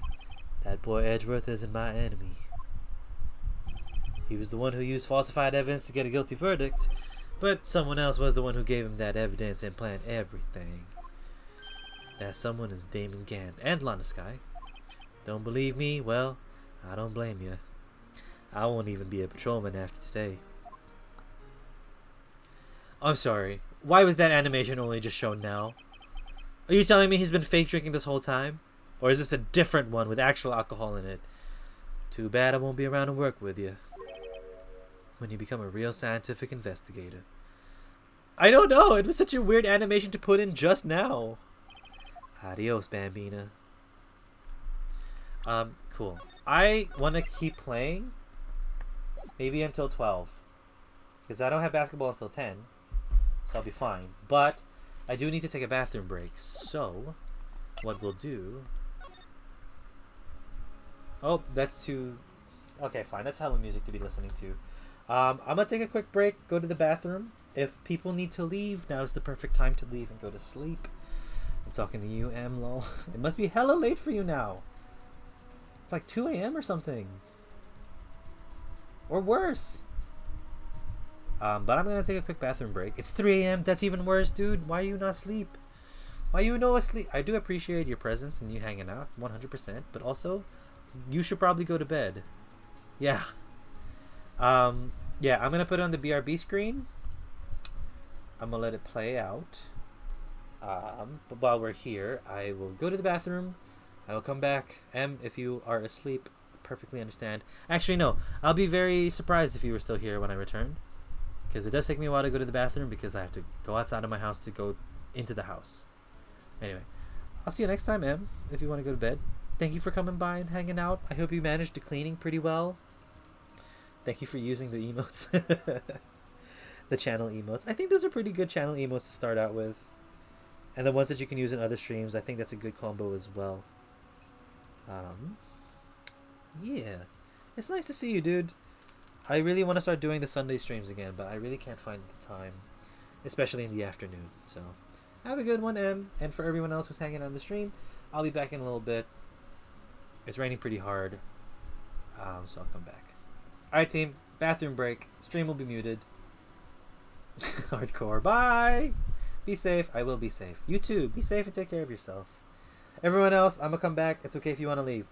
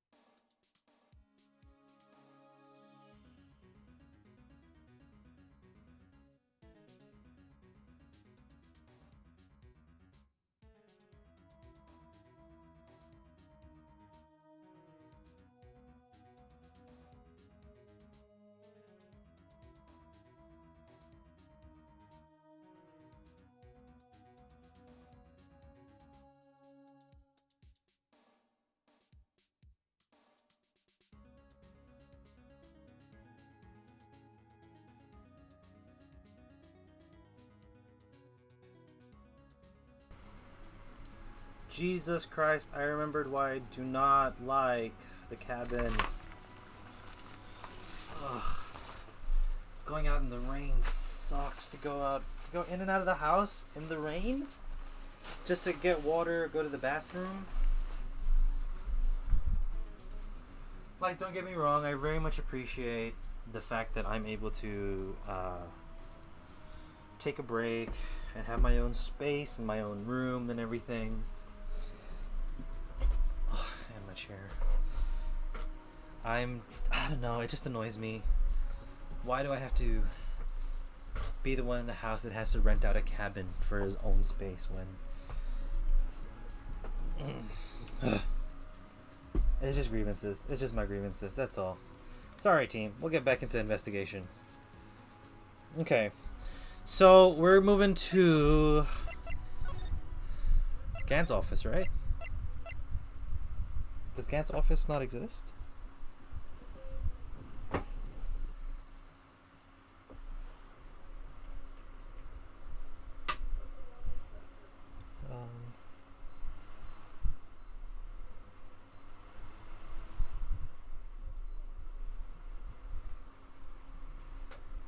Oh, it's so warm as well. Okay.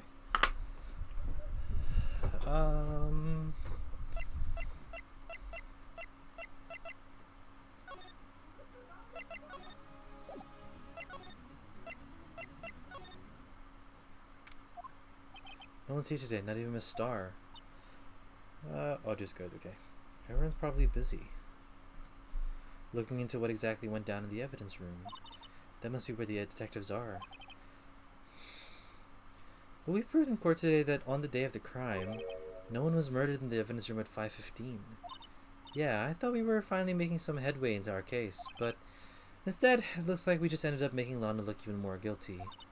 Hang in there, Lana. I've got to find out all the answers by tomorrow.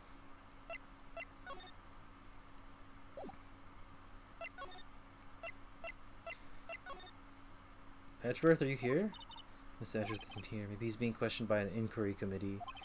He took a real beating in court today. Yeah, with not even admitting to falsifying evidence 2 years ago. I guess we'll just have to come back later. Fuck. Where have we been? Oh, actually, now that we've spoken to Thing, maybe we can go back to the detention center? Nope. Police department. This place is always pretty empty, but today it's deserted. That's mean everyone's busy solving crimes. Well, if you're looking for the others, they're all in the conference room. Thanks. Oh, he actually talked to us.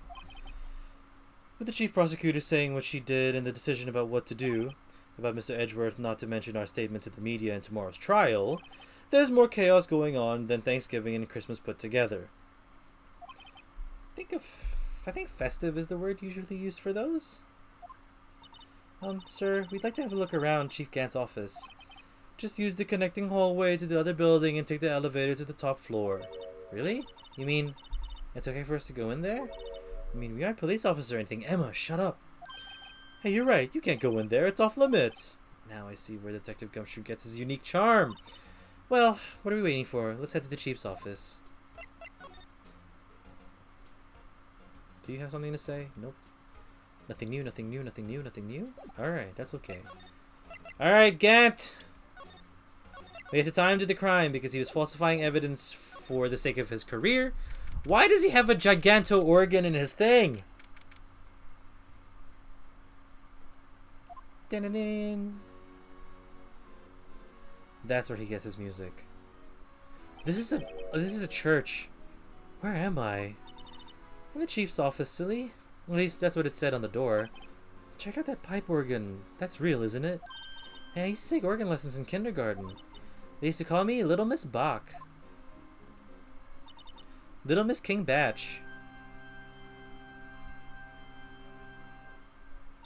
I never could remember where C was. Oh, it's you two. Chief Gant. He put the paper he was reading on his desk. He put that paper he was reading in his desk. So, Rado, have you been swimming lately? Why does he talk about swimming? No, I haven't. I've been kind of busy lately. I can appreciate that. I've had my hands full too, with Mr. Marshall's misconduct and Miss Lana's provocative statement. Provocative statement? Oh, you mean the forged evidence? Yeah. 2 years have passed since that incident. My, how time flies. See that big picture on the wall over there? That's a picture of Lana, Neil, and me. So this is Mr. Marshall's brother, Prosecutor Neil Marshall. We took it to commemorate our work together. Something's not right with that picture. The vase in the back. I can't quite seem to put my finger on it though. Photo of the awards ceremony of Gant, Lana, and Neil. I mean that what do you call it? The armor and spear looks hella suspicious to me. Anyway, I'd like to reminisce all day, but there are matters that need my attention. I'm gonna lock up here, so let's go out together. Oh, but this office, it was a crime scene 2 years ago, wasn't it? That's the that case has long since been over. There's no need to investigate it anymore. All the same, did we get the picture in our thing? We can't investigate it yet.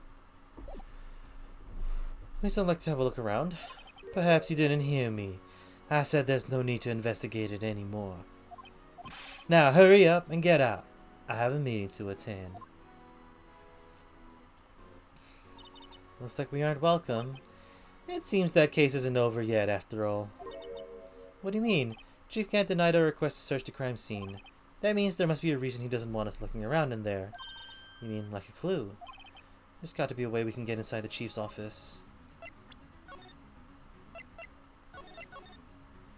I'm gonna talk to Lana. Lana might know. Is there a secret path to the office? Attorney, prosecutors. Really? You have nothing to... This picture's nothing for you? You don't want to talk about it?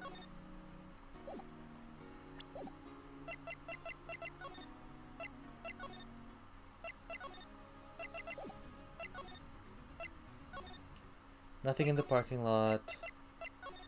Edgeworth could be here? No, not yet.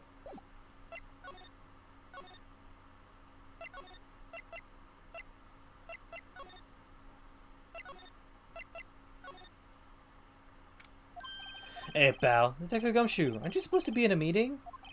Yeah, taking a breather. My feet hurt. From sitting so long? Actually, from serving everyone coffee. Sounds like Detective Gumshoe's still out of the loop. Say, have either of you seen Mr. Edgeworth? Edgeworth? No. Why do you ask?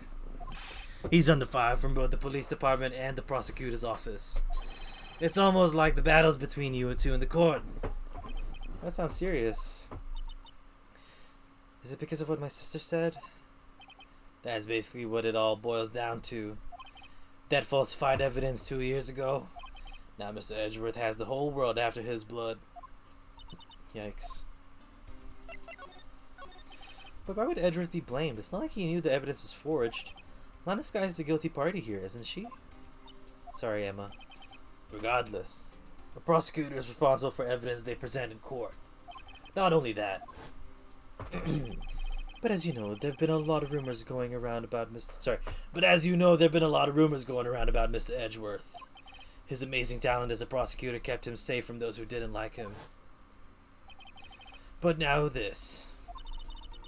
Are there really so many people who hate him? In our world, only those with talent rise to the top, Mr. Edgeworth. Mr. Edgeworth not only has that, but he's young. There's no better recipe I know for making enemies. Hey Dick, keep up the good work. Yes, sir. Let's go out for lunch again sometime. My treat. Yes, sir. You gotta take me back to that joint sometime, okay, Dick? Yes, sir. It seems you don't have any problems with enemies. Yeah, well, I'm careful not to stick out. Anyway, I'm a bit worried about him. Hey, pal. Under all this pressure, I'm afraid Mr. Edgeworth just might crack. Tell me about SL9. Actually, I took a look at the file earlier while the coffee was brewing. He seems genuinely concerned for Edgeworth. Well, did you find anything? The only evidence Doc left behind was during his final attack. His final attack, you mean? When he killed the prosecutor marshal who was trying to protect some girl. Me. It seems Detective Gumshoe never realized Emma was the girl. That's when he left most incriminating evidence of all. Well, what was it? Oh, let's see. I think it was kind of something to do with the murder weapon. Oh, I forgot. Look, it's all written in there somewhere, okay? His powers of recollection never fails to impress. Maybe we should show him the murder weapon. Might just jog his memory. Let's do Doc's crimes first. Joe Doc was 42 at the time of the crime. He was just your run-of-the-mill businessman. Businessman? The salary man. What made him take to serial killing?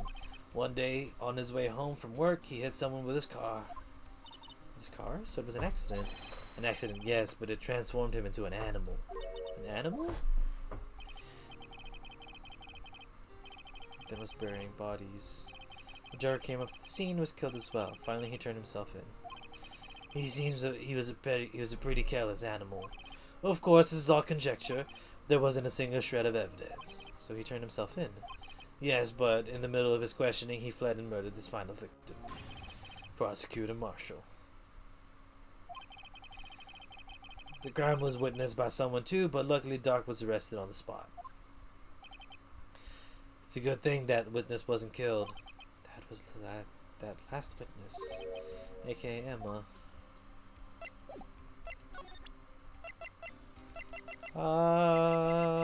Here we go.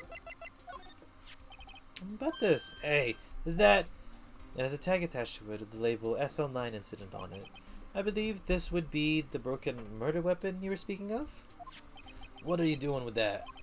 Ever since the case was closed, that knife's been locked away in a locker. On the day Detective Goodman was murdered, this suddenly disappeared from the locker and was found in Mr. Edgeworth's car muffler. That's it! Now I remember what incriminating piece of evidence it was. When you showed me that knife, it all came back to me. Well, what was it, Detective? Quick, before you forget again. Quick! Quick, Detective, quick! This knife.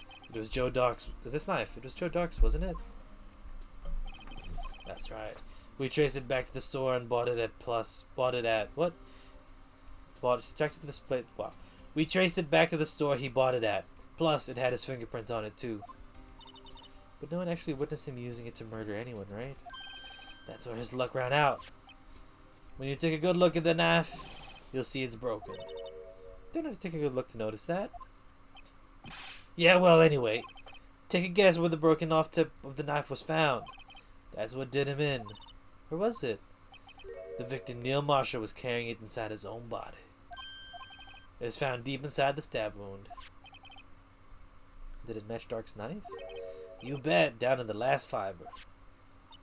That's pretty conclusive. Stabbed in the back, died from a punctured heart and lung. A knife tip was in the wound. So that could be the falsified evidence. The broken tip was found in the victim's body, belonged to murderer Joe Dark. Well, there you have it in a nutshell. That's all I know. Can I ask you one more thing? What is it? If it's money, you need to go ask Chief Gant. It's not money, but it does concern the Chief. His office is a crime scene, right? It's where Prosecutor Neil Marshall was murdered. The Chief's out now and his office is locked, but we'd like to have a look around if that's okay. Well, any detective's ID card can unlock the door. What? Really? But if I let a civilian in there, I'd be charged with a breach of trust. Breach of trust? Simply put, I'd be canned. Oh, sorry, pal. I don't plan on getting fired because of you. How about this card? It was Detective Goodman's. That won't work either. The data was deleted the day he died. Oh. So in other words, Gumshoe has our only chance of getting in that office. I wonder if there's something that would make him change his mind. Fuck, is there something that can make him change his mind?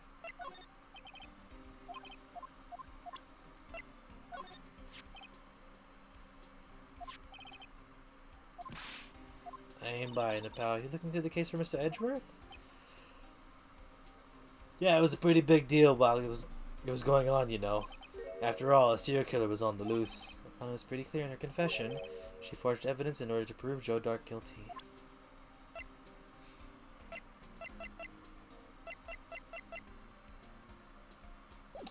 I'm gonna move around. I'm gonna see if there's something that we can do to search up or convince.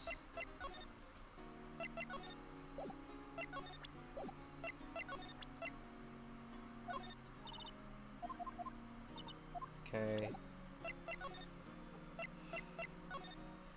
Again, I'm just gonna make the rounds, because... What if Edgeworth is back? There he is! Looks like he's writing something. What are you doing here? You sure was quick to throw that piece of paper on the floor. Tough day in court, huh? I've had to live the past 2 years with rumors flying around. What's another allegation to me? Cheer up, Mr. Edgeworth, I'm rooting for you. That's Edgeworth for you. Always trying to hide his real feelings. So, what do you want? Unlike some people, I don't have all day. I wonder what he was writing. Come on, Mr. Wright, let's take a look. You crazy? Edgeworth is sitting right there. Just distract him, I'll check it out. Hey Edgeworth! Is that Detective Gumshoe out the window there? Oh no, he's falling to the ground!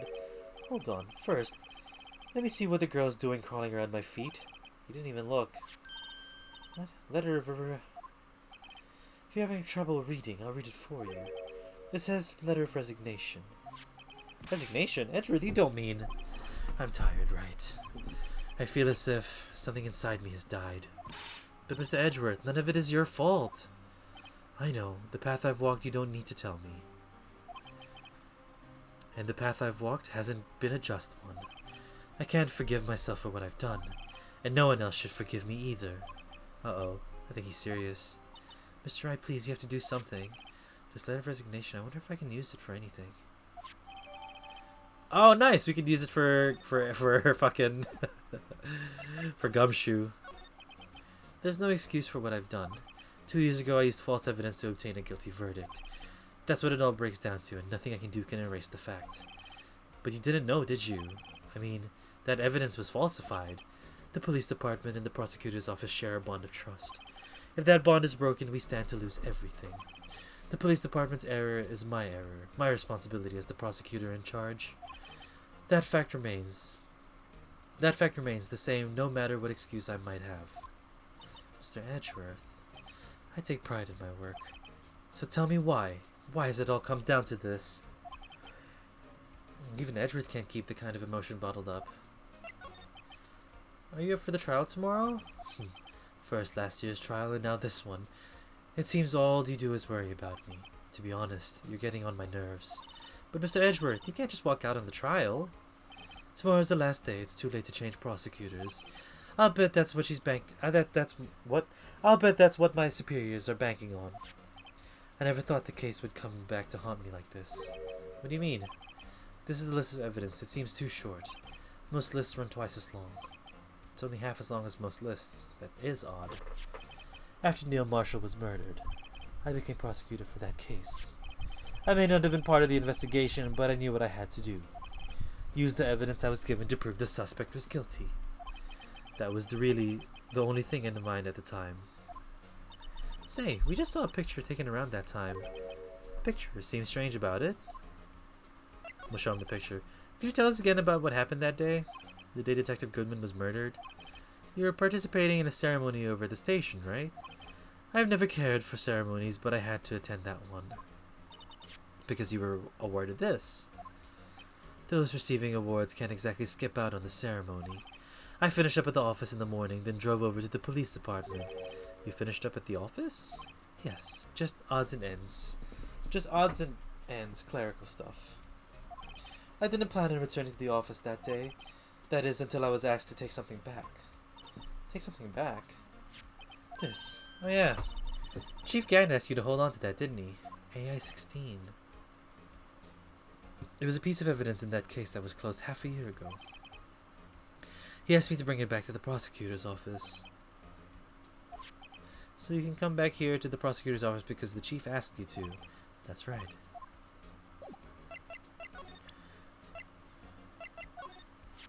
This picture was hanging on the wall of Chief Gant's office. And so is that vase. Prosecutor Neil Marshall had just started making a name for himself.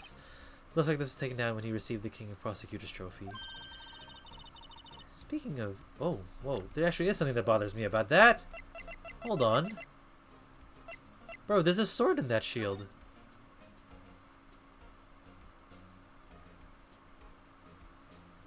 Wow. Okay. And that, I guess that piece of sword was probably what was stuck inside of Marshall. Neil. Yes. The trophy Mr. Marshall is holding. Still different than yours. You're right.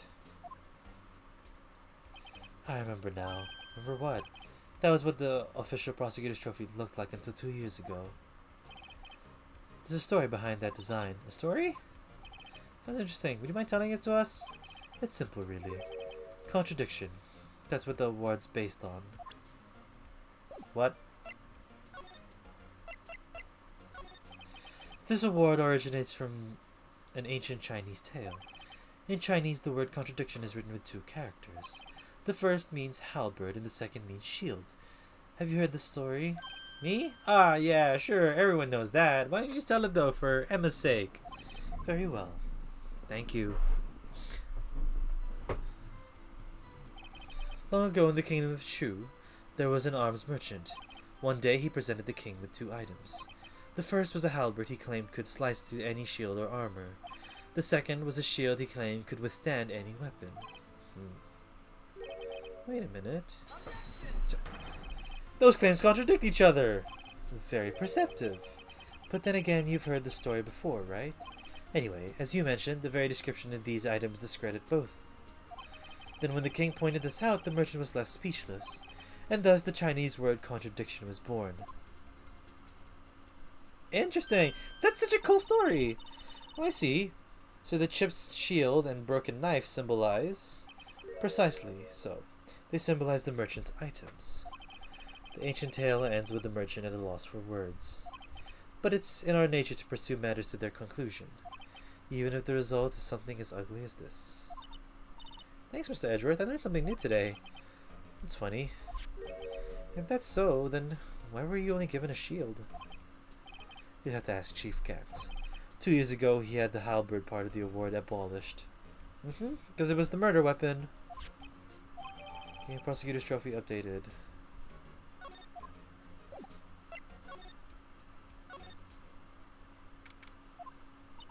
Excuse me? Oh, excuse me. Would either of you care for a quarter-pound of roast beef? Miss Starr, I guess she's out of lunches.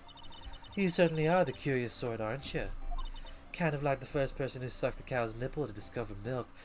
What? Madam. Still, I never thought you'd go digging up that case from 2 years ago. Everyone in this trial was involved in the SL9 incident. Not only that, but the murder occurred the very day the evidence from that case was due to transferal. This can't be all attributed to a mere coincidence. Aren't you forgetting some?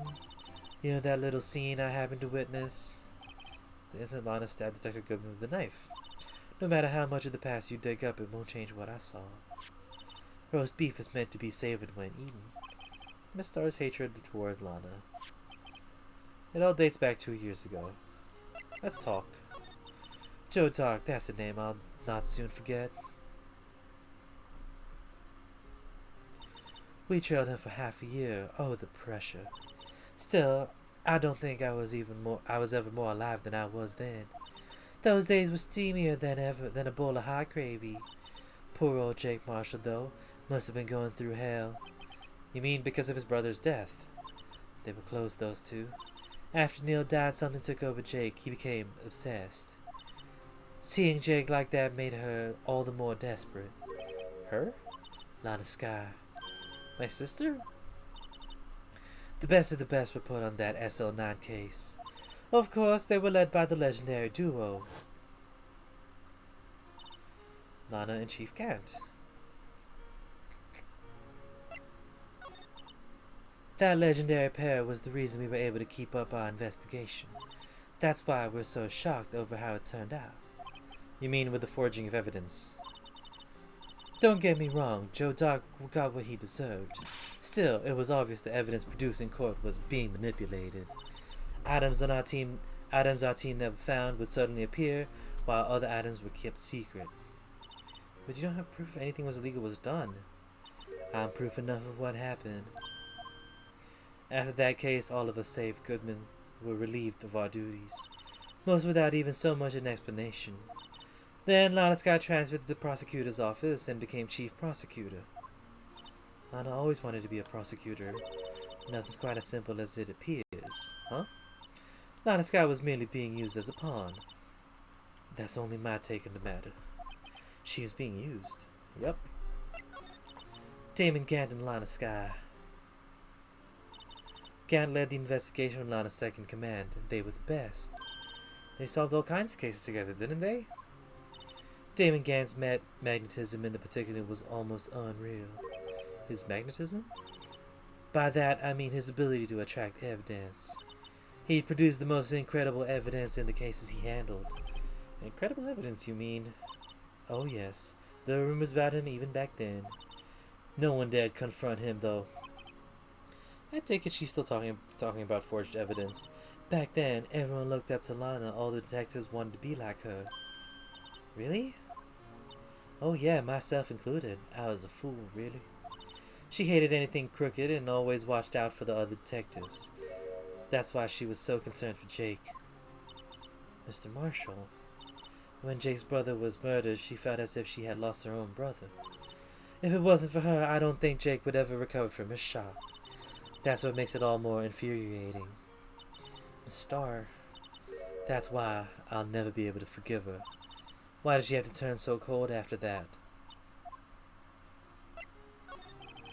Lana transferred to the prosecutor's office 2 years ago, didn't she?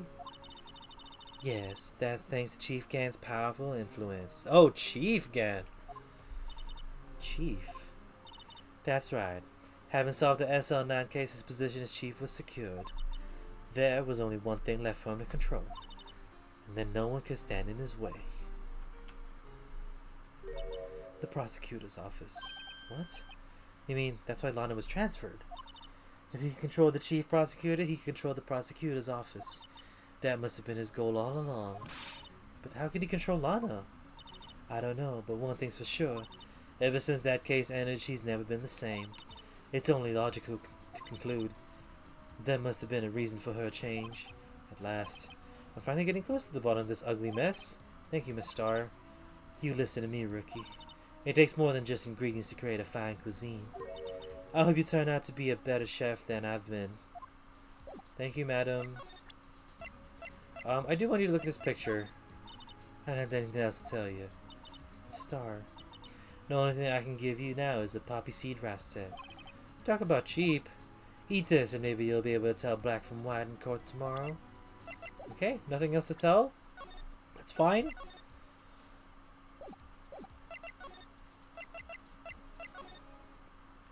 Sorry, I'm supposed to go here. Gumshoe. Oh, you're back. You still here? I gotta make 150 copies of these files. Brewing coffee, copying files. I'm turning into a regular DJ. You're a DJ as well? If I'm not mistaken, I think he means desk jockey. Oh, that DJ. I gotta admire your persistence, but my answer's still no. I'm not letting you in the chief's office, period. It'd be on my neck on the line. My office is the last crime scene in the SL9 incident. I have to take a look in there. There's got to be something we can do to make the detective change his mind. Yep, we do. And it's his love for Edgeworth that's gonna save the day. What's this crumpled up piece of paper? No way. Mr. Edgeworth can't be serious. Is he ever not serious? I can't believe they've pushed him this far. Mr. Edgeworth really feels responsible. When I first met him, I thought he was as cold as ice too. But I know different now. He trusted us detectives to provide him with sound evidence. But we betrayed him. Detective. Hey, pal, that's it. I made up my mind. But, here, take my ID card. We can't do that. If someone found out, they wouldn't let you off the hook with another lost item report. Look at me. It's no secret I'm already out of the loop. After all, I'm friends with Mr. Edgeworth. Depending on how this case turns out, I may already be as good as terminated. What? So at least let me do this for Mr. Edgeworth's sake. Alright, detective. Thank you.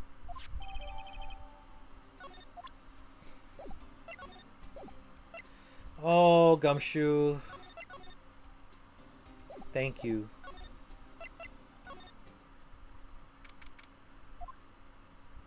Here goes, Mr. Wright. Click.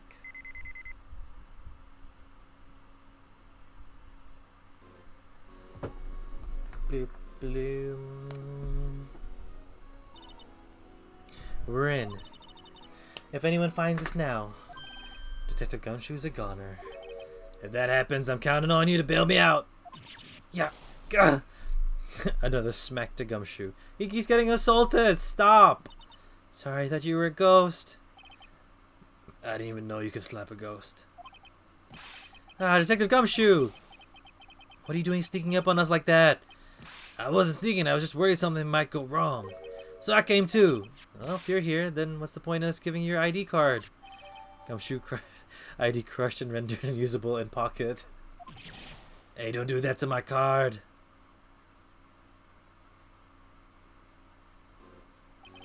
I hardly ever get a chance to come in here, so I figured to have a look around myself. Besides, we're all in this together now. You really do want to get fired, don't you? Not if we're lucky. Now come on, let's see what we can find. I've got a bad feeling about this.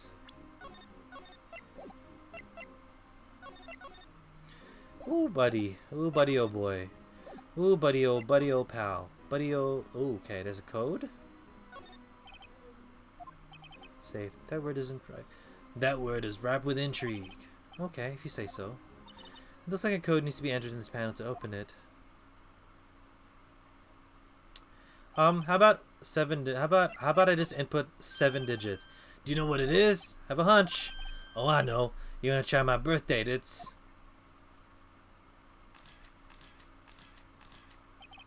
I have a bad idea. Here goes nothing. Oh, what?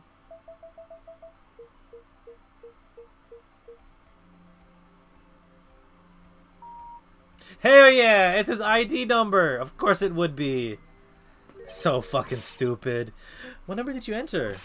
Whose birthday was that, pal? 777777777. The final ID... Oh, sorry. The final ID card number on that record. What? Right? That is the ID card sheet. Yeah. You mean 7777777? That ID number? I think you're 17 shy this time. This can only mean one thing. That's Chief Gant's ID number. Say, anyone care to look inside? Let's have a look everywhere first.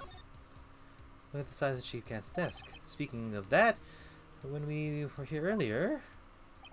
That's you two, Chief Gant. Yep, he put something in the desk.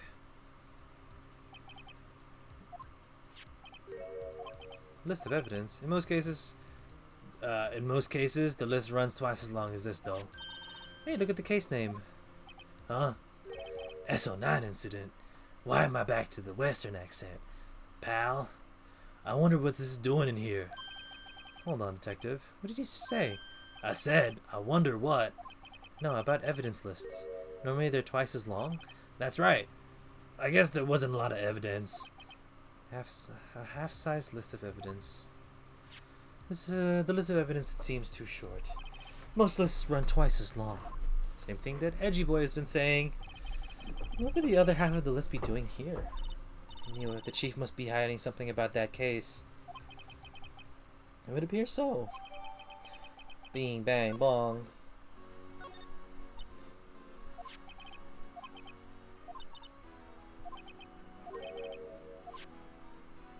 Cool, that's a tick. This is the real deal, isn't it? This armor and these weapons. Sure is, pal. The chief doesn't care for imitations. First the pipe organ, now the armor. Do you know how many taxpayer dollars must have gone into this room? What? You mean we're paying for this? That's it. I'm not paying 1 cent of my taxes. You don't have any taxes to pay. Shh, be careful what you say. Who knows, the chief may be hiding this armor as well as we speak. I didn't think he'd fit in there. And even if he did, he'd never be able to get back out. Cut it out. You guys don't know how scary that guy can be.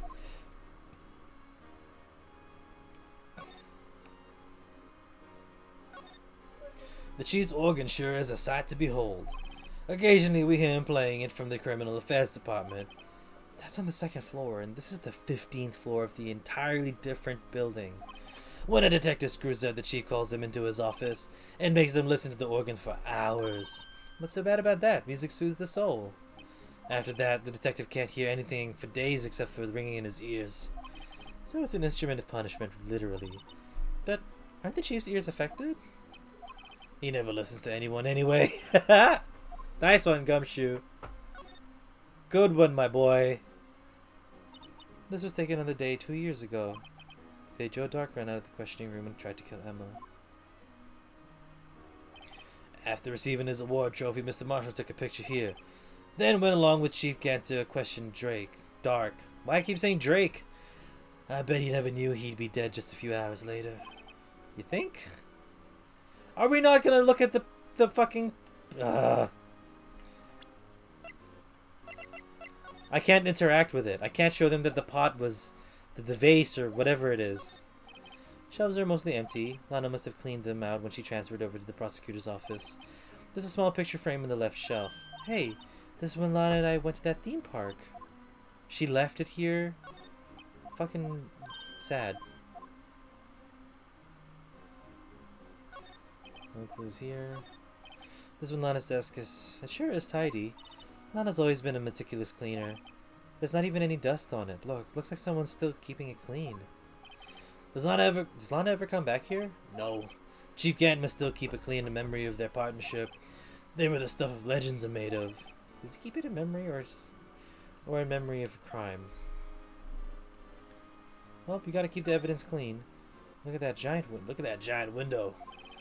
Makes you want to crash through it and jump outside. This is the 15th floor. I know, I was just saying. Saying what? Ever since making detective, I've always dreamed about doing something like that. Note to self, Detective Gumshoe has a lot of dreams. So long as he doesn't go crashing through a window. When he gets fired. Don't say that! Okay. Everything on the side of the room has been looked at. All that there is now. Oh, another window. You can see pretty far from here, 15 stories up. If you were... I keep moving it forward. At first, the chief wanted to use stained glass for this window. Really? Why didn't he? They say he changed his mind because he wouldn't be able to see the view. Oh, stained glass or not, it's a huge window. Okay, this is just pushed through. Okay, let's look inside. Is there any money in there? How much does he have stashed away? Look, it's a shard from a broken cup. This somehow looks familiar. Where have I seen this before? There's something in here too. What's this? It looks like a piece of leather cloth. Well, we're definitely gonna fingerprint that. Hey, I saw someone wearing a shirt like that once. You think the chief made up the design? I don't think so. Oh, well, I thought it's just, it's just a thought, I was just making it, just trying to help. Is that it? Is that all this in the safe? Apparently so. It's empty now. Piece of cloth with a handprint on it with a broken shard from a cup. They look like pieces of evidence. Yeah, but unless you can prove this have something to do with the case, I'm afraid I can't just let you take them. After all, it's my neck on the line here. Great. Now I have to prove their relevancy to get them. And these two items are relevant to the incident. Come on, there's got to be something we can show the detective. Yes, there is. Oh, sorry. I need to be... Chief's office. That's the other side of the room. Was that your sister's? Yes, that's where I was waiting for Lana on that day 2 years ago. Is anyone using it now? No, sir. This is entirely Chief Gant's office now. He practices a strict policy of preserving the crime scene. That's a strange reason to leave it here.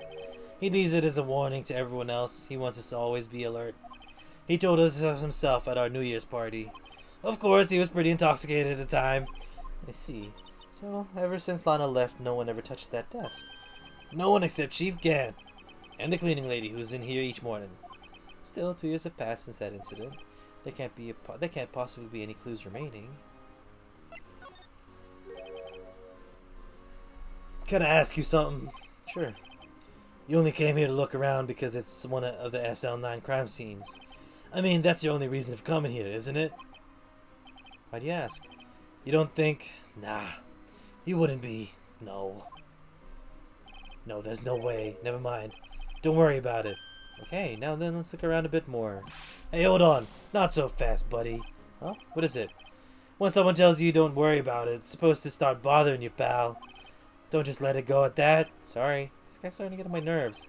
Okay, so what's bothering you? You two don't think Chief Gant might be a suspect, do you? What? He's right, Mr. Wright. What do we think of him? Chief Gant, so it's finally come to this. I mean, we caught Von Karma. Gant doesn't seem too far-fetched. Especially, so my thing is, right, I don't know... I don't know, I think Gant is blackmailing Sky. Because Sky's the only one that knows everything about their work and like forging evidence and shit. Because if they were solving crimes before a report was even out, then what the fuck was even the point? Like, they're just making shit up at this point, right?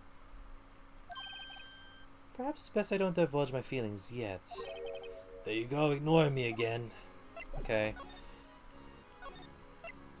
Here you go, Mr. Gumshoe. Gumshoe, could you just have another look at this jar? I remember the three of us put that back together. Ah, those were the days. That was yesterday. It's kind of early to be nostalgic. Wasn't this jar a piece of evidence from that case? That's right, one of the shards of the SL9 incident sticker on it. Does this ring any bells, you know? That fragment we just found? You mean this one? The one that was in the safe? Yeah, that one. That was in the safe. Now that you mention it, it's ringing a lot of bells. Let's see if it fits. Assemble the fragments. Yeah, let me see that shard. I'll take a crack at this. Go ahead, pal. Show us what a rookie can do. Mr. Wright, here's some glue. We can piece this together again. It'll prove Chief Kent was knowingly hiding evidence. Here goes. Please just be one piece. Rotate. What?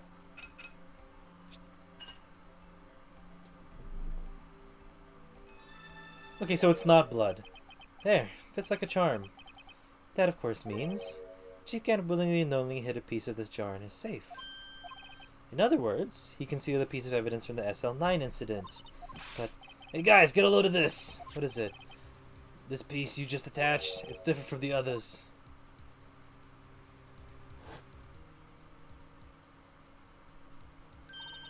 There's a reddish line on it. A reddish line?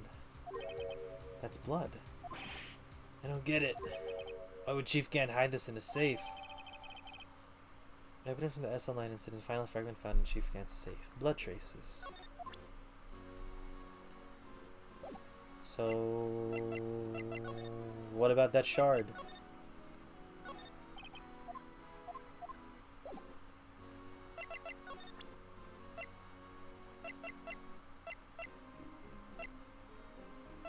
Wait, what about that shard? Oh. Oh, Emma's drawing. Oh, shit. I wonder what this is. It looks like someone drew some kind of sketch here.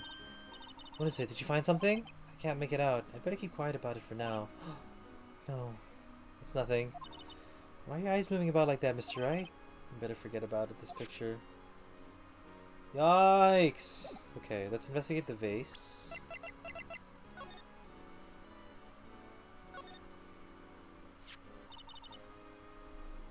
Look here, it's hard to make it out, but there's a dark red stain here. Looks like blood. This piece of Chief has a different though. The blood stain's just the other piece spots. It's one line, it's odd, yeah.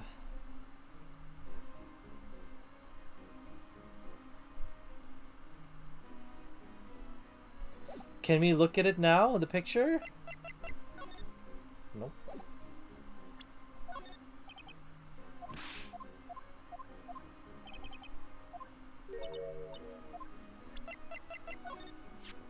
I feel a lot better now that the jar's complete. It only raises another question. What was the piece of it doing in the Chief's safe? More importantly, why wasn't there any money in there? Isn't that what safes are for anyway? I have a feeling the outcome for tomorrow's trial just might hinge on this.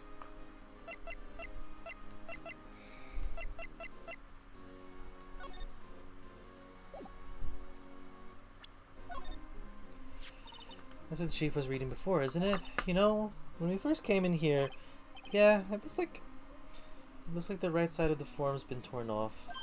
So Mr. Edgeworth's list really was only half of the whole thing. Something else is bugging me from that. Take a look at the back of the form, pal. The back? But yeah, I know the picture. But we've already looked at that.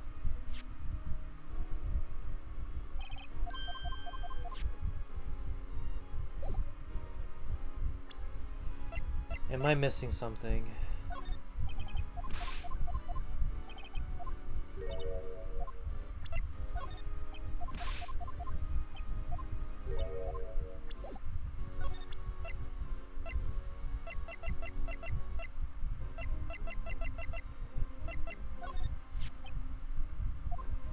You bet if it wasn't for that piece of evidence, he wouldn't have been found guilty. That broken tip with the knife was found inside the victim's body. Ever since that case was solved, the knife's been there in Detective Goodman's locker. How could it have possibly gotten to Mr. Edgeworth's car? Not only that, but it was wrapped in Lana's scarf. What's even more mysterious is whether that's called a scarf or a muffler. Answer me that, pal.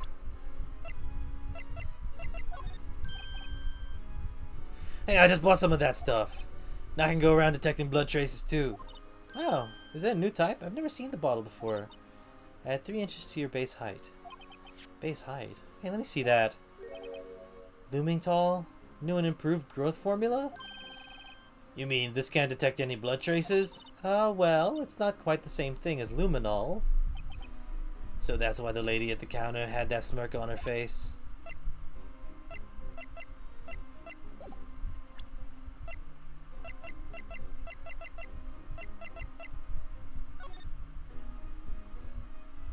Oh, can I not use it?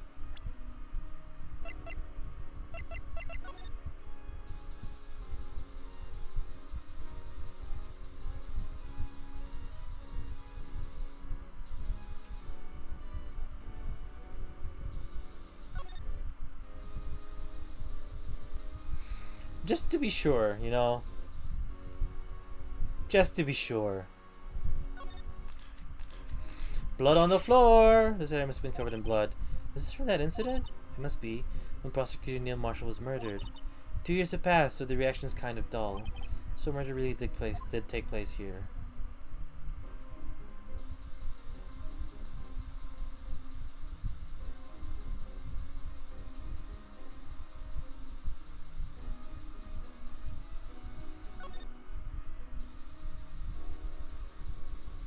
Man, that's crazy. 2 years? He's hella preserving evidence at that point, right?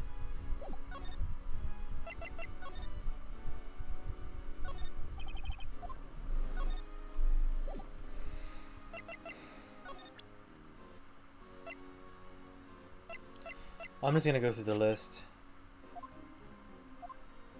Women showed their police badge. Enough said.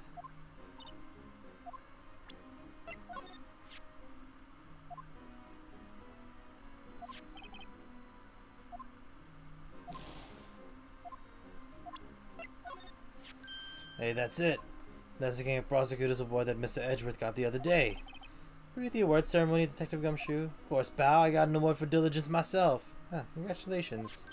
Say, the design is based on an old Chinese parable, right? Oh yeah, everyone knows that. You had a thing for shields, see?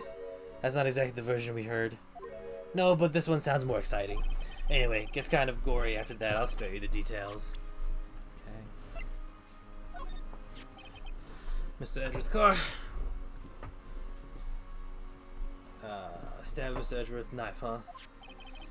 Drive the police prosecutor had to do such a thing. I didn't mean, yeah.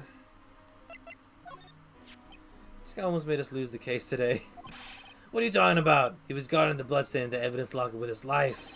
That's more than you can say about most officers nowadays. It would have saved us a lot of trouble if he hadn't guarded it so well. We have to admit he's right, though. Thanks to the Blue Badger, we were able to prove another possibility today. The possibility that another murder took place prior to 5:15.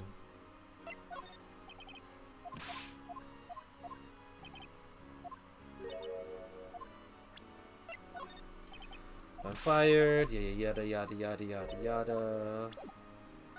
Wait, so we did the SL9. The phone's not gonna matter to him. Yep. Parking lot picture doesn't matter again. I feel like I'm just missing something. This photo Miss Star took. Anything you can tell us about it? That's Miss Star's quite a lady. Remember, it was winter. I was 16. She was the only one who ever got to talk to me about what happened. 16? That's how old I am. I wonder what happened. I wonder if they think she wore a trench coat in high school too. Yeah, he probably did.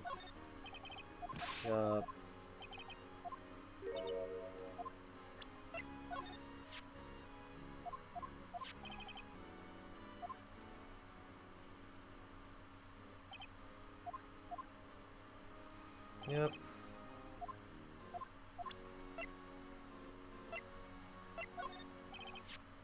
Let's have a look at this. Hey, I know what that is. So you want to take some fingerprints? Oh, for the thing. Yeah, okay, that is it. That's a great idea, detective. Alright, go to town. Sheesh. What are you doing? Why are you sticking out your hand like that? Go ahead, take my fingerprints. It's not your fingerprints we want to take. Huh?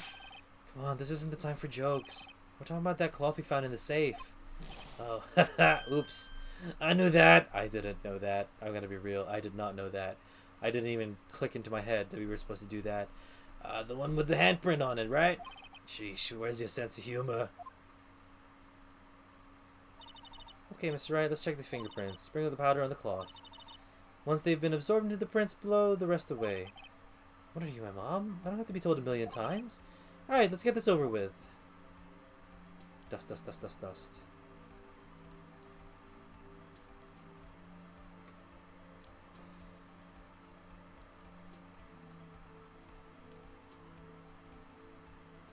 Dust, dust, dust, dust, dust, dust, dust. Okay. Oh, so it's not GAN. Yup. Yup, it's all clicking. God damn. God damn it. God damn it, boy. Man, Emma really did kill Marshall. No, how can this be? What are Emma's fingerprints doing here? Hey, you found a match. Whose fingerprints were they? Huh? Oh, it seems the prints are too old. They aren't clear enough to get a match. Oh, that's too bad. I thought they'd be Dark's prints. Psst. Hey. Hey, you, over here. What's going on here? What are the kids' prints doing inside the chief's safe? Don't ask me. Let's just keep this information from Emma for now. Here, maybe you should hold on to this. Okay, that's it. Well, was I any help? Of course. Thanks to you, your ID card. Sorry, thanks to your ID card, we were able to get some hard evidence. Oh fuck, it's 12. Now, that's not very kind, is it? In other words, if it wasn't for his ID card, he would have been useless. Isn't that right, you in the coat? Chief Gant! We didn't think he'd be back so soon.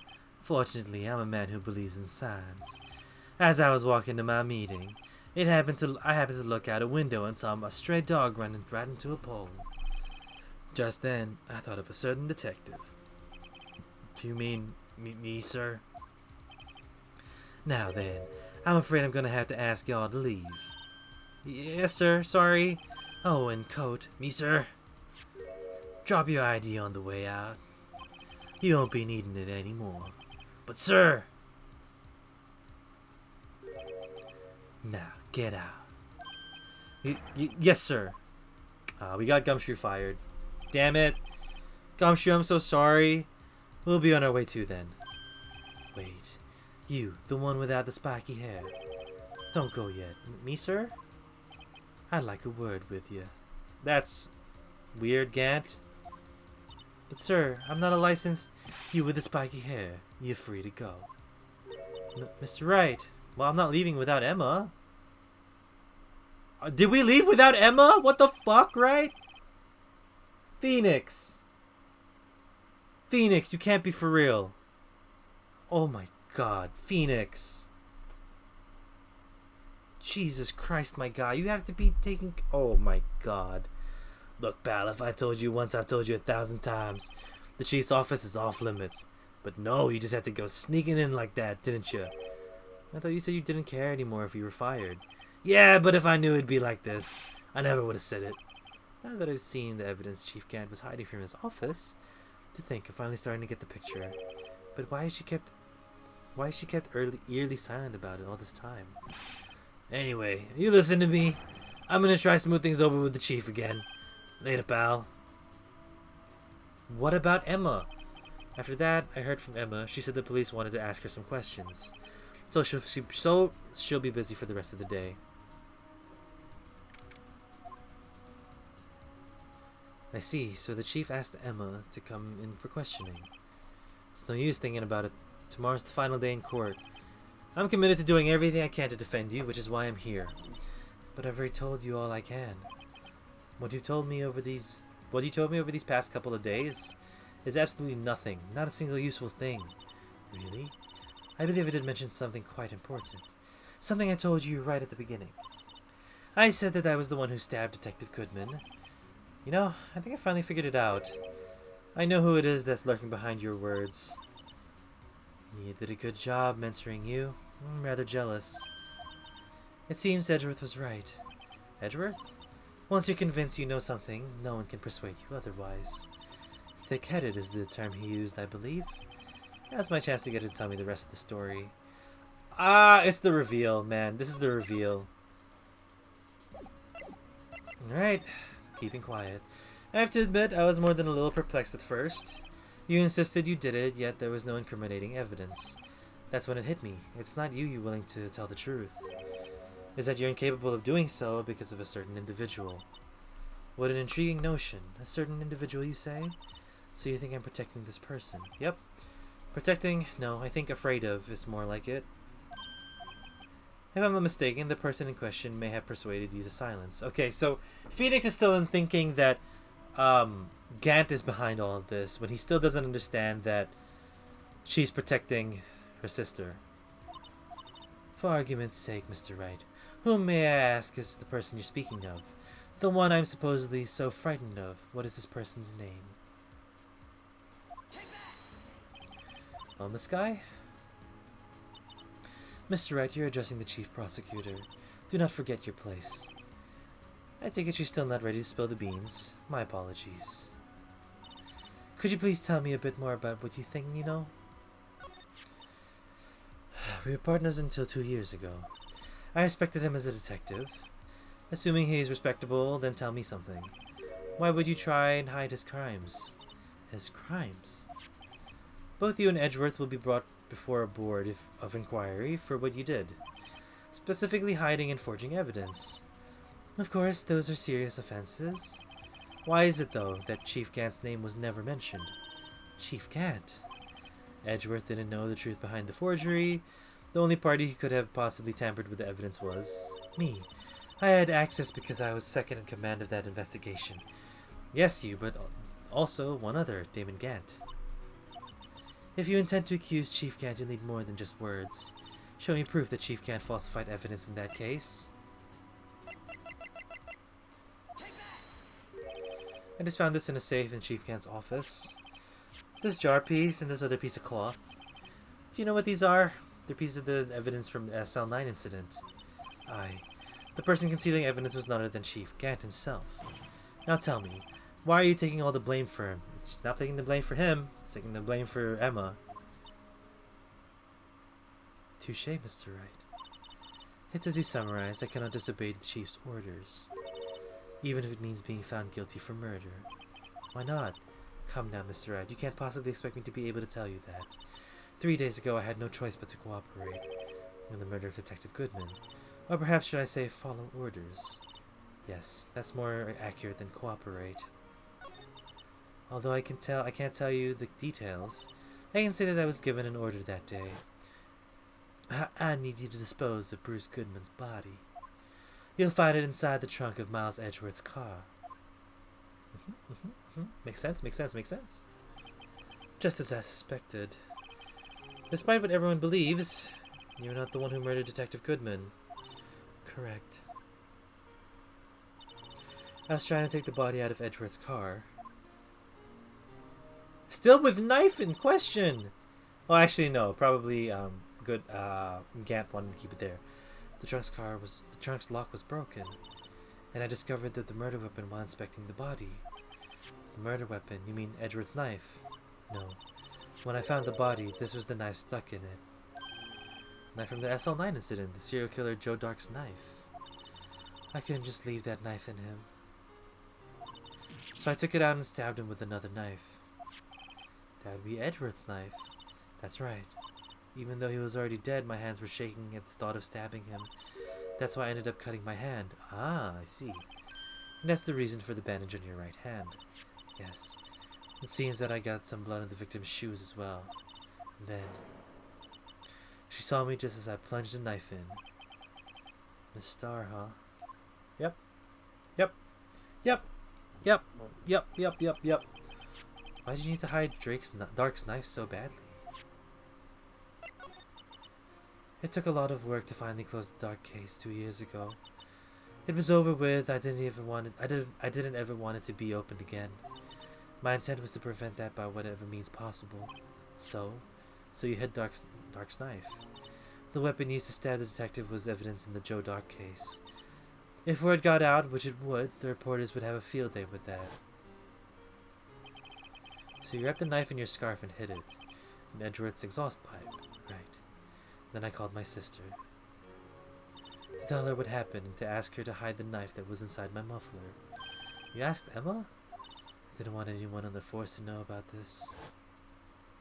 That would explain why Emma was so confident about Lana's innocence. Speaking of phone calls, I had a bad feeling about one of them that day. Bad feeling? The truth is, after I received those orders from Chief Gant, the first thing I did was make a phone call. A phone call to Patrolman Jake Marshall. To Marshall? Why on earth would you call him?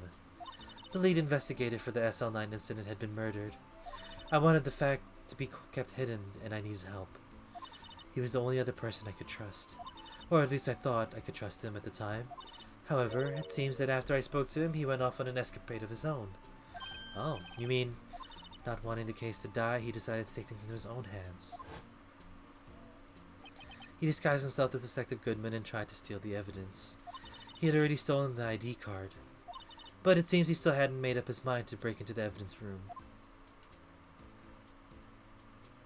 After my phone call, any remaining doubts must have disappeared. So your phone call caused the incident in the evidence room, which then again helped Gant. I'm afraid that's all I can tell you. But Lana, you've earned my respect, Mr. Wright, both as a defense attorney and an investigator. Now please, don't pursue this any further in court tomorrow. Tomorrow's trial, there's only one way to drive off Lana's demons. We've got to get to the bottom of everything. Detective Goodman's real murderer.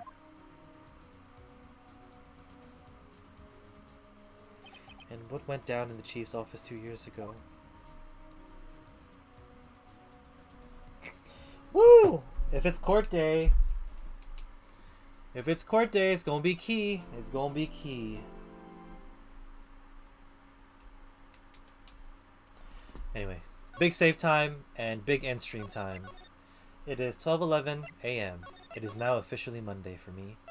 I have to go to bed. I need to go to sleep. Let's just see if we're straight into the court tomorrow. Cool. Straight into the court. So that means the next 2 streams, I'm assuming it'll take another 4 hours or so, we'll be finishing up this game. So we can finish up this week. And maybe we'll jump into some Bloodborne PSX after that. So next week, get some Bloodborne in and see if we can get through it in 4 hours-ish. Depending. We're not very good at Bloodborne, so it might take a little while. Okay. Goodbye, screen. Let's see if anyone is currently streaming. I doubt it. It's late. Is that John Cena? No, it's just something looking like.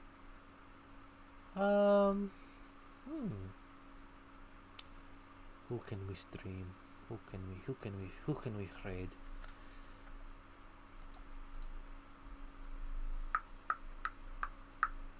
Let us pray. Oops.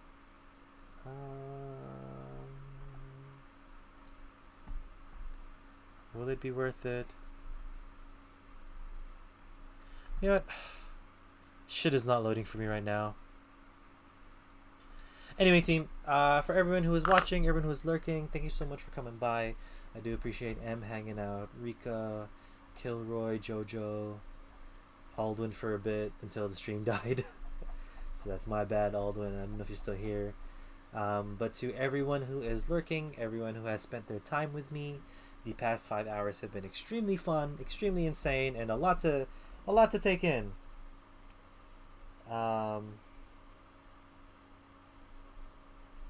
It's good. Maybe I'll get into it tomorrow. I don't know. Pretty excited. I'm pretty hyped to get into the courtroom for that, so that'd be nice. I will see y'all tomorrow. Not tomorrow. I'll see y'all next time. Thank you to all the lurkers who came by. I do appreciate your time very, very much. Do take care of yourselves. Do watch out for yourselves and make sure that you are just chill and trying to help your life improve a little bit. I know things can suck sometimes, but everyone can catch a lucky break, and I wholeheartedly believe that now. You just have to like align it so you get that lucky break, you know? Stack up the percentages, essentially. Anyway, I love you all. in that streamer viewer relationship way.